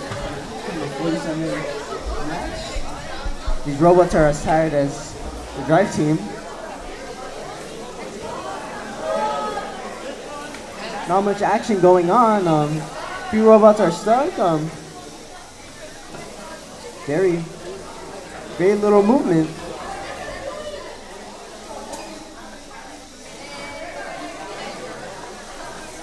Time slowly ticking down.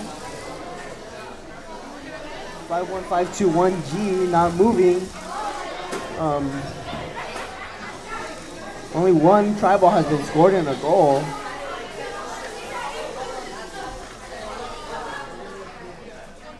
More seconds.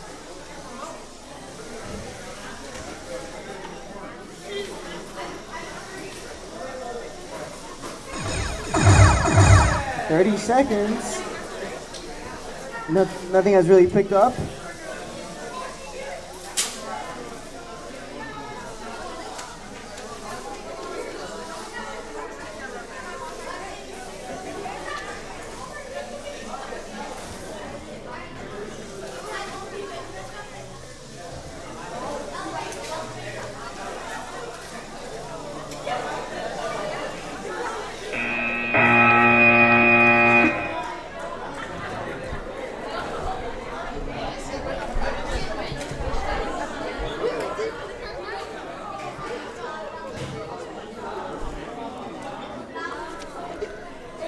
it's been a long day for every one of us here. So even my announcers are kind of getting tired.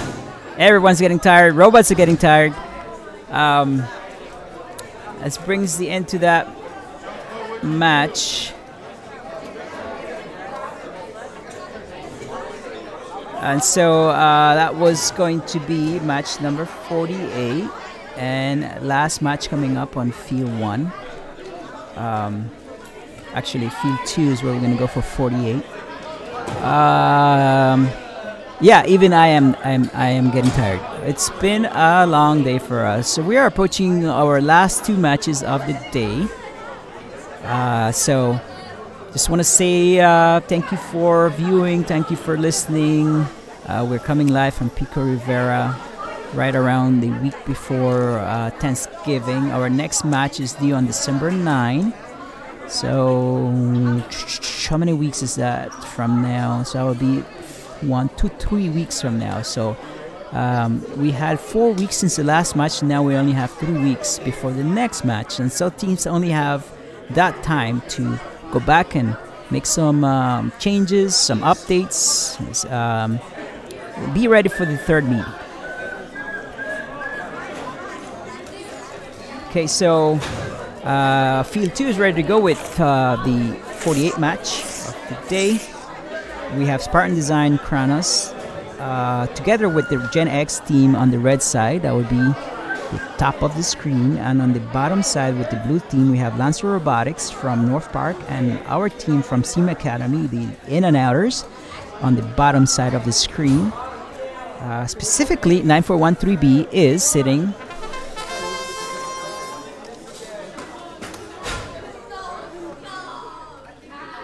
can't see them, but they're at the bottom of the screen. I think the judge is covering it. I can't see it.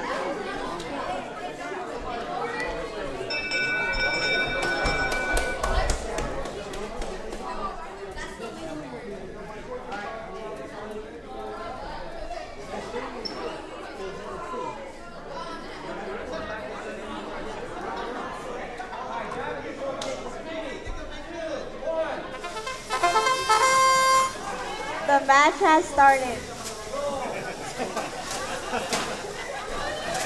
Red team starts off with launching the tri-balls onto their side.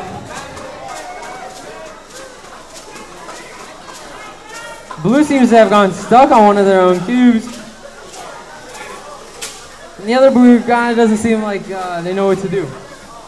Red team's already employed a strategy of one person launching the cubes, of one person launching the balls, and one person pushing them in.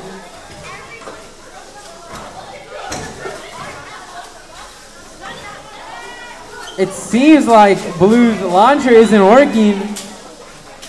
This might cost them the game. Red already has a tremendous lead on the game.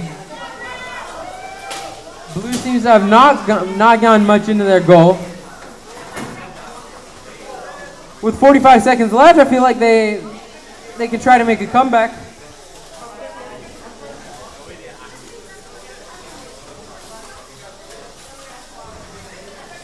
The other blue is still stuck on a cube. I feel like their teammates should probably help them.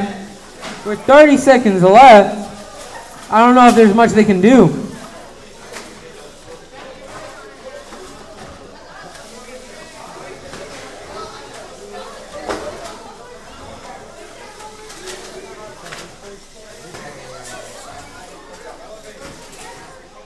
Blue's trying to elevate. Oh.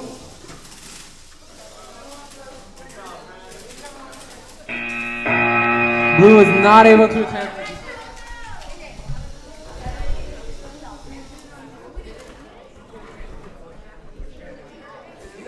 We have now reached the end game. We have now reached the final match of our day here.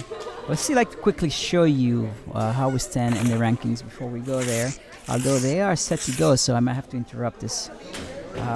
Let's go to field 1 here for a second. They're still setting up actually, so let's take a quick look.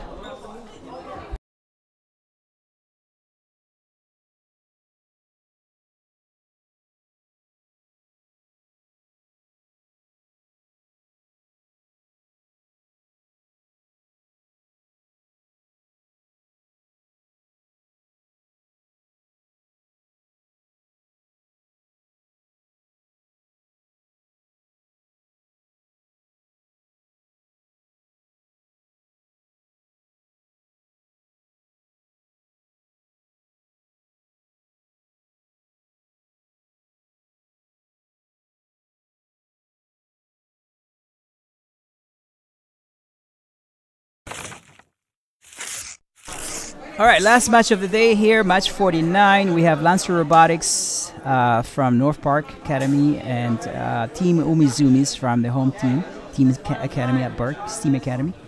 On the blue side, we have Lancer Robotics C from North Park Academy and Eagles from Rivera Middle. 15 seconds autonomous. I see some movement, a lot of movement actually. There was more intent on the red side, but let's see what happens here according to the judge. Red wins it. So they start on the right footing.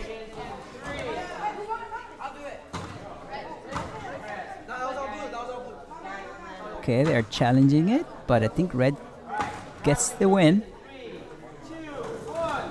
The match has started. Little Sophia reference right there. Not much shooting, a lot of shoving.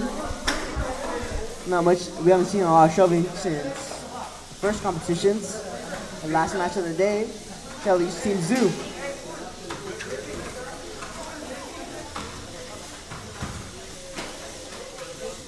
Four, 3, 1, 2, 5D, a little stuck right now. Let's see if the Blue Alliance can help them out.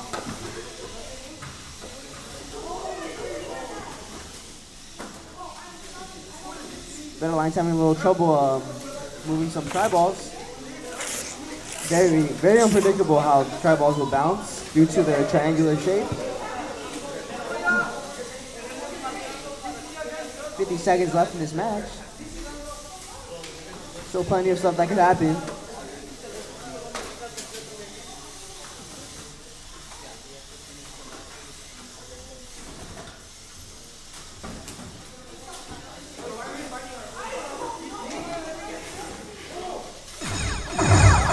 And 30 seconds left in this match.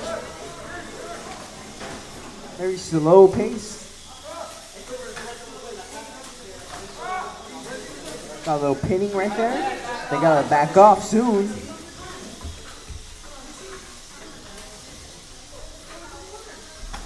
Looks like blue has a slight edge over red.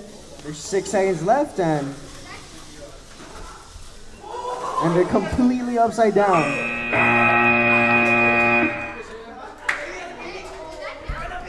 That was amazing at the end there when that robot decided to climb it. All right, so let's recap on the leaderboard here for a few seconds. We have these teams here.